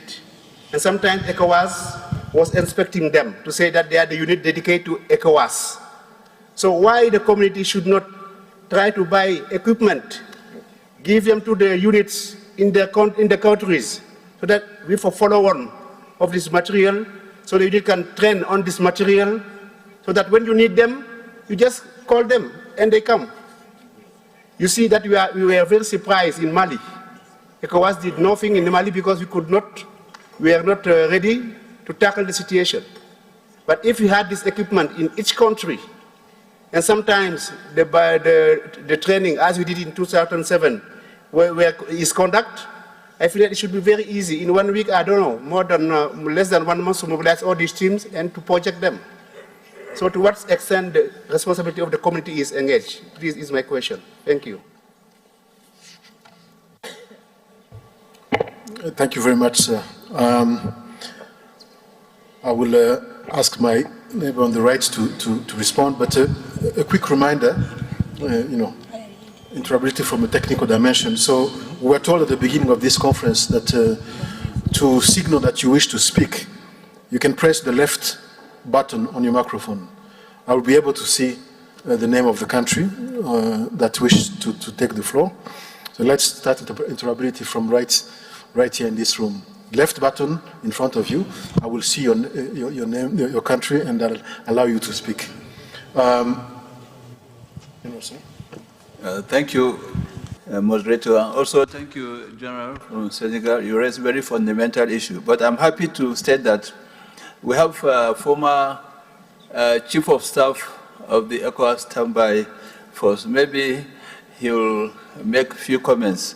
But let me state that, as you rightly mentioned, Nigeria had designated a battalion. I think, if I can remember, 195 battalion were designated as ECOWAS standby force for that purpose, and they've trained, and also they were equipped, you know. But I think along the line, the issue of funding is very, you know, a big challenge. Deployment is not an easy task. You know, you must have the resources, the funding, logistics that you have to deploy, you know, the welfare, the kitting, not just matter of the fighting equipment. So you rightly said, I think ECOWAS challenge, and in most cases, even the AU, they have problems of funding. So unless that issue is resolved, they will find it very difficult to engage, you know, in any meaningful, you know, engagement or operations, you know, to counter any challenge. So, with your permission, moderator, the former Chief of Staff, ECOWAS standby force, can make a comment. Thank you very much, sir. And I want to sincerely thank the speakers for the insight into the subject. For clarity, sir, the standby arrangement on the continent and at the regional level has changed. The old arrangement of having 2 battalions, one on the east and one on the west, has also been modified. What we now have is a whole brigade force in the ECOWAS region. And the arrangement is that during the pledging, each country will pledge a particular capability to the standby force. For example, Nigeria has a whole infantry brigade, an infantry battalion, a signal squadron, an aviation squadron, and a maritime component pledged to the ECOWAS standby force. Senegal has an infantry company and an artillery battery. Niger pledged an aircraft and also a mechanized company. So different countries pledge. So what happens is that at the core task force headquarters in Abuja, the Chief of Staff of the ECOWAS standby force and his team go around all these countries to visit those designated units and inspect them and see their equipment. And along that same line, trainings are provided for all these forces across the world. And a register is maintained in Abuja to see who has been trained and where the person has been trained and the capability that has been given to that force.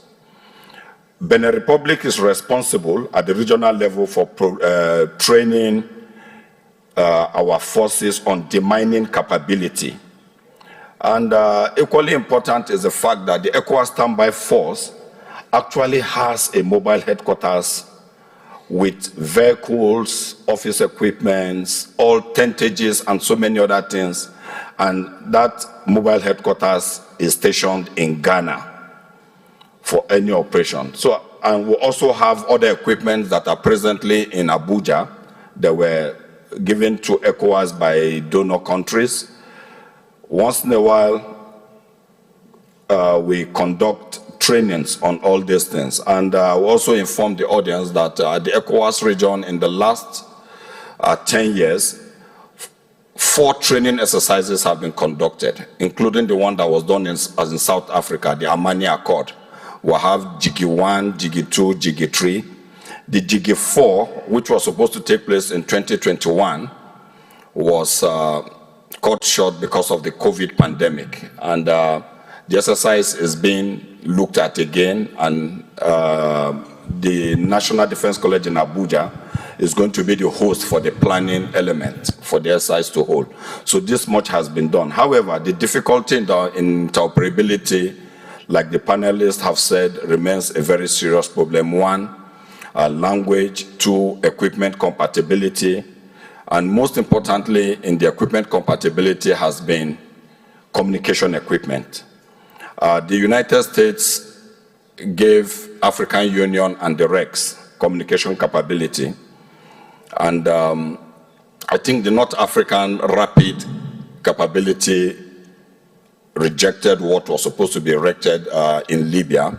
However, one was erected in Nigeria, one in Nairobi for the East African Standby Force, and the one in Addis for ASF.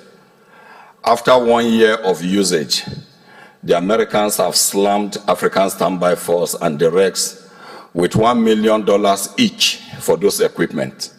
And as it is now, well, I don't think we can pay that money, so they are there. So it's for us to see how we help ourselves in terms of communication. Thank you, sir.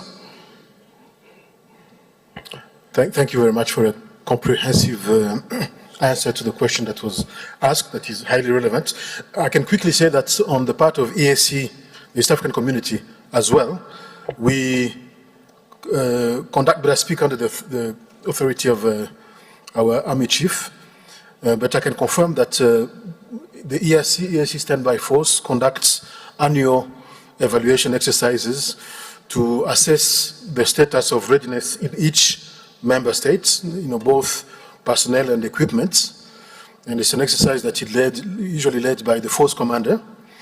But while this, as far as I know, the exercise has been conducted in a way that is satisfactory, I remember asking the former force commander whether they were also looking into the compatibility between what was found in each member state, and the response I got was maybe not precise enough for me to draw any conclusion.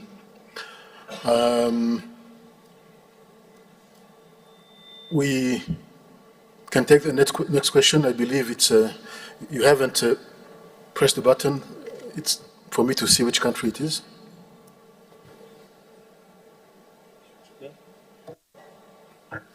C'est le Tchad, je pense, non? Allez-y, mon général. Yes. Merci pour la brillante présentation sur la question d'interopérabilité des forces africaines. Moi, personnellement, je crois que l'interopérabilité existe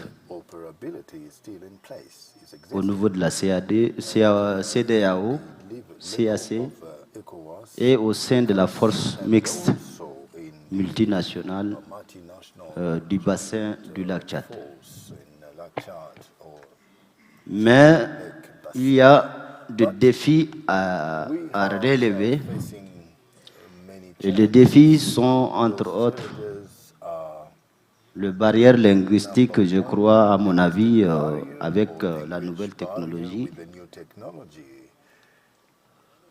La barrière linguistique n'est pas assez compliquée, ce n'est pas un grand défi, étant donné que nous sommes dans cette salle de conférence et nous communiquons directement des uns et des autres. Le défi que je voudrais relever, surtout,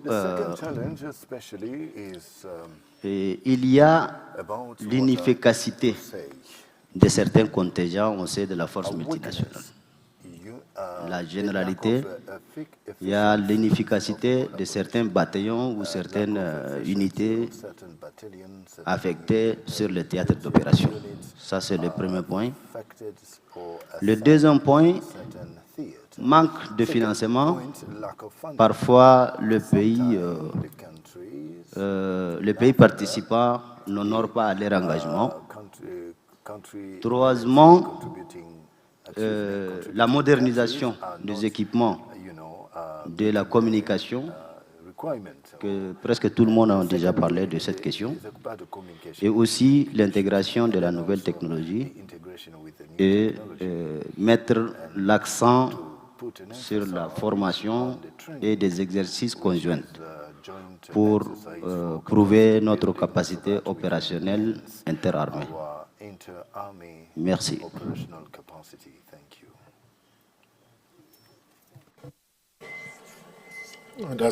Thank you very much, Mon Général. Any panelist would wish to react to that? Please go ahead.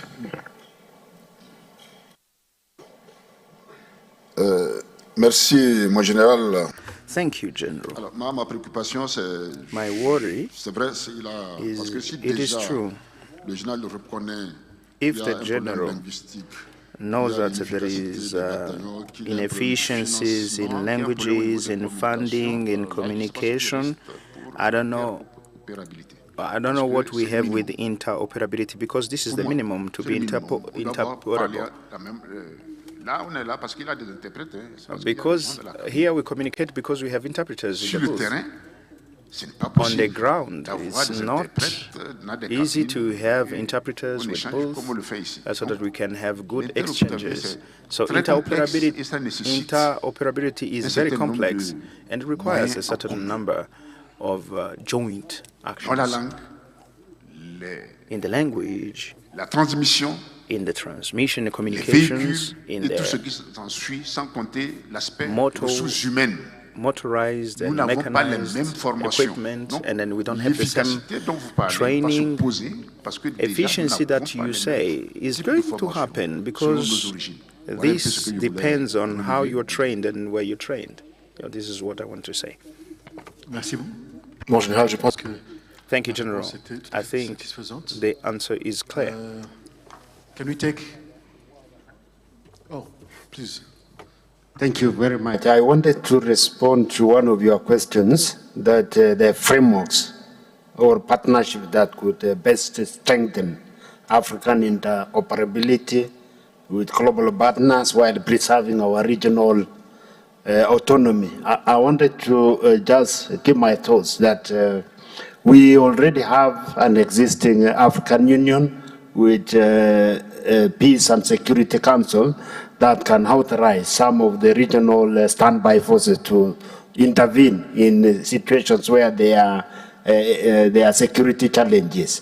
And the only challenge that I see is that do we, on those pledged forces, are they available? Are they ready to be deployed on a short notice? I think that is the biggest challenge. We have all of us within the regional blocks that we come from, we have pledged those forces, but we are not very sure that they can be deployed on a short notice. The other point that I wanted to make is we have a lot of training opportunities that we are undertaking within the regional blocks, within the regions, and we have quite a big exchange in terms of knowledge, in terms of international peace support training institutions, and we are exchanging students in our colleges, staff courses, and we are doing exercises. I think this is a very good step forward towards standardizing our thoughts, standardizing our processes, so that when we are called upon to respond, at least to a certain minimal level, we are able to start on a common ground. The other thing that is more critical is strengthening the level of bilateral engagement within the regions. I think in most often, we are always looking at multilateralism, the UN coming in. But if we have stronger bilateral relationships among the regions, we'll be able to respond more effectively in situations of calamities in a more efficient and effective way. Thank you. Please. Thank you very much, General. That was, again, a very clear and useful comment. I will have to ask permission from the Master of Ceremony. It is essentially, the time is over, but we started late. So I don't know if I'll get permission to take... Okay. Permission granted to me. Mon Général, s'il vous plaît.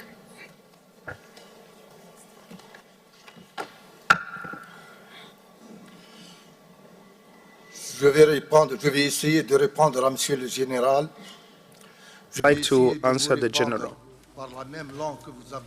with the same language that you used.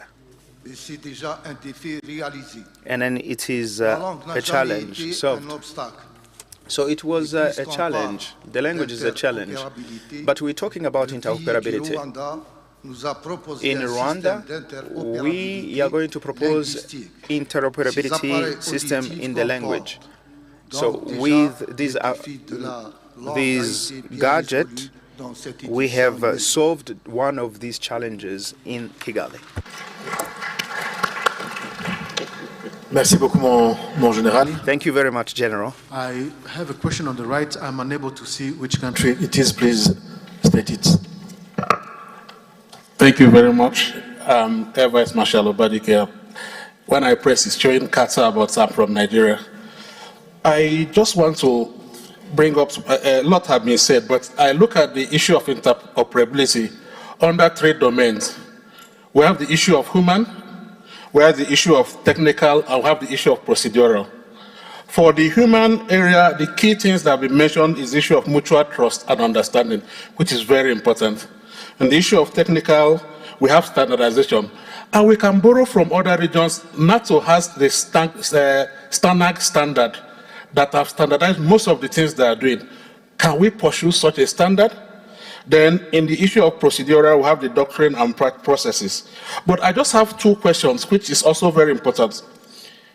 In the African context, in the face of limited funding, how do we achieve interoperability when some of our armies are still having legacy systems and others are having modern systems? It's very important if anybody can throw light on that. Also, how do we achieve interoperability when we have different national priorities? How does our national priorities align with the need for interoperability? Thank you very much. Thank you very much, General Sir. Anyone who wants to take that on? Mon général. Merci, mon général. Je crois que ce sujet est d'actualité. C'est un vrai problème, je veux dire. D'autant plus que nous sommes dans des pays où tout est urgent.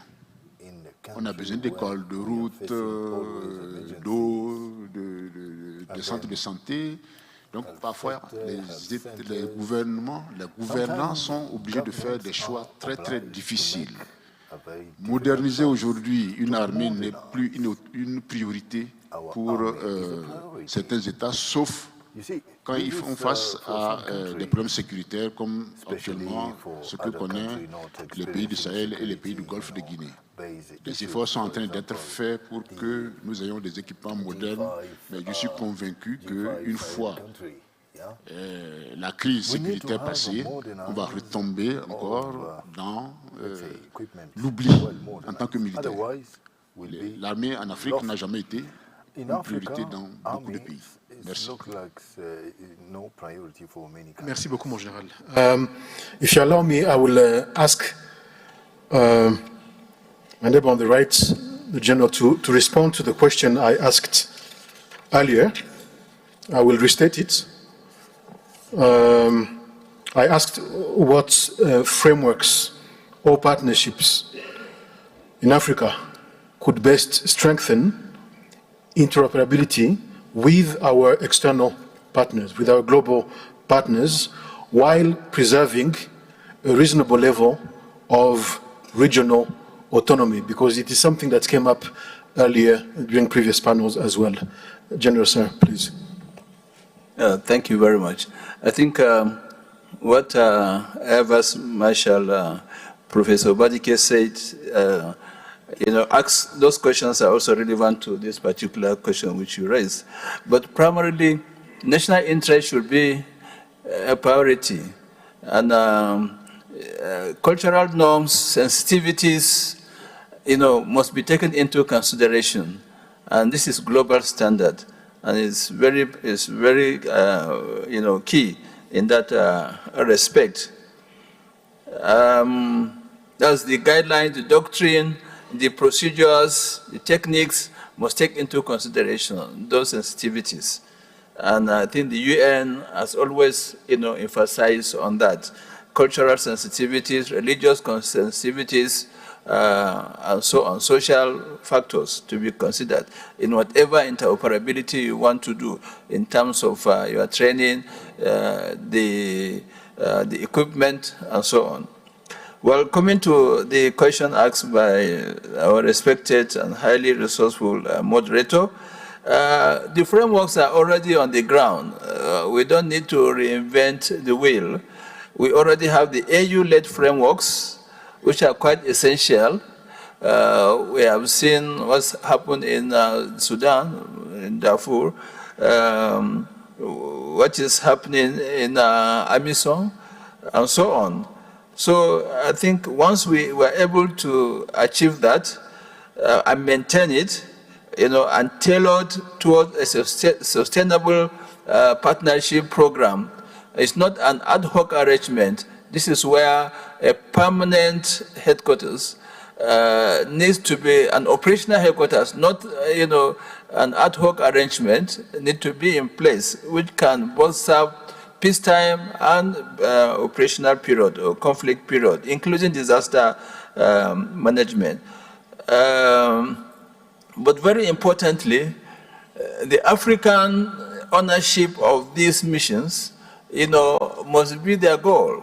They must take the ownership and they must decide. There must be political buy-in of the various governments, and then the strategic military direction are further,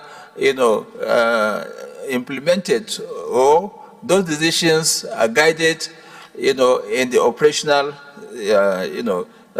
environment.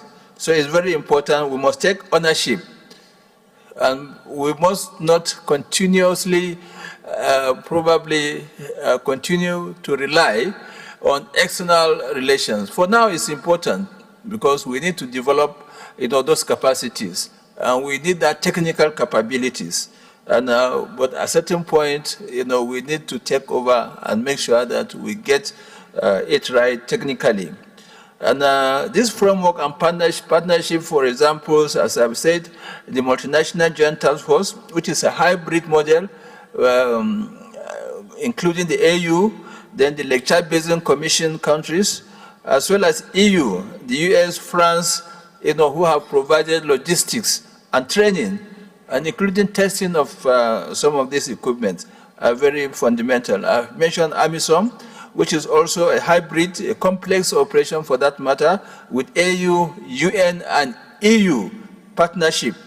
This is a fundamental framework with the AU managing the military operations. But I know the funding, the logistics, mostly come from these partners. We need to sustain them now, but we need to have a model that we can finance and fund it sufficiently by the African countries. And with time, even the technical aspect can be taken over, as well as the funding, but we will not leave others or other partners, at any point. They must be part of whatever we are doing. This is an era of globalization. You cannot do things alone. Even if you are fighting war, you must look for coalition partners that you'll be able to achieve. Legitimacy is very fundamental. You must get that legitimacy through the AU, the UN, and the regional organizations, and the world body in general. So on this note, I want to say thank you. Thank you very much indeed, sir. Perhaps one last question, if there is any. Otherwise, I'll proceed with the very few concluding points. Any question, contribution, comment? I've been granted more time. Yes, Madam Blyden, Miss Blyden.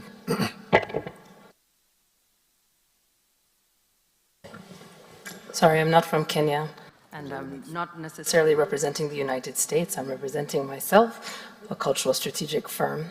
One of the things that I was asked when I was coming out was if there was interest amongst the land forces for secure telecommunications, and it stemmed from a conversation that was around the use of WhatsApp as a form of communication mostly used on the continent. When I worked in the Pentagon, I mostly had to turn over my phone every day from conversations that I'd had on WhatsApp, because that was the main form of communication with African forces. And I know that many of you communicate across WhatsApp, which is a secure communication, but not in the way that I would expect security forces to have to talk. What is the, I don't know, I would say, what is the constraint to adopting and adapting to using a secure form of telecommunications for operations as well as general communications and interoperability? Thanks. Very important question right there. Je vais tenter de répondre à Madame. I would like to try to answer to Madame. Les communications comme WhatsApp ne sont pas du tout sécurisées. WhatsApp communications are not secure. This is not what we think. So this requires that we have to deploy our own resources, because every time when we depend to someone else to help us, it means that our communication will be heard or run the risk of being heard or being intercepted. That's it. Well, thank you, Ms. Chidi. I think your reference to WhatsApp, I know public, means of communication, I don't think it is secured. I did mention, earlier in 1993-94, when we were operating the MRSAT, it has developed into much more better communication system now. I think we have them. We must design those in the technical field, specific to our own needs and our environment, well secured, and we should have the domain, whatever you call it, the base, under our own control. Not somebody having the base somewhere and then, controls it. No communication is really secured until you are sure you are the one that have the authority to give or to take or to share. Thank you. If I may just offer one suggestion to that. The General from Benin offered that language challenges have become part of the issue, that interoperability through language and communication is problematic. With advances in artificial intelligence and technology, there is in-the-moment translation that can happen. Next week, I'll be in Uganda at an artificial intelligence conference with over 2,000 youths. And today, we're going to test a call where all of us who are coming to this conference from around the world will be on one Microsoft Teams call, and we will have in-the-moment translation in over 17 languages. So you could technically have not interpreters in a booth, but a piece of software on your phone that allows you to have that telecommunication interoperability, and just to get that divide. And then also, if you wanted to use secret languages, there are over 800 African languages that the 5 superpowers cannot understand. Find those ones to use for yourself as an intelligence tip. Thank you very much. That was a very nice way of ending this conversation in a very concrete way. I just wonder if this issue doesn't also have to do with the famous question of trust, mutual trust between us, because I suspect many of the countries here use military-grade security communication internally. But are they ready to share those with the neighbors and with partners? That's a different question. But the AI point we just heard is actually very important, because we're actually already there. We need less than we think to achieve interoperability from a technological perspective. Let me conclude this conversation by thanking you very much, and also by saying that I have a sense that we've covered this issue of interoperability comprehensively. We covered the three dimensions: technical, human, procedural.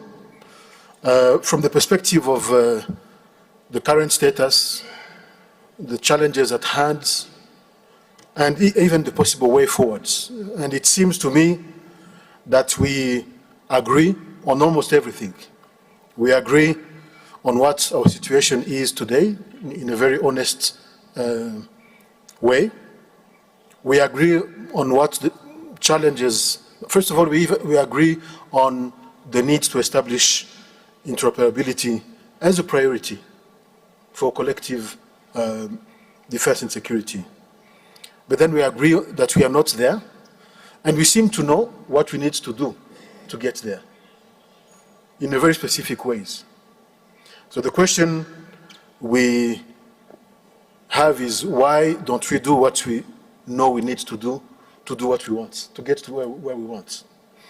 Perhaps this conference and this panel is a step towards that, and notes are being taken, documents will be shared, and that will inform hopefully the next symposium where we will be able to reevaluate our situation, but we will not be able to say that we did not know what to do, because we do, and this is going to be recorded for use by each country here, but also collectively. So when we assess our situation again, we will be able to refer to this conversation we just had.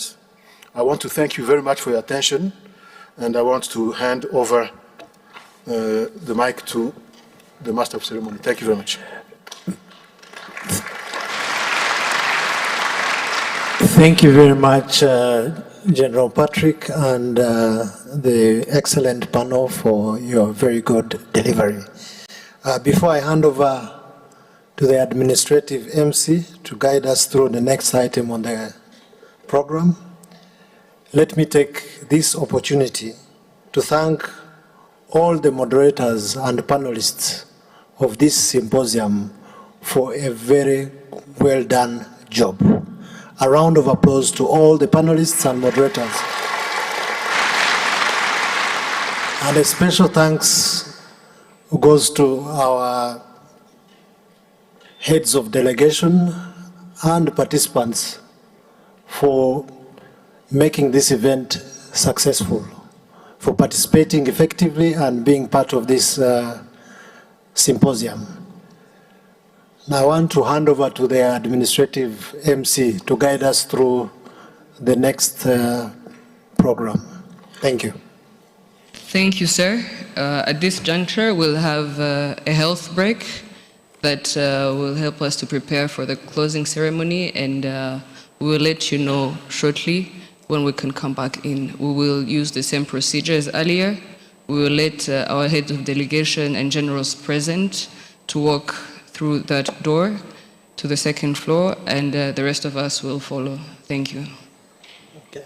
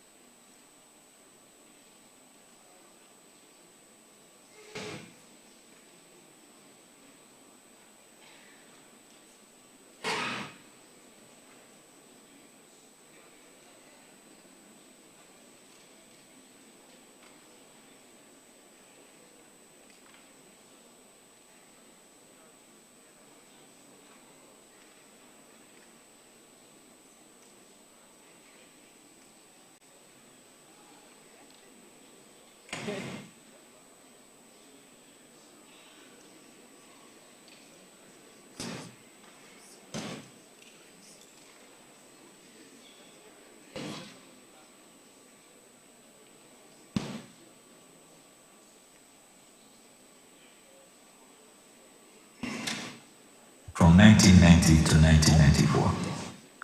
During this critical time, the current President of the Republic of Rwanda and the Commander-in-Chief of the Rwanda Defense Force, RDF, then Chairman of the High Command, provided visionary guidance that continues to shape the policies and the mission of the RDF today. One of the most defining moments came in a 1993 briefing to the RPS soldiers when he stated, Our military will be the bedrock for the transformation that will take place in our country. The RDF, formerly the RPA, has since evolved from a liberation force into a modern professional defense institution. In 2002, the RDF adopted a joint structure with a Chief of Defense Staff at its helm. This transformation included integrating former government forces, commonly referred to as XFAR, and restructuring the RDF into a joint force consisting of 4 services: the Land Force, Air Force, Military Health Service, and the Reserve Force. The primary mission of the Land Force is to provide a combat-ready, multi-skilled force capable of leading and sustaining a credible joint landward defense capability. The Land Force's journey towards professionalism is rooted in the RDF's unwavering commitment to training and education. The transformation of the RDF from its origins in the liberation struggle to its current status as a modern professional force has been marked by deep internal reforms, comprehensive training and education, strong contribution to national development, and a steadfast commitment to international peacekeeping and international cooperation. To ensure continuous capacity building, the RDF established professional training institutions for recruits, non-commissioned officers, junior officers, and senior officers. This investment in human capital is what sets RDF apart, enabling the RDF to remain agile, skilled, and responsive to both national and international duties. Beyond its primary role, the RDF is also mandated to contribute to Rwanda's socio-economic development. As a key pillar of the RDF, the Land Force plays a central role in this mission.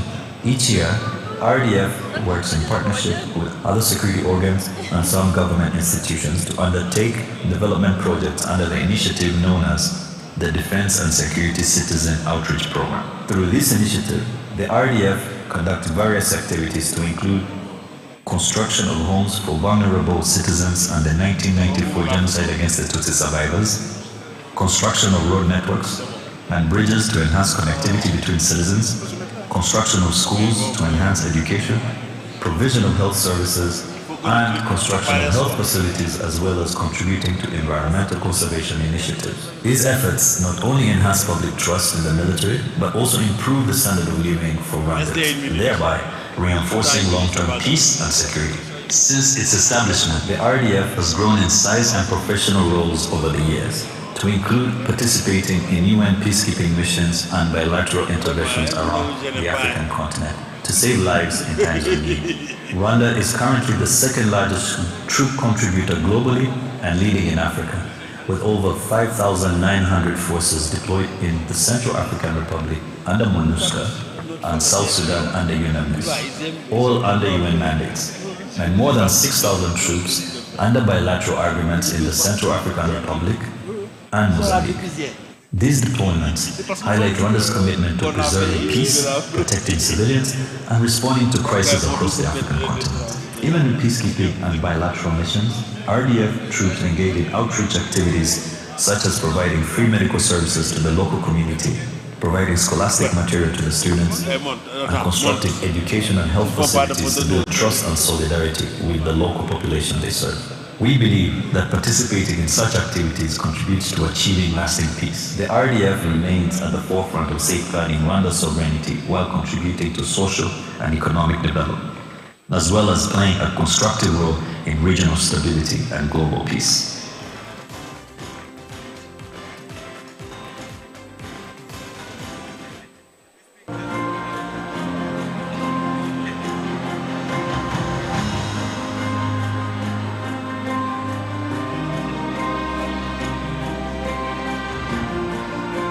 The transformation journey of RDF began during the Rwanda Patriotic Army (RPA) liberation struggle from 1990 to 1994.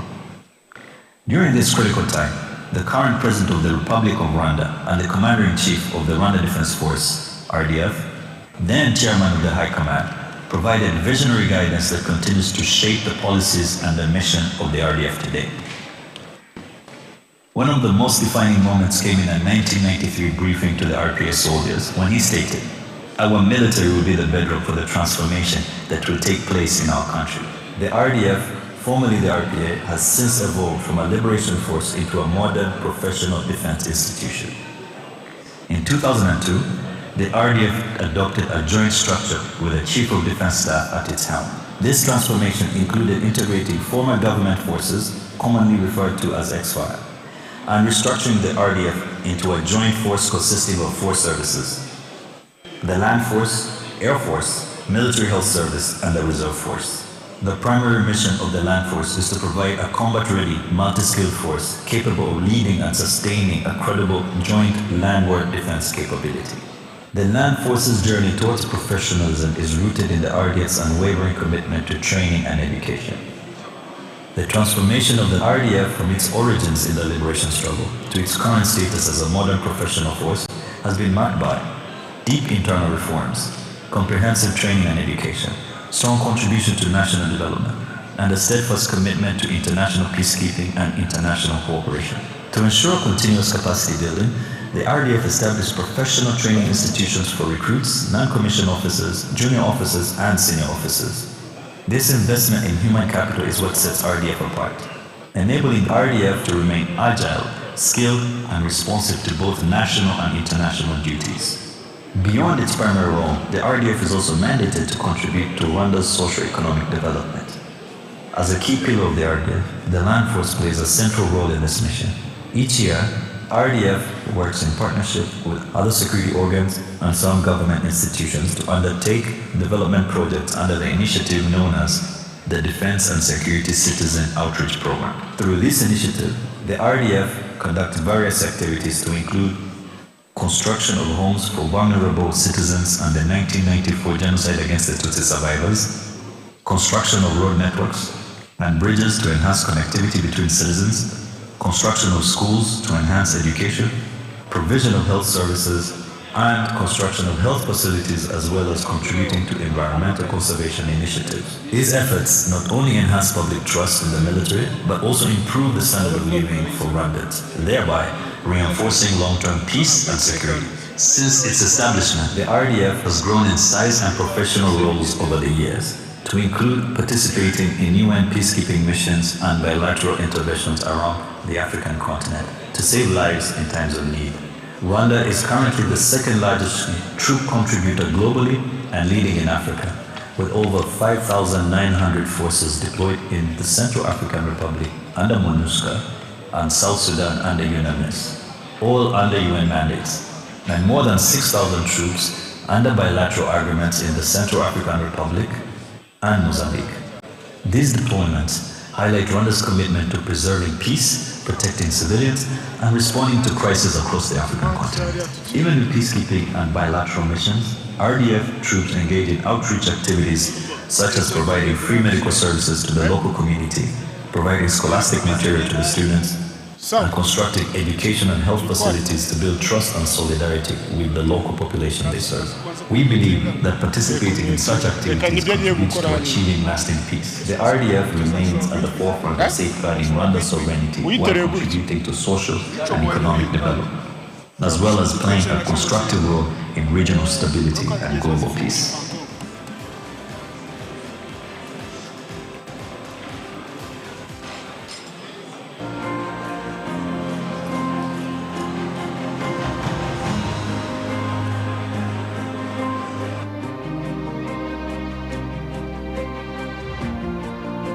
The transformation journey of the RDF began during the Rwanda Patriotic Army (RPA) liberation struggle from 1990 to 1994. During this critical time, the current President of the Republic of Rwanda and the Commander-in-Chief of the Rwanda Defense Force (RDF), then Chairman of the High Command, provided visionary guidance that continues to shape the policies and the mission of the RDF today. One of the most defining moments came in a 1993 briefing to the RPA soldiers when he stated, "Our military will be the bedrock for the transformation that will take place in our country." The RDF, formerly the RPA, has since evolved from a liberation force into a modern professional defense institution. In 2002, the RDF adopted a joint structure with a Chief of Defense Staff at its helm. This transformation included integrating former government forces, commonly referred to as XFAR, and restructuring the RDF into a joint force consisting of 4 services: the Land Force, Air Force, Military Health Service, and the Reserve Force. The primary mission of the Land Force is to provide a combat-ready, multi-skilled force capable of leading and sustaining a credible joint landward defense capability. The land forces journey towards professionalism is rooted in the RDF's unwavering commitment to training and education. The transformation of the RDF from its origins in the liberation struggle to its current status as a modern professional force has been marked by deep internal reforms, comprehensive training and education, strong contribution to national development, and a steadfast commitment to international peacekeeping and international cooperation. To ensure continuous capacity building, the RDF established professional training institutions for recruits, non-commissioned officers, junior officers, and senior officers. This investment in human capital is what sets RDF apart, enabling the RDF to remain agile, skilled, and responsive to both national and international duties. Beyond its primary role, the RDF is also mandated to contribute to Rwanda's socio-economic development. As a key pillar of the RDF, the land force plays a central role in this mission. Each year, RDF works in partnership with other security organs and some government institutions to undertake development projects under the initiative known as the Defense and Security Citizen Outreach Program. Through this initiative, the RDF conducts various activities to include construction of homes for vulnerable citizens and the 1994 genocide against the Tutsi survivors, construction of road networks and bridges to enhance connectivity between citizens, construction of schools to enhance education, provision of health services, and construction of health facilities, as well as contributing to environmental conservation initiatives. These efforts not only enhance public trust in the military, but also improve the standard of living for Rwandans, thereby reinforcing long-term peace and security. Since its establishment, the RDF has grown in size and professional roles over the years, to include participating in UN peacekeeping missions and bilateral interventions around the African continent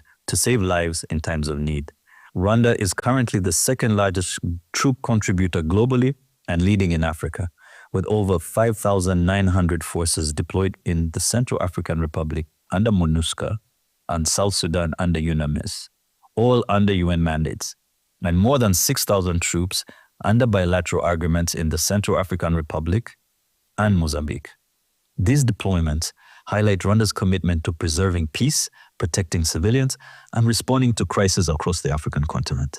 Even in peacekeeping and bilateral missions, RDF troops engage in outreach activities such as providing free medical services to the local community, providing scholastic material to the students, and constructing education and health facilities to build trust and solidarity with the local population they serve. We believe that participating in such activities contributes to achieving lasting peace. The RDF remains at the forefront of safeguarding Rwanda's sovereignty while contributing to social and economic development, as well as playing a constructive role in regional stability and global peace.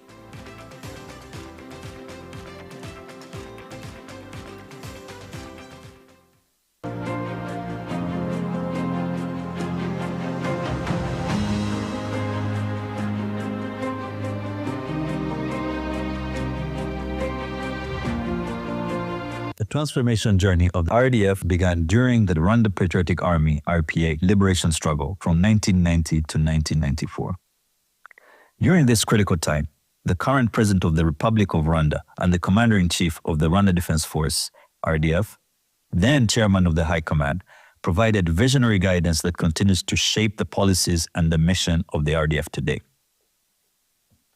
One of the most defining moments came in a 1993 briefing to the RPA soldiers when he stated, "Our military will be the bedrock for the transformation that will take place in our country." The RDF, formerly the RPA, has since evolved from a liberation force into a modern Customer pilots directed almost 3,000 precision strikes last year. We're super proud of it.